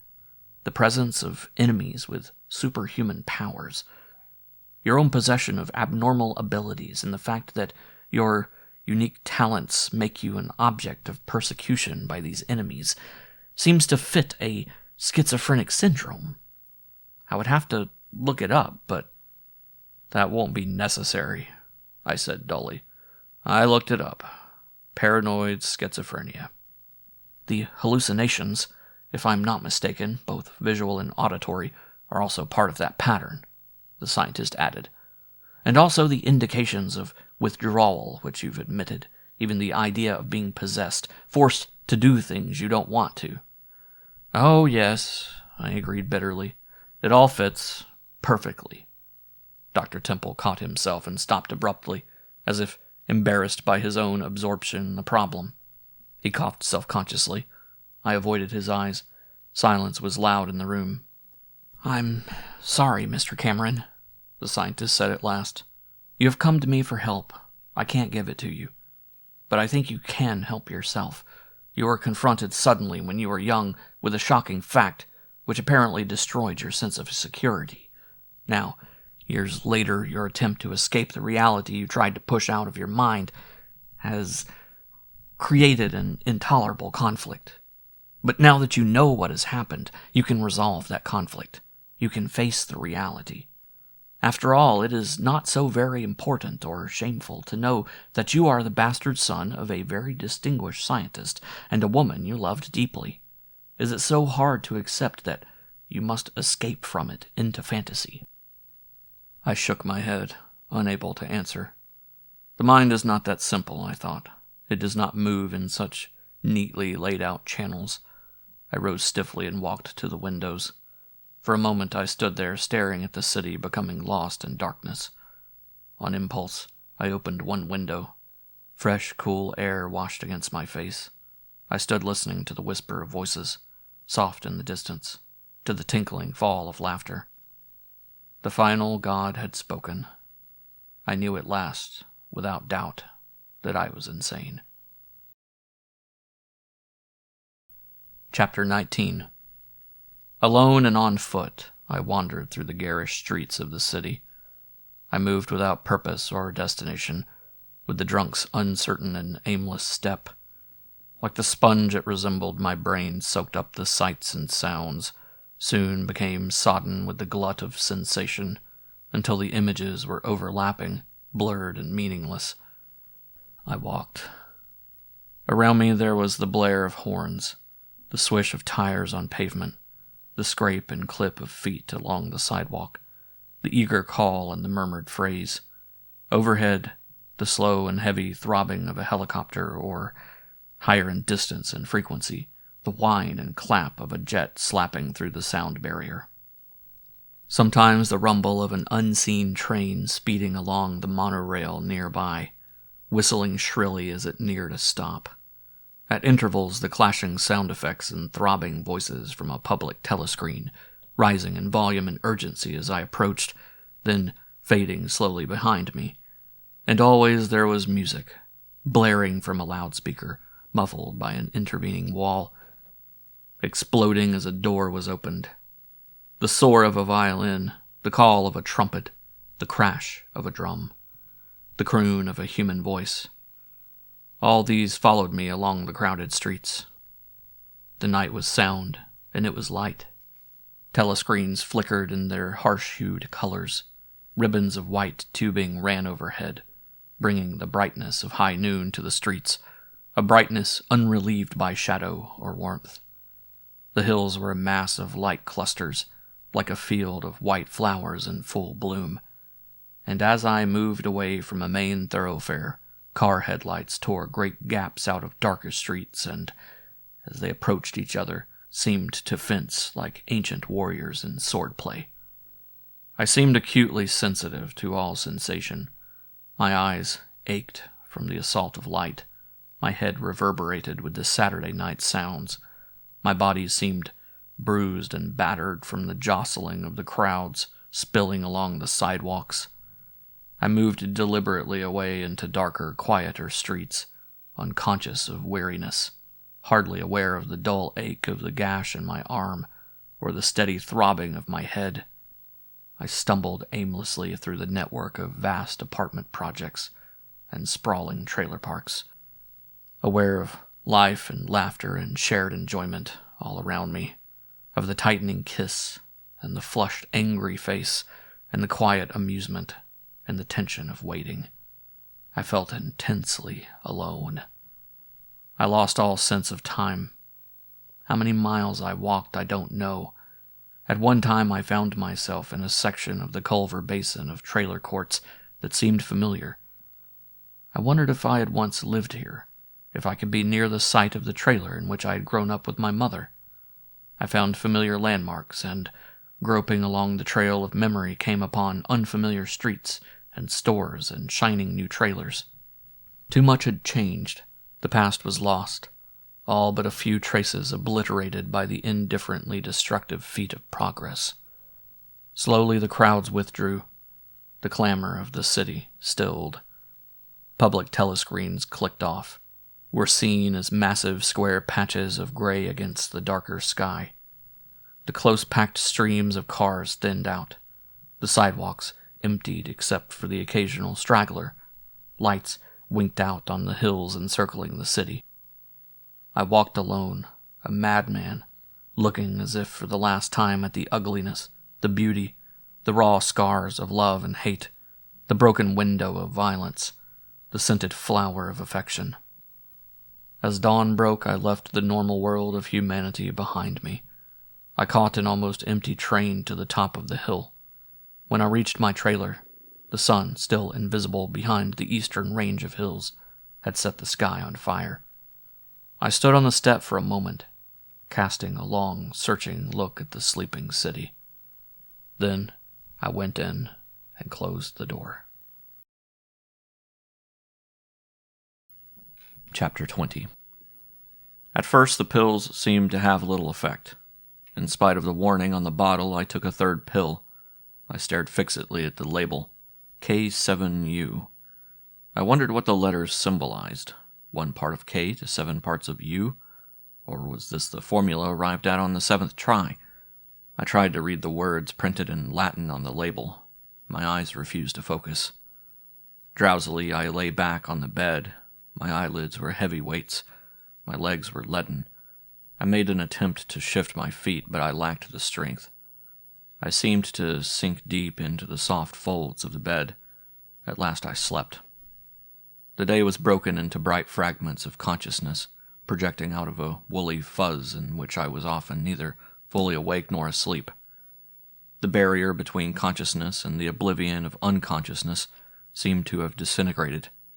At one point, I thought it was in the morning, but the time of day was not important. Time itself had ceased to exist. The phone rang incessantly, and I wanted desperately to answer it, but I was chained to the bed. And there was a moment when the girl next door was beating upon the window, her mouth twisted in grief. She saw me watching her, and she fled. I called after her, but there was no sound. At some point in the late afternoon, I stood at the window. The sun was a blazing ball in the hard steel plate of sky. It seemed to have not only light and heat, but sound, clashing and grinding until my head seemed sure to shatter from the vibrations. Always in those sharp, isolated moments of crystal clarity, I saw everything with extraordinary vividness. Colors held an intensity I had never seen before. The shimmering green of a patch of grass, the brown of a tree trunk projecting from the yellow hills, the hot red of a plastic chair, the glittering white of a trailer, the shiny yellow and black of a police helicopter stuck against the intense blue of the sky. I saw in the most commonplace plant an unimaginable beauty, an exquisite natural architecture of life. My perspective was faulty. Distances deceived me. Walls that should have met seemed to be in different planes. Space was an illusion. I reached for a glass on a table and missed it completely. Once I tried to sit on a chair and tumbled to the floor. Crawling, I seemed to inch forward over an interminable distance, taking hours to cover the few feet from one side of my living room to another. And this was not at all surprising or disturbing to me. At one time I was sitting on the floor of the kitchen, looking up in wonder at the immense cliff of the sink high above me. And again I was walking down the narrow hall between my bedroom and the front of the trailer. The floor wobbled and waved and the hall stretched on endlessly, a bewildering corridor of doors that I kept reaching for and missing, until at last I burst out of the corridor into the bedroom, and then I was falling toward the bed, falling, floating through the cold black infinity of space. While the hot midday sun beat down upon the trailer, I stood indifferently watching the still white face of my mother, what had been my mother, lying rigid in the meaningless calm of death. I felt a total numbness, an absence of feeling, as if my whole body and brain had been shot with Novocaine. But later, much, much later, I stared out at a gray city under a gray sky relieved only by the streaks of orange and red and purple left by the sun at the horizon, and tears rolled down my face. I cried without knowing why I grieved. I slept and dreamed of waves washing over me, of voices pounding with the fury of waves, lifting and tossing me at will, thundering and growling, and in the chaos of semi-consciousness I tasted the delicious sweetness of red lips, felt the incredible softness of breasts crushed against my chest, touched with my fingers the silken mass of red hair, and found it inexplicably turned to gold, to the yellow of a field of grain under a hot August sun. And in the evening, when the darkness crouched like a living thing in the corners of the small bedroom, I woke suddenly to a moment of ordinary reality, in which I saw the room exactly as it had always been, saw the open bottle of pills on the built-in chest within arm's reach, smelled the odor of my sweat-drenched body. Bewilderment flooded through me. I had the fleeting thought that this was wrong, that the pills had failed, that the snake pit into which I had plunged had been only an illusion. I groped toward understanding, but sleep descended upon me like a thick black fog. I tried to escape the darkness, grasping at the flickering light of reason, but it fled into the distance like the vanishing light in the center of a television screen turned off. The dot of light swiftly receding into a pinprick of brightness, winking out. The floor creaked. I woke trembling with an immediate and frightening impression that someone was in the trailer. I was not sure what had awakened me, and for a moment I had no memory of the long-lost day. Then the floor creaked again, and still I didn't understand. In a tumbling confusion of pictures, I remembered the pills and the distortions they had produced. As quickly as this memory gelled, I knew that the pills had not worked. They had failed to induce the symptomatic exaggeration of my illness. My reaction had been violent, but it was no more than a normal mind's response to a heavy dosage. Moreover, the effects had worn off too fast. All this I saw, but its significance escaped me. I was still thinking fuzzily. My head ached with an almost unbearable pressure, and my limbs still felt heavy. The third warning creak brought me fully awake, and I knew that someone was creeping along the narrow hall toward me. I could see nothing in the darkness, and there was no sound of breathing or of stealthy feet. But the complaining floor was a voice too familiar to be missed. It could mean only one thing. I waited tensely, straining every sense. Nothing moved. I began to make out shadowy shapes as my eyes adjusted to the dark. Doubts attacked me. Could this be it, after all? The mind's final breaking point? The self-created monster in the darkness? At last, full understanding came. No, I was not insane. The pills had merely proven my sanity. They had done their job after all. The danger was now real. Everything that I had been ready to dismiss as the delusions and hallucinations of a sick mind, all of it was real. And now he attacked. In the instant I knew that I was rational and whole, I was able to move, rolling to the side. A giant figure crashed onto the bed where I had lain. I could hear his hoarse, quick breathing, no longer held in silence. I spun away from him. A huge hand caught at my arm, but I broke free. Still rolling, I tumbled onto the floor. As he pulled himself off the bed, I staggered to my feet. The room reeled around me. The effect of the drug had not fully worn off. I tried to take a step toward the hall, and it was like walking through deep water. My steps slow and sluggish. I could see the man towering above me as he leaped off the bed. A great hand grabbed at my suit as I fell away, and the fabric tore. I stumbled, off balance, unable to control the loose flopping of my arms and legs. A fist slashed at me and glanced off my cheek. Even the slashing blow was so powerful that it smashed me backwards, half stunned, to crash against the wall beside the bed. I went down heavily. My cheekbone felt as if it had been pulverized. Panic came. The relief which had first soared in me at the knowledge that I was a sane man was lost now in the bitter realization that I had discovered the truth too late. There was no way I could survive this giant's attack. But who was he? A huge hand plucked me from the floor and flung me down on the bed. He was bending over me then, his hands clutching at my throat. His breath whistled through his open mouth. He shifted, bringing up his thickly muscled leg to pin me under him. With the desperation of fear and the blind urge to survival, I twisted wildly. One free hand raked at his eyes. He gave a bellow of rage and pain and pulled away, pawing at his face. I wrenched away from the loosening grasp of the hand which still gripped my throat. I broke past him. It was an immense effort to drag my heavy thighs forward, straining for speed. In the fleeting seconds it took me to stumble to the doorway, I seemed to live an eternity of effort and jumbled thoughts. This was the alien. It must be. No subtleties now, no clever tricks of the mind, just brute force. And I had a vivid picture of Lois Worthington as she must have looked with her neck snapped like a brittle twig. I knew that I would not get away, that this was the end of all my running. My hand, catching the door frame, brushed against a switch, and the room suddenly blazed with light. Over my shoulder I saw him charging after me, saw the shock of black hair, The powerful shoulders and arms, the thick features twisted now in fury. Mike Boyle. For an instant the light blinded him, and in that moment, out of the confusion and shock of recognition, I had time to feel a surge of disbelief. He couldn't be the one. I knew this slow, arrogant mind. And if he could control me as the alien had, why hadn't he stopped me now from trying to get away? And then he was lumbering toward me. As I tried to spin away from him along the hall, his big hands pulled me back. I felt his arms slide around my chest and tighten. Twisting, I stared directly into his eyes. They were glazed, unseeing, frighteningly dumb. A crushing pressure squeezed my ribs together. I struggled weakly, kicking at his legs, trying to reach his eyes with my hand. Pain lanced through my chest, increasing swiftly in intensity as the terrible pressure drove the air from my lungs and my chest seemed to cave in. And through the streaks of pain slipped a stab of perception.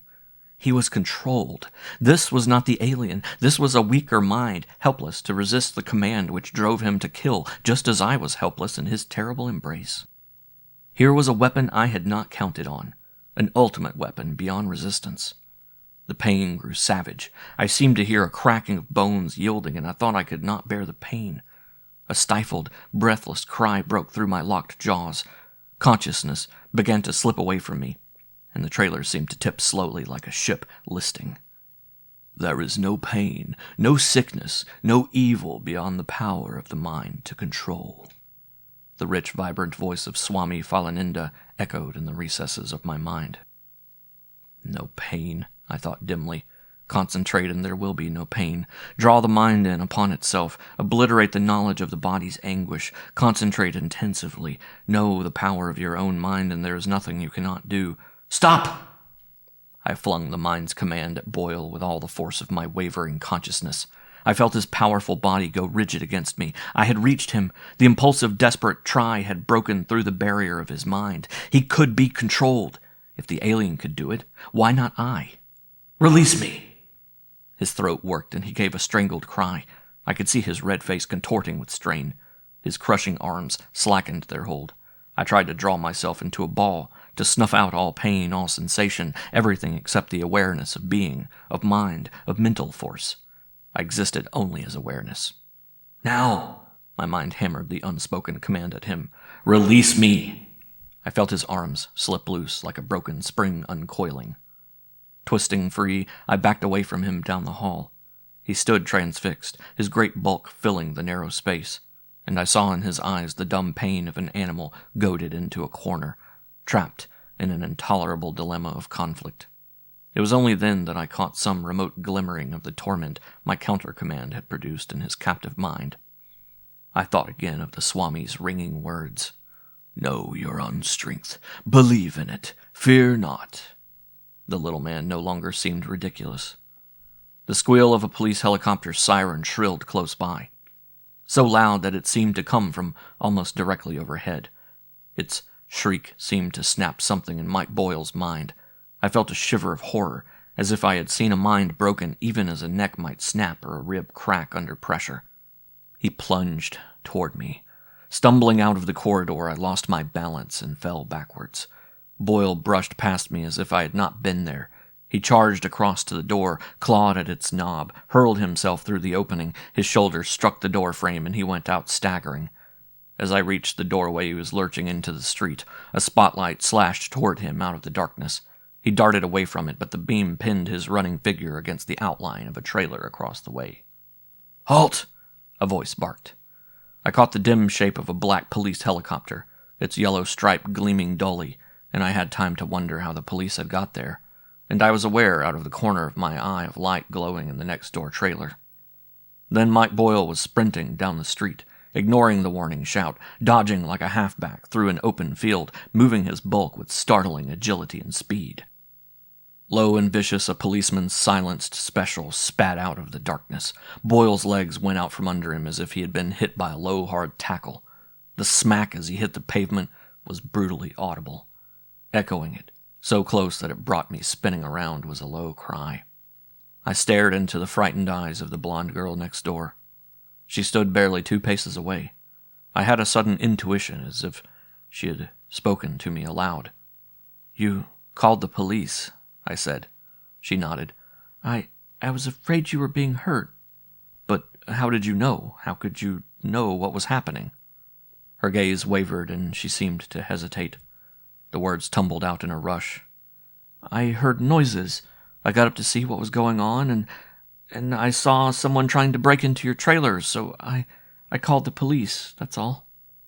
For a second, I frowned at her, trying to read her eyes. She was not frightened at all, I thought with surprise. Elusive, evasive, hiding something. I heard a bellow of rage behind me, and turned to see Mike Boyle struggling to get to his feet while 2 policemen pinned him to the pavement. I sprinted toward them. When I reached the group, Boyle's struggles were growing weaker. There was blood on the paving, and I saw it seeping down his leg. He was mouthing unintelligible sounds, and his eyes had that strange, glazed, unseeing stare. I looked at the 2 policemen holding him, and recognized the pair who had questioned me earlier. Sergeant Bullock's cold, hard face had regained its meanness. I wondered what had become of the friendly puppy I had met the day before. "What's this all about?" he snapped. "Who is he?" "His name is Boyle," I said. "He's a student at the university, a football star. He's out of his mind." "Mike Boyle?" The sergeant's tone was incredulous. "Yes, and... Sergeant?" I weighed the words carefully. "I think he killed Lois Worthington." Slowly the sergeant stood up. His eyes were mean slits in the blunt face. "You better know what you're saying," he said. "You goddamn well better know." For an instant I faltered, less sure of myself. I had no real evidence that Boyle had murdered the waitress, nothing but the faith I now had in my own convictions. But I knew without question that he had been ordered to kill her, just as he had been directed to eliminate me. Yet I couldn't tell the police how I knew. If I tried to tell them the whole crazy story, I would merely convince them that I was crazy. The sergeant strode away. He reached the helicopter and pulled out a hand mic. I looked down at Boyle. He lay still, no longer struggling. Some of the bestial panic seemed to have drained out of his face. When I glanced up, the sergeant was charging back toward me. "Well?" he barked as he reached me. "What makes you say he killed the girl?" "It was something he said when he was trying to kill me." "Why would he try to kill you?" I made my decision. "I think he blamed me. He was convinced that I had had something to do with Lois." "Yeah?" Sergeant Bullock's hard, narrow gaze held mine. "Funny you should say that. I thought you were mixed up in this right from the beginning. And I'm beginning to think so again. It's nice and convenient for you to come up with another killer. The guy we were holding, Harry Grayson, cleared himself. The truth tests proved it right down the line. He's not guilty. He didn't kill her." I stared again at Boyle. Handcuffed now, he was watching me. There was fright in his small eyes, and it seemed to me that there was something stirring now in their depths that had been filmed over before. A glimmer of reason. "Boyle did it," I said. "But he wasn't responsible for what he did. You can see that." "Yeah, maybe." The sergeant stared suspiciously at me. "What happened to your head?" "I was in an accident in a car." "Yeah, you seem to be in a hell of a lot of accidents. I think maybe you better come downtown with us. You got quite a lot of explaining to do. You keep popping up in this too often, Cameron. I don't like coincidences." "I killed her," Boyle blurted out. We all stared at him. Bullock, his lean partner, myself. The big youth rolled over on his side. Tears spilled down his cheeks, and he began to beat his head against the pavement with a terrifying deliberateness. I killed her, he moaned. "I killed her." The corporal bent down swiftly and jerked Boyle's head up. Sergeant Bullock moved in quickly. Between them, they held the big man immobile. "Okay," the sergeant said after a moment, glancing over his shoulder. "So he did it, so maybe that lets you out. We won't need you tonight. But stay where I can find you. I've still got some questions to ask you." "What about him? What are you going to do with him?" "There's an ambulance on the way." He looked past me, his gaze sweeping in a circle. "If you want to help, you can tell these people to go back to bed. Then you might as well do the same." I discovered that a large number of people had come out of their trailers and were standing in clusters, talking and staring curiously at the tableau in the street. For some reason, I was surprised. The whole incident had happened so quickly and with so little noise that I hadn't thought of anyone being aroused. I moved toward the nearest group. "It's all over," I said quietly. "Might as well go back to bed." "What happened?" "A man went..." I caught myself. Just a drunk. A guy who had more than he could take." The groups of people gave way slowly, reluctantly. I stared back once more at Mike Boyle. I felt only pity now. At the same time, I was aware of how timely and how lucky for me had been his guilt-ridden outcry of confession.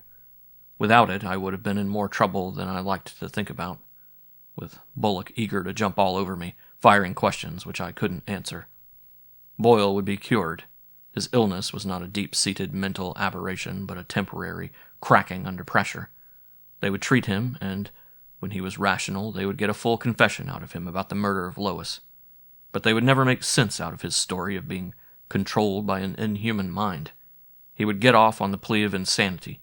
They would cure him, and when they were sure that he was well, he would be freed. I wonder if he would remember or understand later what had been done to him, or who had done it.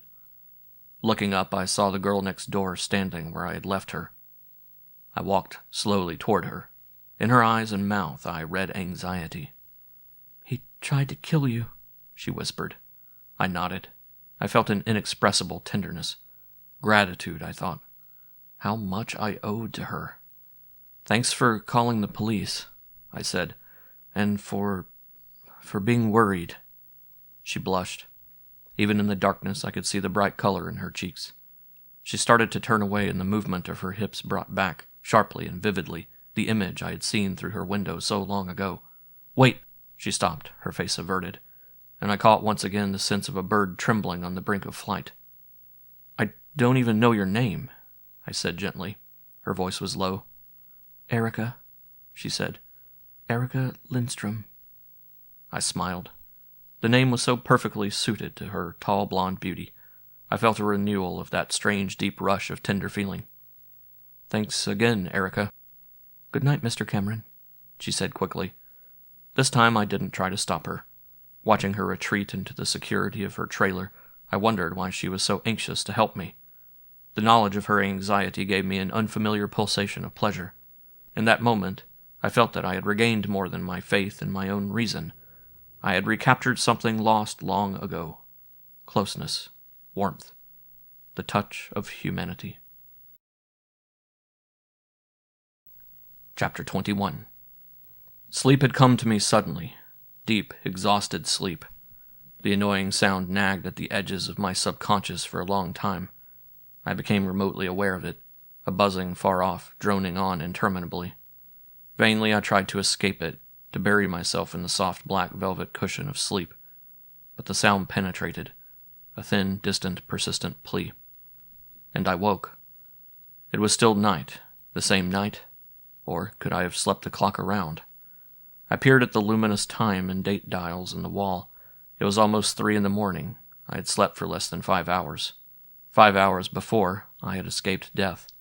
Time enough for a new plan to be laid. The phone rang again. With a groan of exasperation, I dragged myself out of the bed and groped my way into the living room. Through bleary, heavy-lidded eyes, I tried to make out the reception button, hit it on the third jab. "Hello, Paul? Is that you?" The image on the telephone screen was still dim. It brightened as I stared in disbelief. "Lori, what in God's name are you doing calling me at this hour?" "Oh, Paul, thank God!" She sagged visibly. Even on the black and white screen, her face showed pale and drawn, with a sharpness I had never seen in it before. "What is it? What's happened?" "I've been trying to get you for hours. You've got to help me. You've got to come out here." I felt the first premonition of danger, a warning signal in the back of my mind echoing the phone's buzz of a moment earlier. Peering narrowly at the screen, I tried to shake off the fuzziness of drugged sleep. "Tell me what's wrong," I said sharply. I can't. Please, Paul." She began to cry silently, bending over, hugging her stomach as if she were in pain.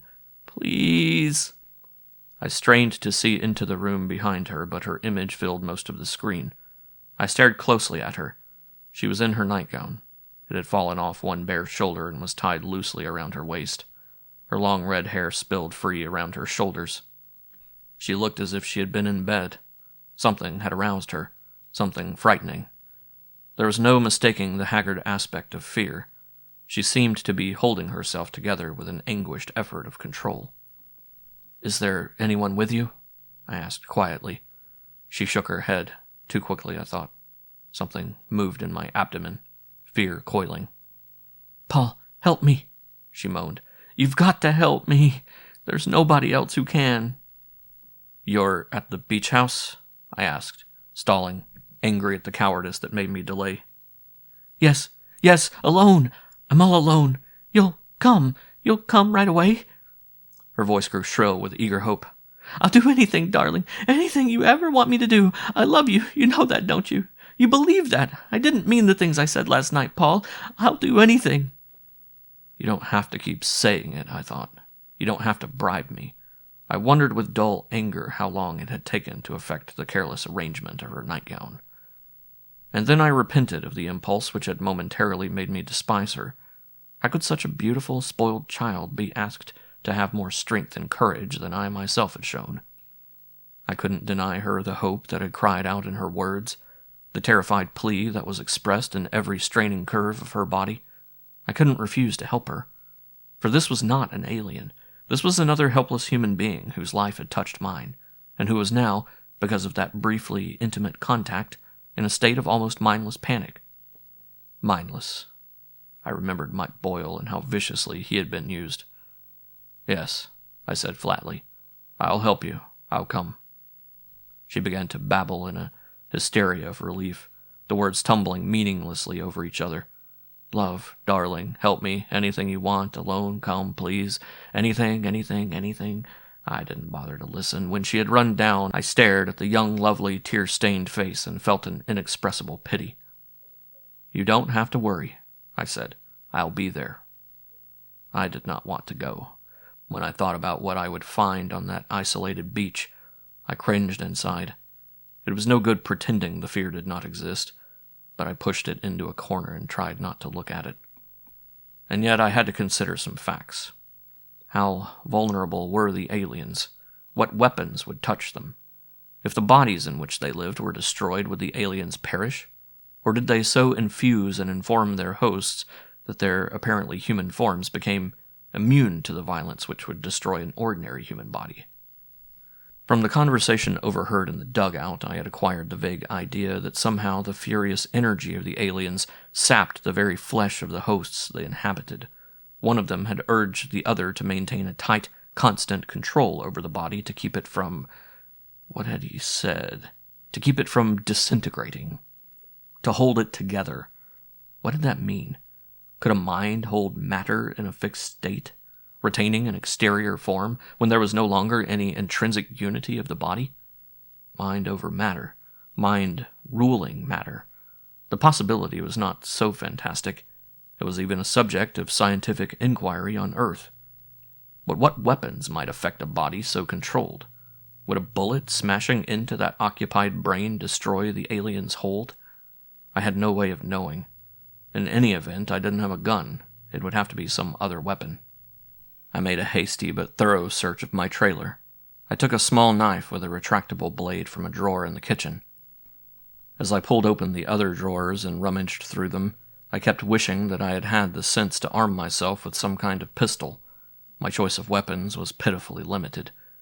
In the bottom drawer of a small cabinet built into the corridor, among a jumbled collection of tools and gadgets, I found a small pocket flamethrower, one of those all-purpose gas-fired lighters that is adjustable for the small flame needed to light a cigarette, or the steady blaze that will ignite charcoal for a fire, or even a miniature jet of heat suitable to cut thin pieces of metal.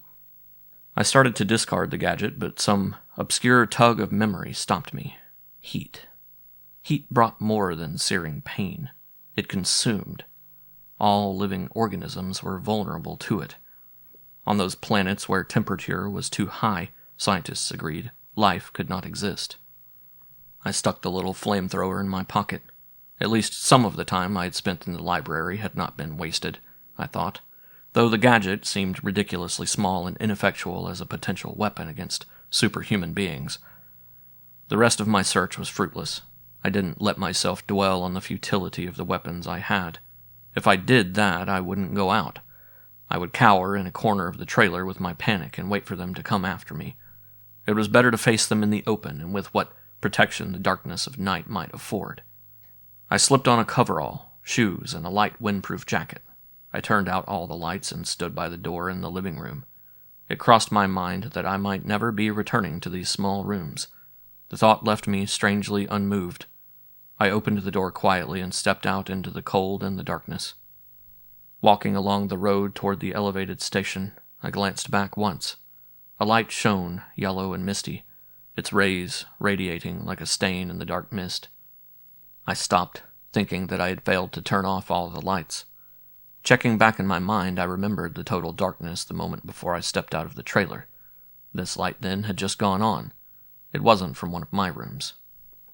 The girl next door was awake, once again aware of everything I was doing. It was uncanny. I was convinced that I hadn't made enough noise to awaken her, unless she had been lying wide-eyed and sleepless, listening. But why? With a shrug of impatience, I turned away from the puzzle and hurried along the deserted road toward the station. I stepped up to the landing platform cautiously. One slim tube of light ran overhead, dimmed now by the curling mist. There was no one else on the platform. I checked the night schedule listed on the board and saw that a local beach train was due in 7 minutes. I was in luck. There wouldn't be another beach local for 40 minutes after this one. I pressed the night pickup light and saw its red warning glow a quarter-mile away down the monorail. A feeling of tension increased as the minutes ticked by. Little could happen to me here on this platform except for that one split second when the train would slide in front of me, and it was unlikely that there was any danger. They wouldn't go to all the trouble of pretending to lure me to the beach if they wanted to kill me in my own backyard. Nevertheless, I kept far back from the edge of the platform, and when I first heard the rush of the approaching train, the muscles tightened involuntarily in my chest and arms. Then the serpentine column of the train slid swiftly into the station, braking fast, and I saw the warm glow of the lighted interior, the familiar sight of passengers dozing or staring out the windows. I stepped into the train, and seconds later, while I walked toward a seat at the rear of the car, the train was once more speeding away over the ridge of the hills, the momentum of its plunge hardly detectable inside the car. There were very few travelers at this time of night. It was too early for the night shifts to be getting out, too late for revelers to be coming home. There were a half-dozen people in my car, but none of them paid any attention to me after the first curious glance. I felt the tension easing in my body.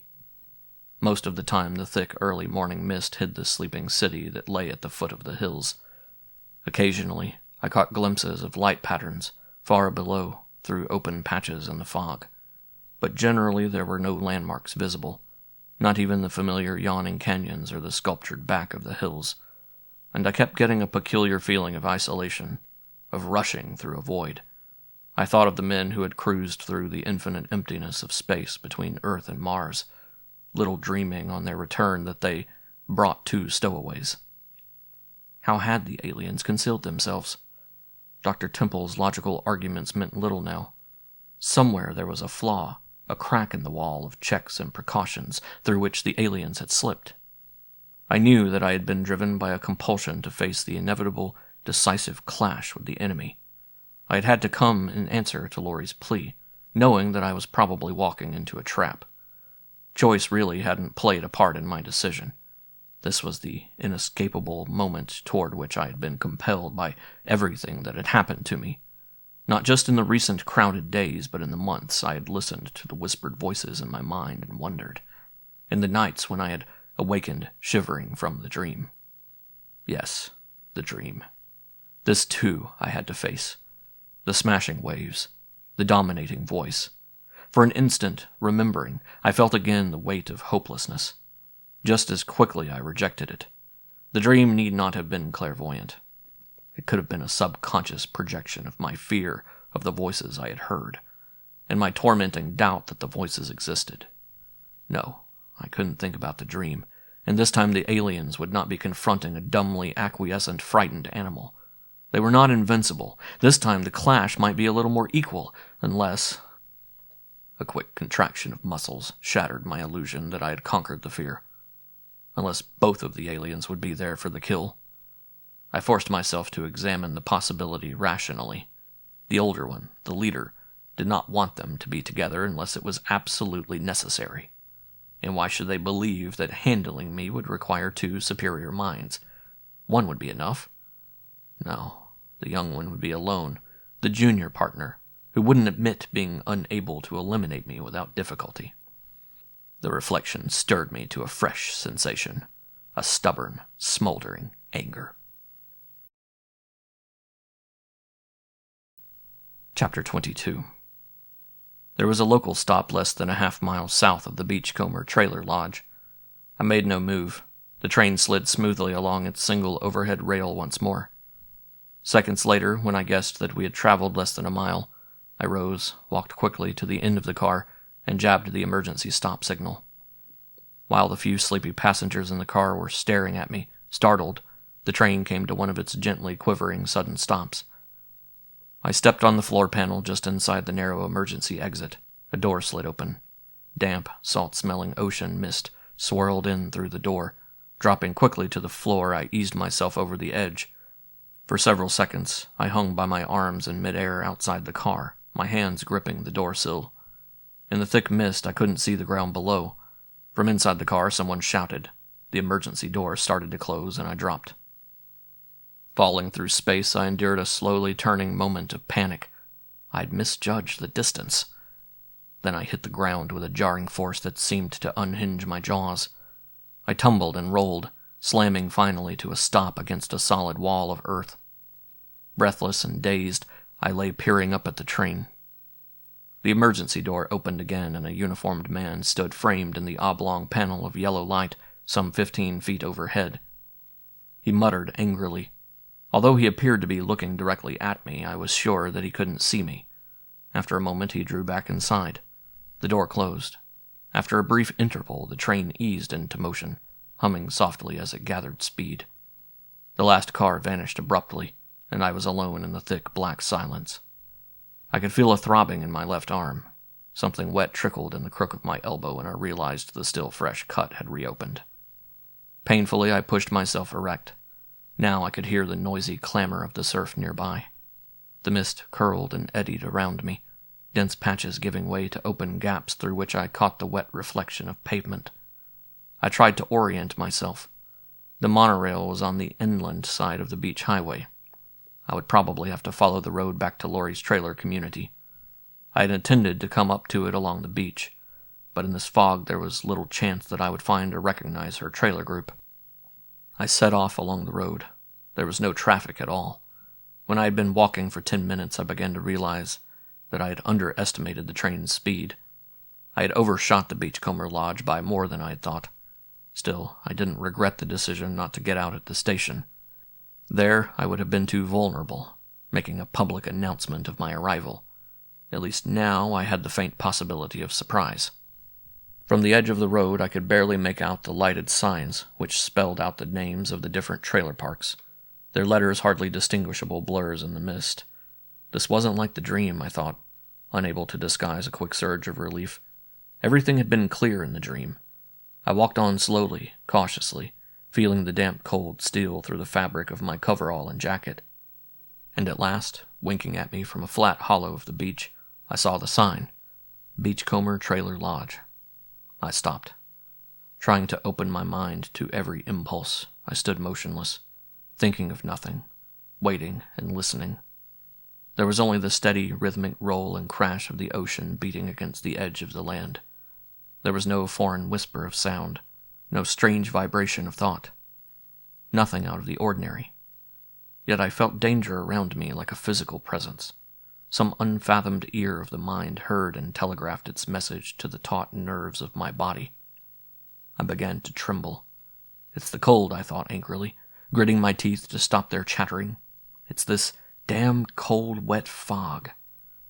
Moving now in a crouch, I turned and retraced my steps to a point 100 yards north of the Beachcomber sign.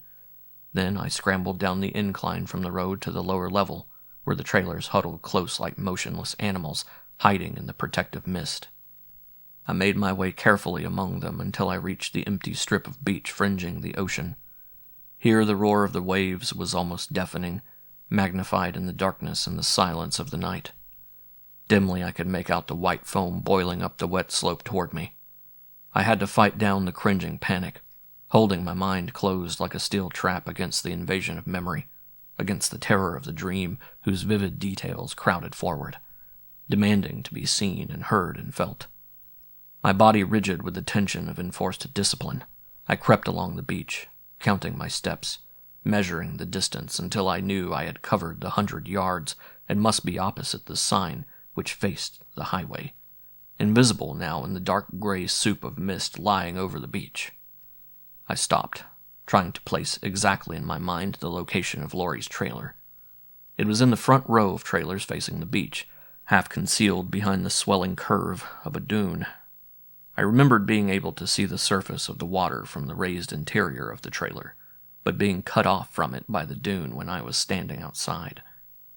And it seemed to me that, entering the trailer park from the highway, I had followed a curving walk toward the left. I saw the patch of light through a gap in the mist, not more than 30 yards away. It was blotted out almost instantly. I edged forward and away from the shoreline, moving on to slightly higher ground. The mist tore again, and I saw the window clearly, its glow touching the swirling fog outside with a pale phosphorescence. The bright window seemed a warm invitation, not dangerous at all. For perhaps a full minute I crouched motionless on the cold sand while the mist curled around me, every sense strained to detect the unseen menace lurking behind the veil of darkness. Nothing. Not a sound, not a quiver of sensation, not a single vibrating wave of thought. I began to inch forward.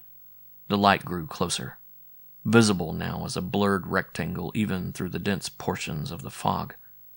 With each step that brought me nearer to the beckoning rectangle of light, I could feel my heart beat faster, louder. It stopped in that instant when I rose to bring my eyes over the edge of the window. It tripped and caught again like a sluggish motor. I could feel its labored thudding in my temples. Laurie sat huddled in a corner of the room. Her green eyes were wide open, staring fixedly at the door. In her hand was a small pistol, squat and ugly, its muzzle pointing across the room. No one else was in sight. I frowned suspiciously. Then I realized that the fear radiating from the whole attitude of her body was directed and focused on something outside the room, beyond the door. And I knew that the gun was for me. Cautiously, I circled the trailer. I saw no shadows stirring. I paused outside the door, listening. I stood clear of it and reached out to turn the knob. It wasn't locked. The door swung open easily under the pressure of my hand. I jumped back as the pistol spoke, its bark low and sharp. The bullet struck metal somewhere behind me and ricocheted, whining off into the darkness. I was already moving forward up the steps and into the trailer. "Drop it, Laurie!" I looked into the muzzle of the pistol. It wavered unsteadily. Laurie didn't move. The cords of her throat were working visibly, and I sensed the horror of a scream frozen inside of her by muscles that refused to function. "Drop it!" The gun fell from the nerveless fingers and clattered to the floor. I crossed the room quickly and reached for Laurie's shoulders. "Laurie! Laurie!" The scream found a slim opening, sliced through not as a full-throated cry but as a thin, high wail of terror. She shrank away from me. Her dressing gown fell open at the throat as she drew back. Half naked, her eyes fixed and blank with fright, she cowered in the corner. I could see the shudders pass along her body. I caught her by the arms and pulled her erect, holding her tightly. "I'm here, Laurie," I said hoarsely. "Paul, I came. There's nothing to be afraid of anymore. I'm here." I spoke with a confidence I did not feel, but something in the urgency of my voice reached her. Suddenly she collapsed against me. A sob tore from her throat, and then she was crying, openly and without control, tears bathing her cheeks while the deep sobs wrenched her body. I held her, stroking her shoulders and her back gently, murmuring soothing, meaningless phrases, and slowly the terror seemed to draw back inside her, subsiding to an occasional quiver. until at last the flow of tears dried up and her eyes were empty. I drew her over to the couch and sat beside her, holding her hands. Her fingers gripped mine with involuntary tension like the grasping fingers of a baby. "Can you tell me what happened? Lori, can you hear me? Do you know what I'm saying?" A spasm shook her. I spoke quickly, gently. "You don't have to be afraid anymore. You won't be harmed. Do you understand that?" Her eyes were wide and staring. Her lips were slack, red slashes trembling in the bloodless white of her face. I squeezed her hands. "Lori," I said sharply, "how long ago was it? When did it happen?" Her lips moved soundlessly. She began to shake again, to vibrate like an animal too terrified to run. "Who did it, Lori? Who made you call me? Who wanted you to kill me?" I knew it was hopeless to question her even as my hands gripped her shoulders and shook her. She couldn't answer. In a deep state of shock, exuding fear, she could hardly be aware of what I asked. But I didn't need her reply. I already knew. And I felt the anger growing in me, active and violent, a deep revulsion and a raging hatred for the alien things to whom human beings were simply inferior organisms to be possessed and used, discarded, or destroyed. Looking down at Lori, at this young and slim and beautiful woman, the vivid red hair spilling over white quivering shoulders, I knew that what I felt for her was not love, but something equally important, sympathy and compassion, and a strong affection that could easily, under other circumstances, erupt into desire and need. I felt linked with her in a common humanity and a common anger, and I hated what I had to do to her. I picked up the small pistol which had fallen from her fingers. For a moment, I was tempted to discard the plan which had formed itself in my mind. Perhaps it wouldn't be necessary. Perhaps I could squeeze the trigger myself before my finger froze in the paralysis of obedience. No, there was only one slim chance. It might fail, but I had to risk it. I had to try to turn the alien's own weapon against it. "Lori," I said gently, "listen to me." I spoke to her then, without words. Chapter 23. The challenge came. It was quite close, coming from out there in the mist and the darkness, strong and cold and relentless. It pulled me across the room. I jerked open the door. As I stepped out into the night, I heard Lori give a whimpering cry. Ahead of me, the pounding surf beckoned. I felt the unwanted constriction of fear, but I felt something more, human pride and defiance. It was chill and damp and dark as a mine on the beach. The heavy mist was moist against my face. I stood facing the pulsations of the alien mind, and slowly, like the curtain rising on a play, the mist began to lift. With a fog's capriciousness, it rose above my head and stopped to hang suspended over the beach, revealing now the white curve of sand, the black swell of waves, the dim gray shapes of trailers, but still blotting out the hills rising beyond. And I saw her, a slim, small figure some 50 paces away, standing very straight, a figure of fragile innocence. I thought with pity of the young girl she once had been, the girl now soul-destroyed, the human named Helen Darrow. I felt no surprise.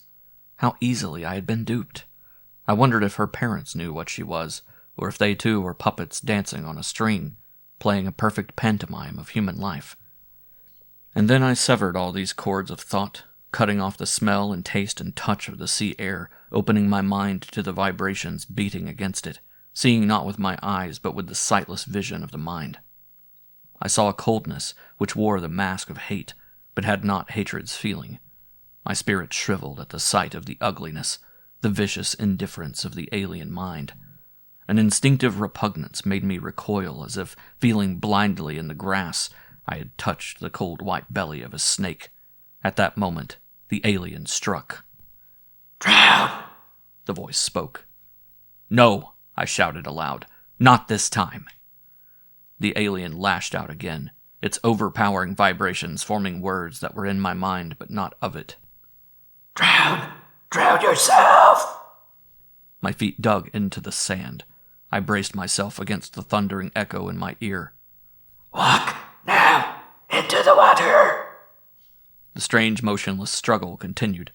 two minds locked in conflict in that first struggle for mastery, like two wrestlers testing strength, standing with feet spread wide, thick legs firm, hand linked behind each other's neck, muscles bulging as the heads and shoulders bend under the pressure, until the greater strength begins to tell, and in the weaker man a foot shifts suddenly. The corded forearms begin to tremble. He feels himself slipping, weakening, falling as the force comes down hard and strong and overpowering. Tears blinded me. The alien voice obliterated thought, blotting out the frustration and the anger and the pride, and one foot moved. A feeble protest formed in familiar words as I spoke to myself, to the robot body that had always been mine to command. Now the body heard another voice, was deaf to the child's protesting cry. Walk, walk, walk. And I lived the dream of long ago, the nightmare which had brought me here to the final crisis. The vision I had known would come true. I felt the remembered numbing cold around my ankles, rising swiftly in a cascade of foam. My feet dragging in the heavy surf, each step a battle lost, each movement a breach smashed in the crumbling wall of my will. I saw on the beach the alien enemy, cold, merciless, all-powerful, and the consciousness that I had lost even before I had begun to fight struck me down. My knees gave way and a toppling breaker tore my feet from under me.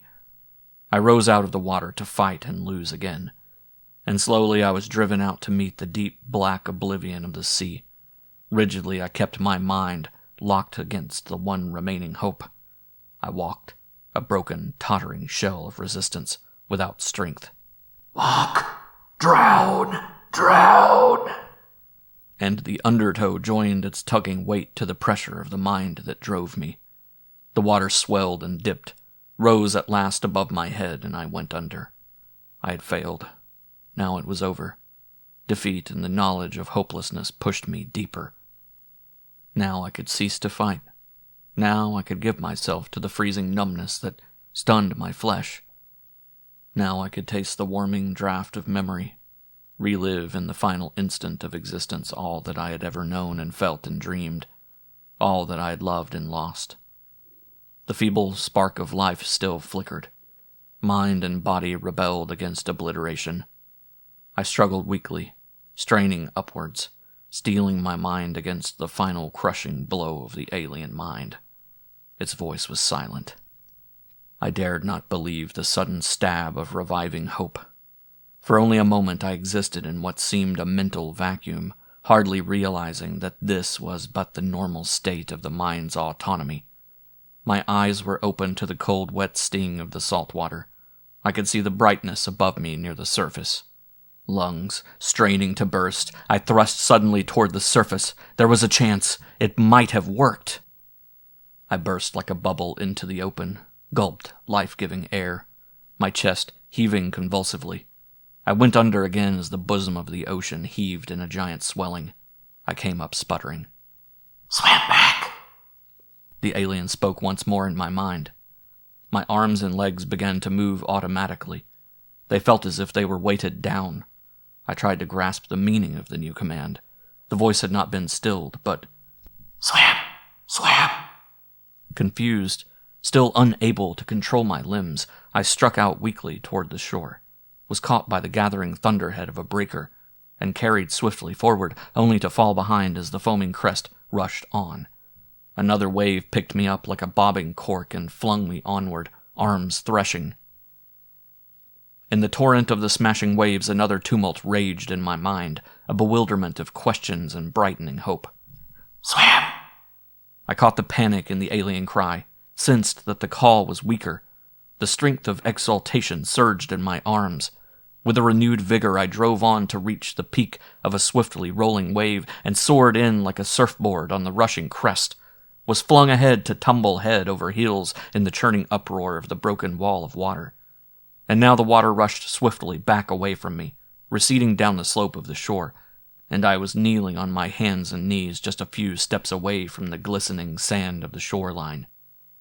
I dragged myself up and staggered forward, stumbled, felt the strength go out of my legs and fell face downward on the sand. Get up! The alien voice spoke feebly. Come here! I raised my head. The being housed in the body of Helen Darrow crouched on the wet sand 30 feet away. Her face was grotesquely white, like the painted mask of a clown. Her eyes, huge black holes in the white mask. She was pressing one hand tightly to her side, and against the pale color of her dress, I saw a darker stain. My gaze swung up the beach. Laurie Hendricks lay inert, sprawled forward on her face. Beyond her outflung hand, something metallic glittered on the sand. The gun! Triumph burst full-blown in my mind. It had worked! While the alien fought to drive me into the sea, Laurie, obedient to the impulse I had planted in her mind, had crept unnoticed from her trailer and... But what had happened to her? What had I done to her? Come here. The thought struck viciously with a desperate strength. I looked again at the alien's twisted face, at the arm held out toward me in dramatic repetition of the call to come. And at the end of the outstretched arm was a crumbling stump. There was no hand. I fought then, with all the power that still remained in me, sensing that I had almost won, driving from my mind the horror that beckoned me, admitting no thought save the single dominant denial of the alien call. And still the overwhelming pull of the strange vibrations dragged me forward. 1, 2, 3 painful steps. There I held. I felt the momentary flutter of her terror, saw a strange vision of the frozen state of death, and from the alien's weakness found the power to hold. She was dying. Life was pouring out of the mortally wounded body, and the thing pulsating within wanted me, wanted my body, needed it. I held, and knew the rising pulsation of its fear. The force which pulled at me grew weaker. At last it hesitated, lashed out weakly, stopped. The alien mind drew in upon itself. The vibrations of its panic hammered at me without the power to move. I stood motionless and watched the girl die. In the final moment of life, she gave a human cry. The body toppled forward and rolled over on its back. The pulsations of the alien mind went on. I felt them now as pain, wave after wave of wordless vibrations beating in my brain until my eyes filmed over. I blinked against the tears. Through the blur, the body on the sand seemed to lose its distinguishable shape, to shed its human form, to disintegrate in the way that the trunk of a hollow, rotten tree eaten away from within will present a smooth, untarnished shell to the eye, until one day a sudden blow smashes the outer crust, and the tenuous hold of form is broken, and the whole tree topples, collapses, dank, smelling, into a soft and shapeless heap of dust and debris. And I saw the alien. It flowed like saliva from the open mouth, flowed out and began to spread, out of the mouth that was no longer a mouth, but a shapeless hole in the face that was caving in upon itself. Rigid with horror, I saw the body dissolve into powder, and among the soft crumbling bones moved a thing of dazzling colors, a network of glistening chains of cells spreading like the fingers of a spiderweb. Salt spray blew over it, and the dust of the decaying body stirred like ashes in the wind. I saw the faintly gleaming, almost transparent membranes that joined the network of cell fingers. Drops of water from the spray clung to the filmy membranes like dew. The thing spread like a stain upon the sand, groping among the powdery remains of Helen Darrow's body, reaching out, stretching astonishingly. Then it began to shrink, to draw its fingers in, folding in upon itself, its movements jerky now, stiffening. The clamor of the alien voice grew shrill. A probing tentacle touched the gray, wet body of a dead fish washed up on the shore. With blinding speed, the membranous web contracted upon the fish, enveloping it in a tissue-thin film that seemed to part and shrink as the alien invaded the foreign body, oozing through the gaping mouth. I saw the white slit of a cut on the belly of the fish and stared incredulous as the gash began to close, knitting together, the wound healing as the alien exerted its terrifying power upon the dormant flesh. With a soft, wet squish, the dead body of the fish exploded, unable to contain the hideous force. My skin crawled with revulsion. This was a power of which I could not have dreamed, a force which had invaded a human body, sapping its very fibers, devouring it from within while holding its matter together until the last spark of life was snuffed out, the alien's hull broken by the bullet from Laurie's gun smashing into the decayed body. Sickness twisted in my stomach. I swayed dizzily. The strumming vibrations of the alien mind shivered through my head, soundless yet like an unendurable endless screech. And still I could not move as the alien flowed again on the wet sand, drawing together as a cluster of frothy bubbles, spreading out once more, the moist membranes hardly visible, the rainbow-hued strings of its web-like body reaching, groping blindly, creeping toward me, closer and closer. And a small sand crab scuttled toward it, across the sand between us. Sweating and shaking, I watched the hard-shelled creature crawl toward its unseen enemy. A claw touched the moist tissue, and the alien struck with sudden violence, silent and terrible, enveloping, smothering, invading the helpless body. At last I moved. Looking around wildly, I saw a chunk of jagged rock half buried in the sand. I pawed it loose. The crab, possessed now, turned a beady eye toward me as I swung around. The painful pulsing in my mind rose harrowingly.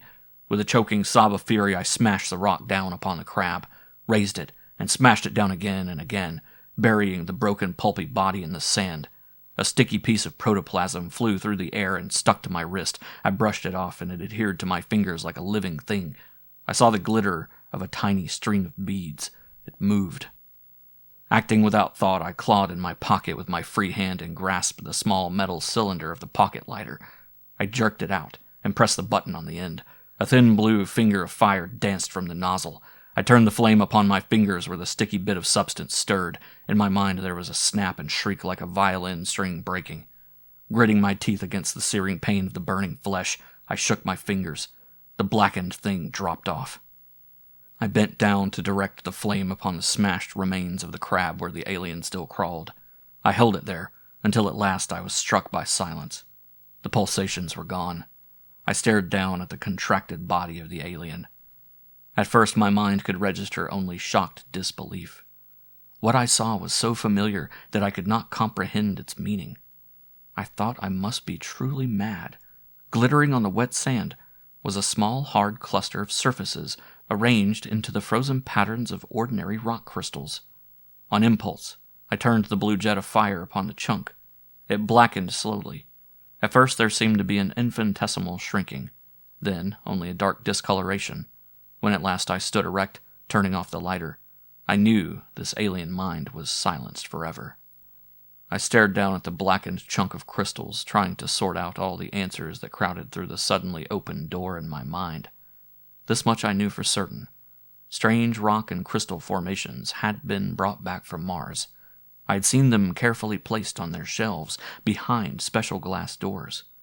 I remembered how strikingly beautiful they had appeared in their dazzling interplay of light and color.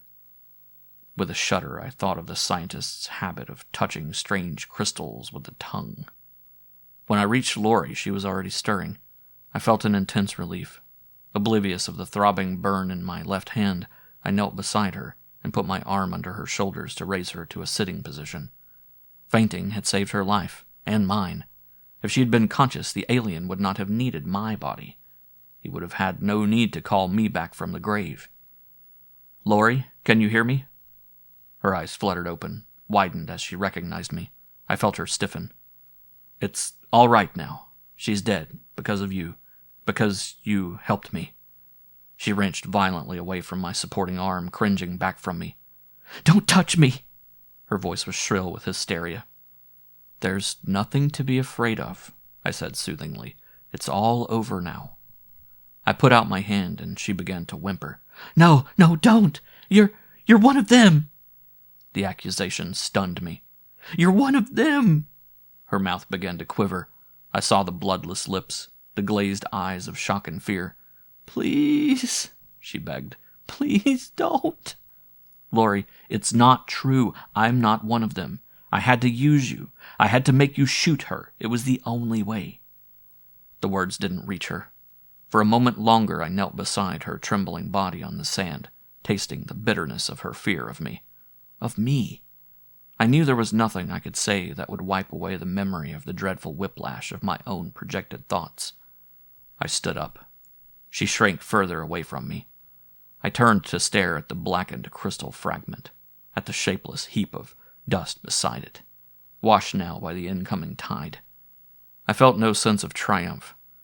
In the end, it was not I who had won.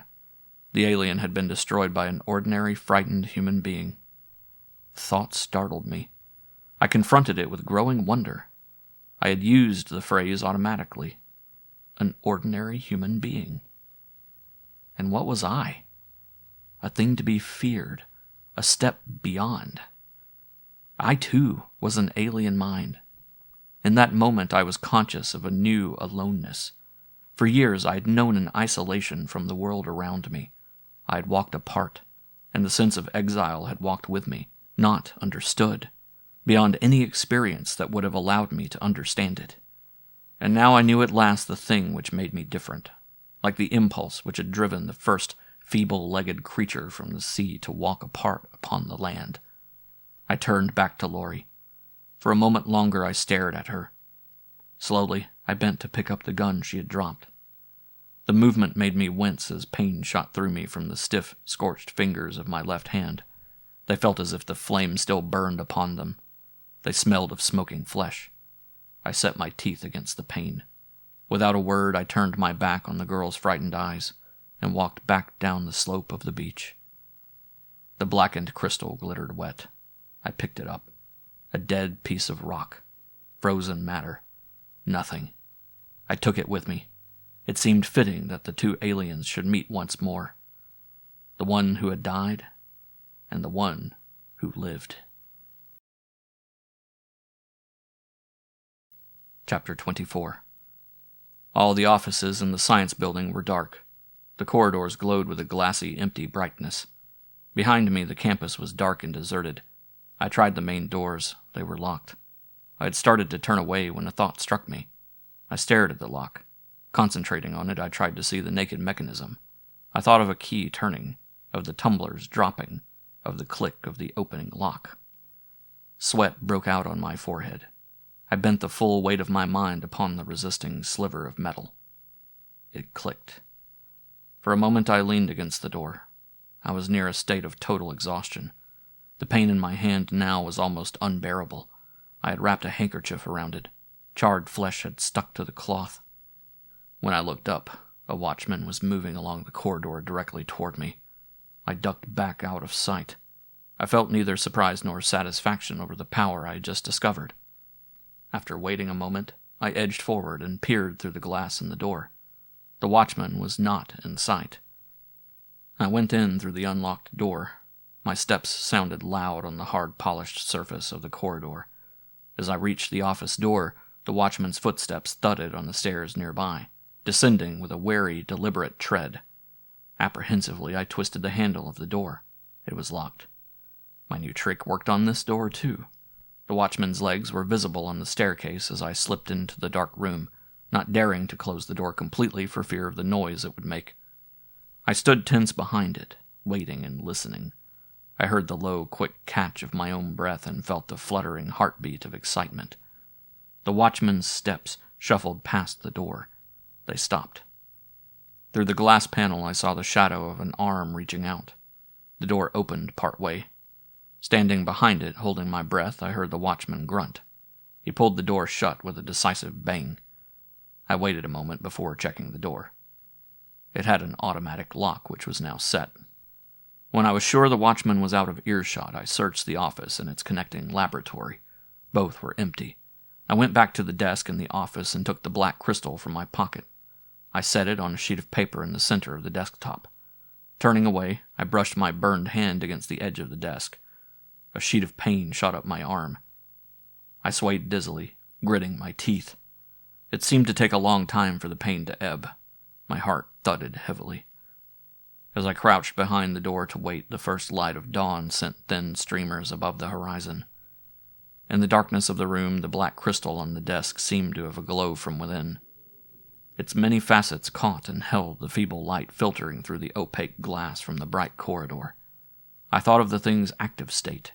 I thought of viruses on Earth, which in their inanimate state had all the properties of ordinary rock crystals, responded to chemical experiments in a predictable way, until they touched the living organism on which they fed and thrived, became themselves living, breathing, growing parasites. I thought of a dead planet dotted with beautiful, colored crystals. Slowly the building came to life. Gray early morning light washed the office. Voices spoke nearby in the corridor, and the sounds of movement whispered through the walls. It seemed to me to be hours before firm steps approached the office door and halted. I felt too tired to move. A key turned in the lock. Dr. Temple had taken no more than 2 steps into the room when he sensed my presence. He stopped in mid-stride. I slammed the door shut and stepped close behind him. He swung around slowly. I marveled at the iron discipline that kept him from showing surprise or shock. His face was expressionless, his eyes like pieces of polished blue slate. They were fixed on the muzzle of the gun I held inches away from his skull. "You won't have time to stop me, Doctor," I said softly. Only his eyes moved, shifting cautiously from the gun to my face. "What is the meaning of this?" "You don't seem surprised to see me." "I am too old for surprises." "How old are you, Doctor? In human years, that is." He frowned, eyeing me speculatively. His gaze swiveled around the room. "She's not here," I said. "I don't know what you mean." "I mean she's dead. I killed her." He looked at me sharply. "You killed someone?" "Not a person, but I killed the thing you see on your desk." He spun toward the desk. I saw the bunching of his shoulder muscles under his jacket, and my finger tensed, hovering against the trigger. The black crystal on the desktop winked with reflected light. "And what is that supposed to be?" "The alien, Doctor. I used a flame on it. It was the only thing I could think of that would be effective." I thought the skin of his neck paled, but I couldn't be sure. Again I was struck by the degree of his self-control. But perhaps he has no emotions, I thought. Perhaps he doesn't feel anything at all. Love or hate, excitement or fear. He might be able to analyze them coldly, but he wouldn't understand them. The thought excited me. Here was a weakness in the alien mind. "You are a sick man, Mr. Cameron," Dr. Temple said quietly. "I realized that you were ill when you talked to me on Saturday, but I did not then believe you capable of murder. If you really killed someone, you are in serious trouble, and you have also been hurt, your hand." "I only need one good finger to kill you," I said. "I could have done it as you walked through the door, but I wanted you to know it was coming." He smiled thinly. "And why should you want to kill me?" "Because you are one of them, the leader. I should have known it before, I guess. It wasn't until I saw the hardened crystal that I knew. That's how you got to Earth, Doctor, as a pair of innocent-looking crystals. I don't pretend to understand what kind of creature you are, but I've seen the other crystal there in both its frozen and its active states. I imagine you were the first one to be activated. The real Dr. Temple received the crystals for research. He was probably the first one to touch them with his bare hands, or his tongue." "You have a vivid imagination, Mr. Cameron." "Then all you had to do was find a suitable subject for the other crystal. Helen Darrow was a shrewd choice. She would never be suspected, and she could work closely with you under the guise of a student." "Helen Darrow?" I laughed. "It's no good, Doctor. It won't work." "I'm going to call a doctor for you, Mr. Cameron. I hope what you say about killing a girl is not true, but I'm afraid I shall also have to call the police." For the first time, I felt a twinge of doubt. His reactions were not what I had expected. But he had to be the other alien. It couldn't be anyone else. He took a step away from me. "Don't move," I snapped. He froze. I pushed the muzzle of the gun hard against the back of his neck. "If you do that again, I'll kill you," I said savagely. For a moment he was silent, then he spoke quietly, his voice soothing like that of a parent talking to an offended child. "That will accomplish nothing except my pointless murder, Mr. Cameron. I will do all I can to help you, and I assure you that you will not be held responsible for the killing of this girl you say is dead. You are not of sound mind. I can testify to that, and I'll be believed. My word carries a lot of weight." "I'm sure it does. But you're not going to testify to anything. I'll think no more of destroying you than the other one. It will give me pleasure. You keep saying you killed one of these aliens of yours. Tell me, how did you succeed in doing it? Didn't you tell me they were able to control your mind? Surely the creature would have been able to stop you. She did stop me, Doctor, but I'd figured on that. I took precautions. I had someone else there with me, a girl. She had a gun. While the alien tried to make me drown myself, the girl got behind her unnoticed and shot her. The scientist was silent for a moment. When he spoke, his voice seemed harder, colder. Clever if true, he said, but it surprises me that a bullet would destroy the hold this creature had on its body. If it was as powerful as you say it was, I would think... Hope, you mean, don't you, Doctor? Are you still wondering whether a bullet would disturb your body? I think it will. I gambled on that and won. You'll lose control. There really isn't much of that body left, is there? You should write fiction, Mr. Cameron. This is all very interesting, but since I'm not one of your aliens, will you please remove that gun from my neck? It is not a pleasant feeling. I hesitated. He hadn't introduced one false note. If he were not the alien, I would be destroying one of the world's greatest men, an irreplaceable mind. But there was only one way of finding out. I had to make him act. I'm sorry, Doctor, I said. I can't take any chances, and I've delayed too long. I have to kill you. You'll never get away. The shot will be heard. I'll have to run that risk. My fingers started to tighten on the trigger. My hand was shaking, and my mouth was dry. Stop! The unleashed force of his mind was beyond any power I had yet experienced, crushing and terrible. My right hand was a thing of petrified wood, without nerve or feeling, incapable of the fractional pressure that would have sent a bullet smashing into the alien's brain. You force me to do this, he said harshly. You are a stupid man. I fought to open the constricted muscles of my throat. You didn't think I'd come alone, did you? I choked out. He smiled. That's a very old trick, Mr. Cameron. I am in full possession of Dr. Temple's memory, so I cannot be fooled by your childish ruses. I'm perfectly aware that there is no one behind me. Coming alone was very foolish. You might have won. He had to believe me. I had to break for an instant the unbearable pressure of the force that froze my hand. Then I realized that my burned hand could move. I controlled the first leap of excitement. He wouldn't believe I had an ally, unless he read my mind. If he felt the wild rush of my relief and excitement, he would believe. And it wouldn't have to be relief. It could be any emotion, any feeling at all. He wouldn't immediately know the difference. And suddenly I looked past him. My eyes brightened with delight and a smile leaped to my lips. In that same instant, I scraped the raw, burned flesh of my left hand across the sharp-edged buckle of my belt.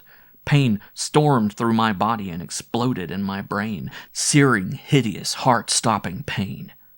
And the alien turned in frantic haste. For a split second, I felt relief from the pressure of his mind. My finger jabbed the trigger and the gun spat. A raw black hole opened in his skull. As he fell, I was already jamming the gun into my pocket and fumbling for the lighter. The sound of the shot had been loud in my ears, but I felt sure that it would have been only a muffled retort in the corridor.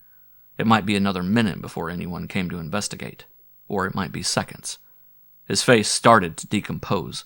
The coverall he wore began to sag as his body disintegrated before my eyes, no longer held together by the power of the alien mind, pulsating now in shrill, meaningless waves. I saw behind the powdery tissue a withdrawing tentacle of cells. Feet sounded in the corridor outside, and there was a murmur of voices. Someone tried the door. The alien shrank, the fingers folding inward, wrapped in the hardening membranous tissue. I waited a moment longer. An urgent knock rattled the glass panel of the door. The singing vibrations dimmed in my mind like the fading wail of a siren, and the glittering crystal lay still on the floor among the dust and the soft white bones and the crumpled coverall. I turned on the blue jet of flame and held it on the bright surface of the crystal chunk. Held it while the coverall's smoking stench filled my nostrils. Held it until the blackened face of death had seeped deep into the heart of the thing on the floor. I heard voices through the haze in my brain. "Something's burning! Open up in there! Dr. Temple, are you there? I scooped up the crystal chunk. It was still hot, but there was no life in it. I grabbed the other from the desk and jammed both into my pocket. Then I bundled the pile of soft, pulpy bones and decayed tissue in the folds of the coverall and threw the bundle into a wastebasket beside the desk. I grabbed a pile of papers and crammed them into the basket. When the door was smashed inward, I was heroically trying to put out the fire which had somehow started in the wastebasket. I had burned away my left hand badly in the process. There was nothing left of the man who had been Dr. Jonas Temple but a pile of smoking ash. Chapter 25. Morning sunlight had dissipated the early mist. I walked slowly along the road from the elevated station toward my trailer. Behind me, the night's nightmare. The hour of suspicious questioning about the fire. Someone had remembered my visit to Dr. Temple on Saturday, so my appearance there this morning had seemed plausible. There would be more questions, I knew, when Dr. Temple did not appear. I didn't care. There would be questions, but no answers. The 2 small crystal clusters felt heavy in my pocket. I stopped and took them out, weighing them in my hand like marbles. I had an impulse to throw them into the dust at the side of the road. Instead, I pushed them back into my pocket. Souvenirs, I thought. One needed to remember. I looked up. A tall, slim figure stood at the edge of the highway, her blonde hair shimmering in the sunlight. She began to run toward me. I couldn't move. I felt an elation I had never known before, a strange, whispering excitement. And suddenly I knew what I must subconsciously have divined at the very beginning, knew the incredible truth. Here was more than a woman's suppliant beauty, so marvelously warm and human. Here now the reason for the shy withdrawal, the trembling eagerness, the intimate knowledge. Here was Erica! The cry arrested her. She stopped not 10 feet away from me, breathless. I felt the quivering of her unvoiced fear for me, the surge of joy that leaped into her mind. Her mind! I knew then that I had not called aloud. Hey sci-fi horror fans, that concludes Corpus Earthling. If you enjoyed this story, make sure to smash that like button. A huge shout out goes to our official members of the channel. We appreciate you all. Craving for another classic sci-fi tale? Click that video on your screen. Until next time, everyone. And remember, stay cosmic.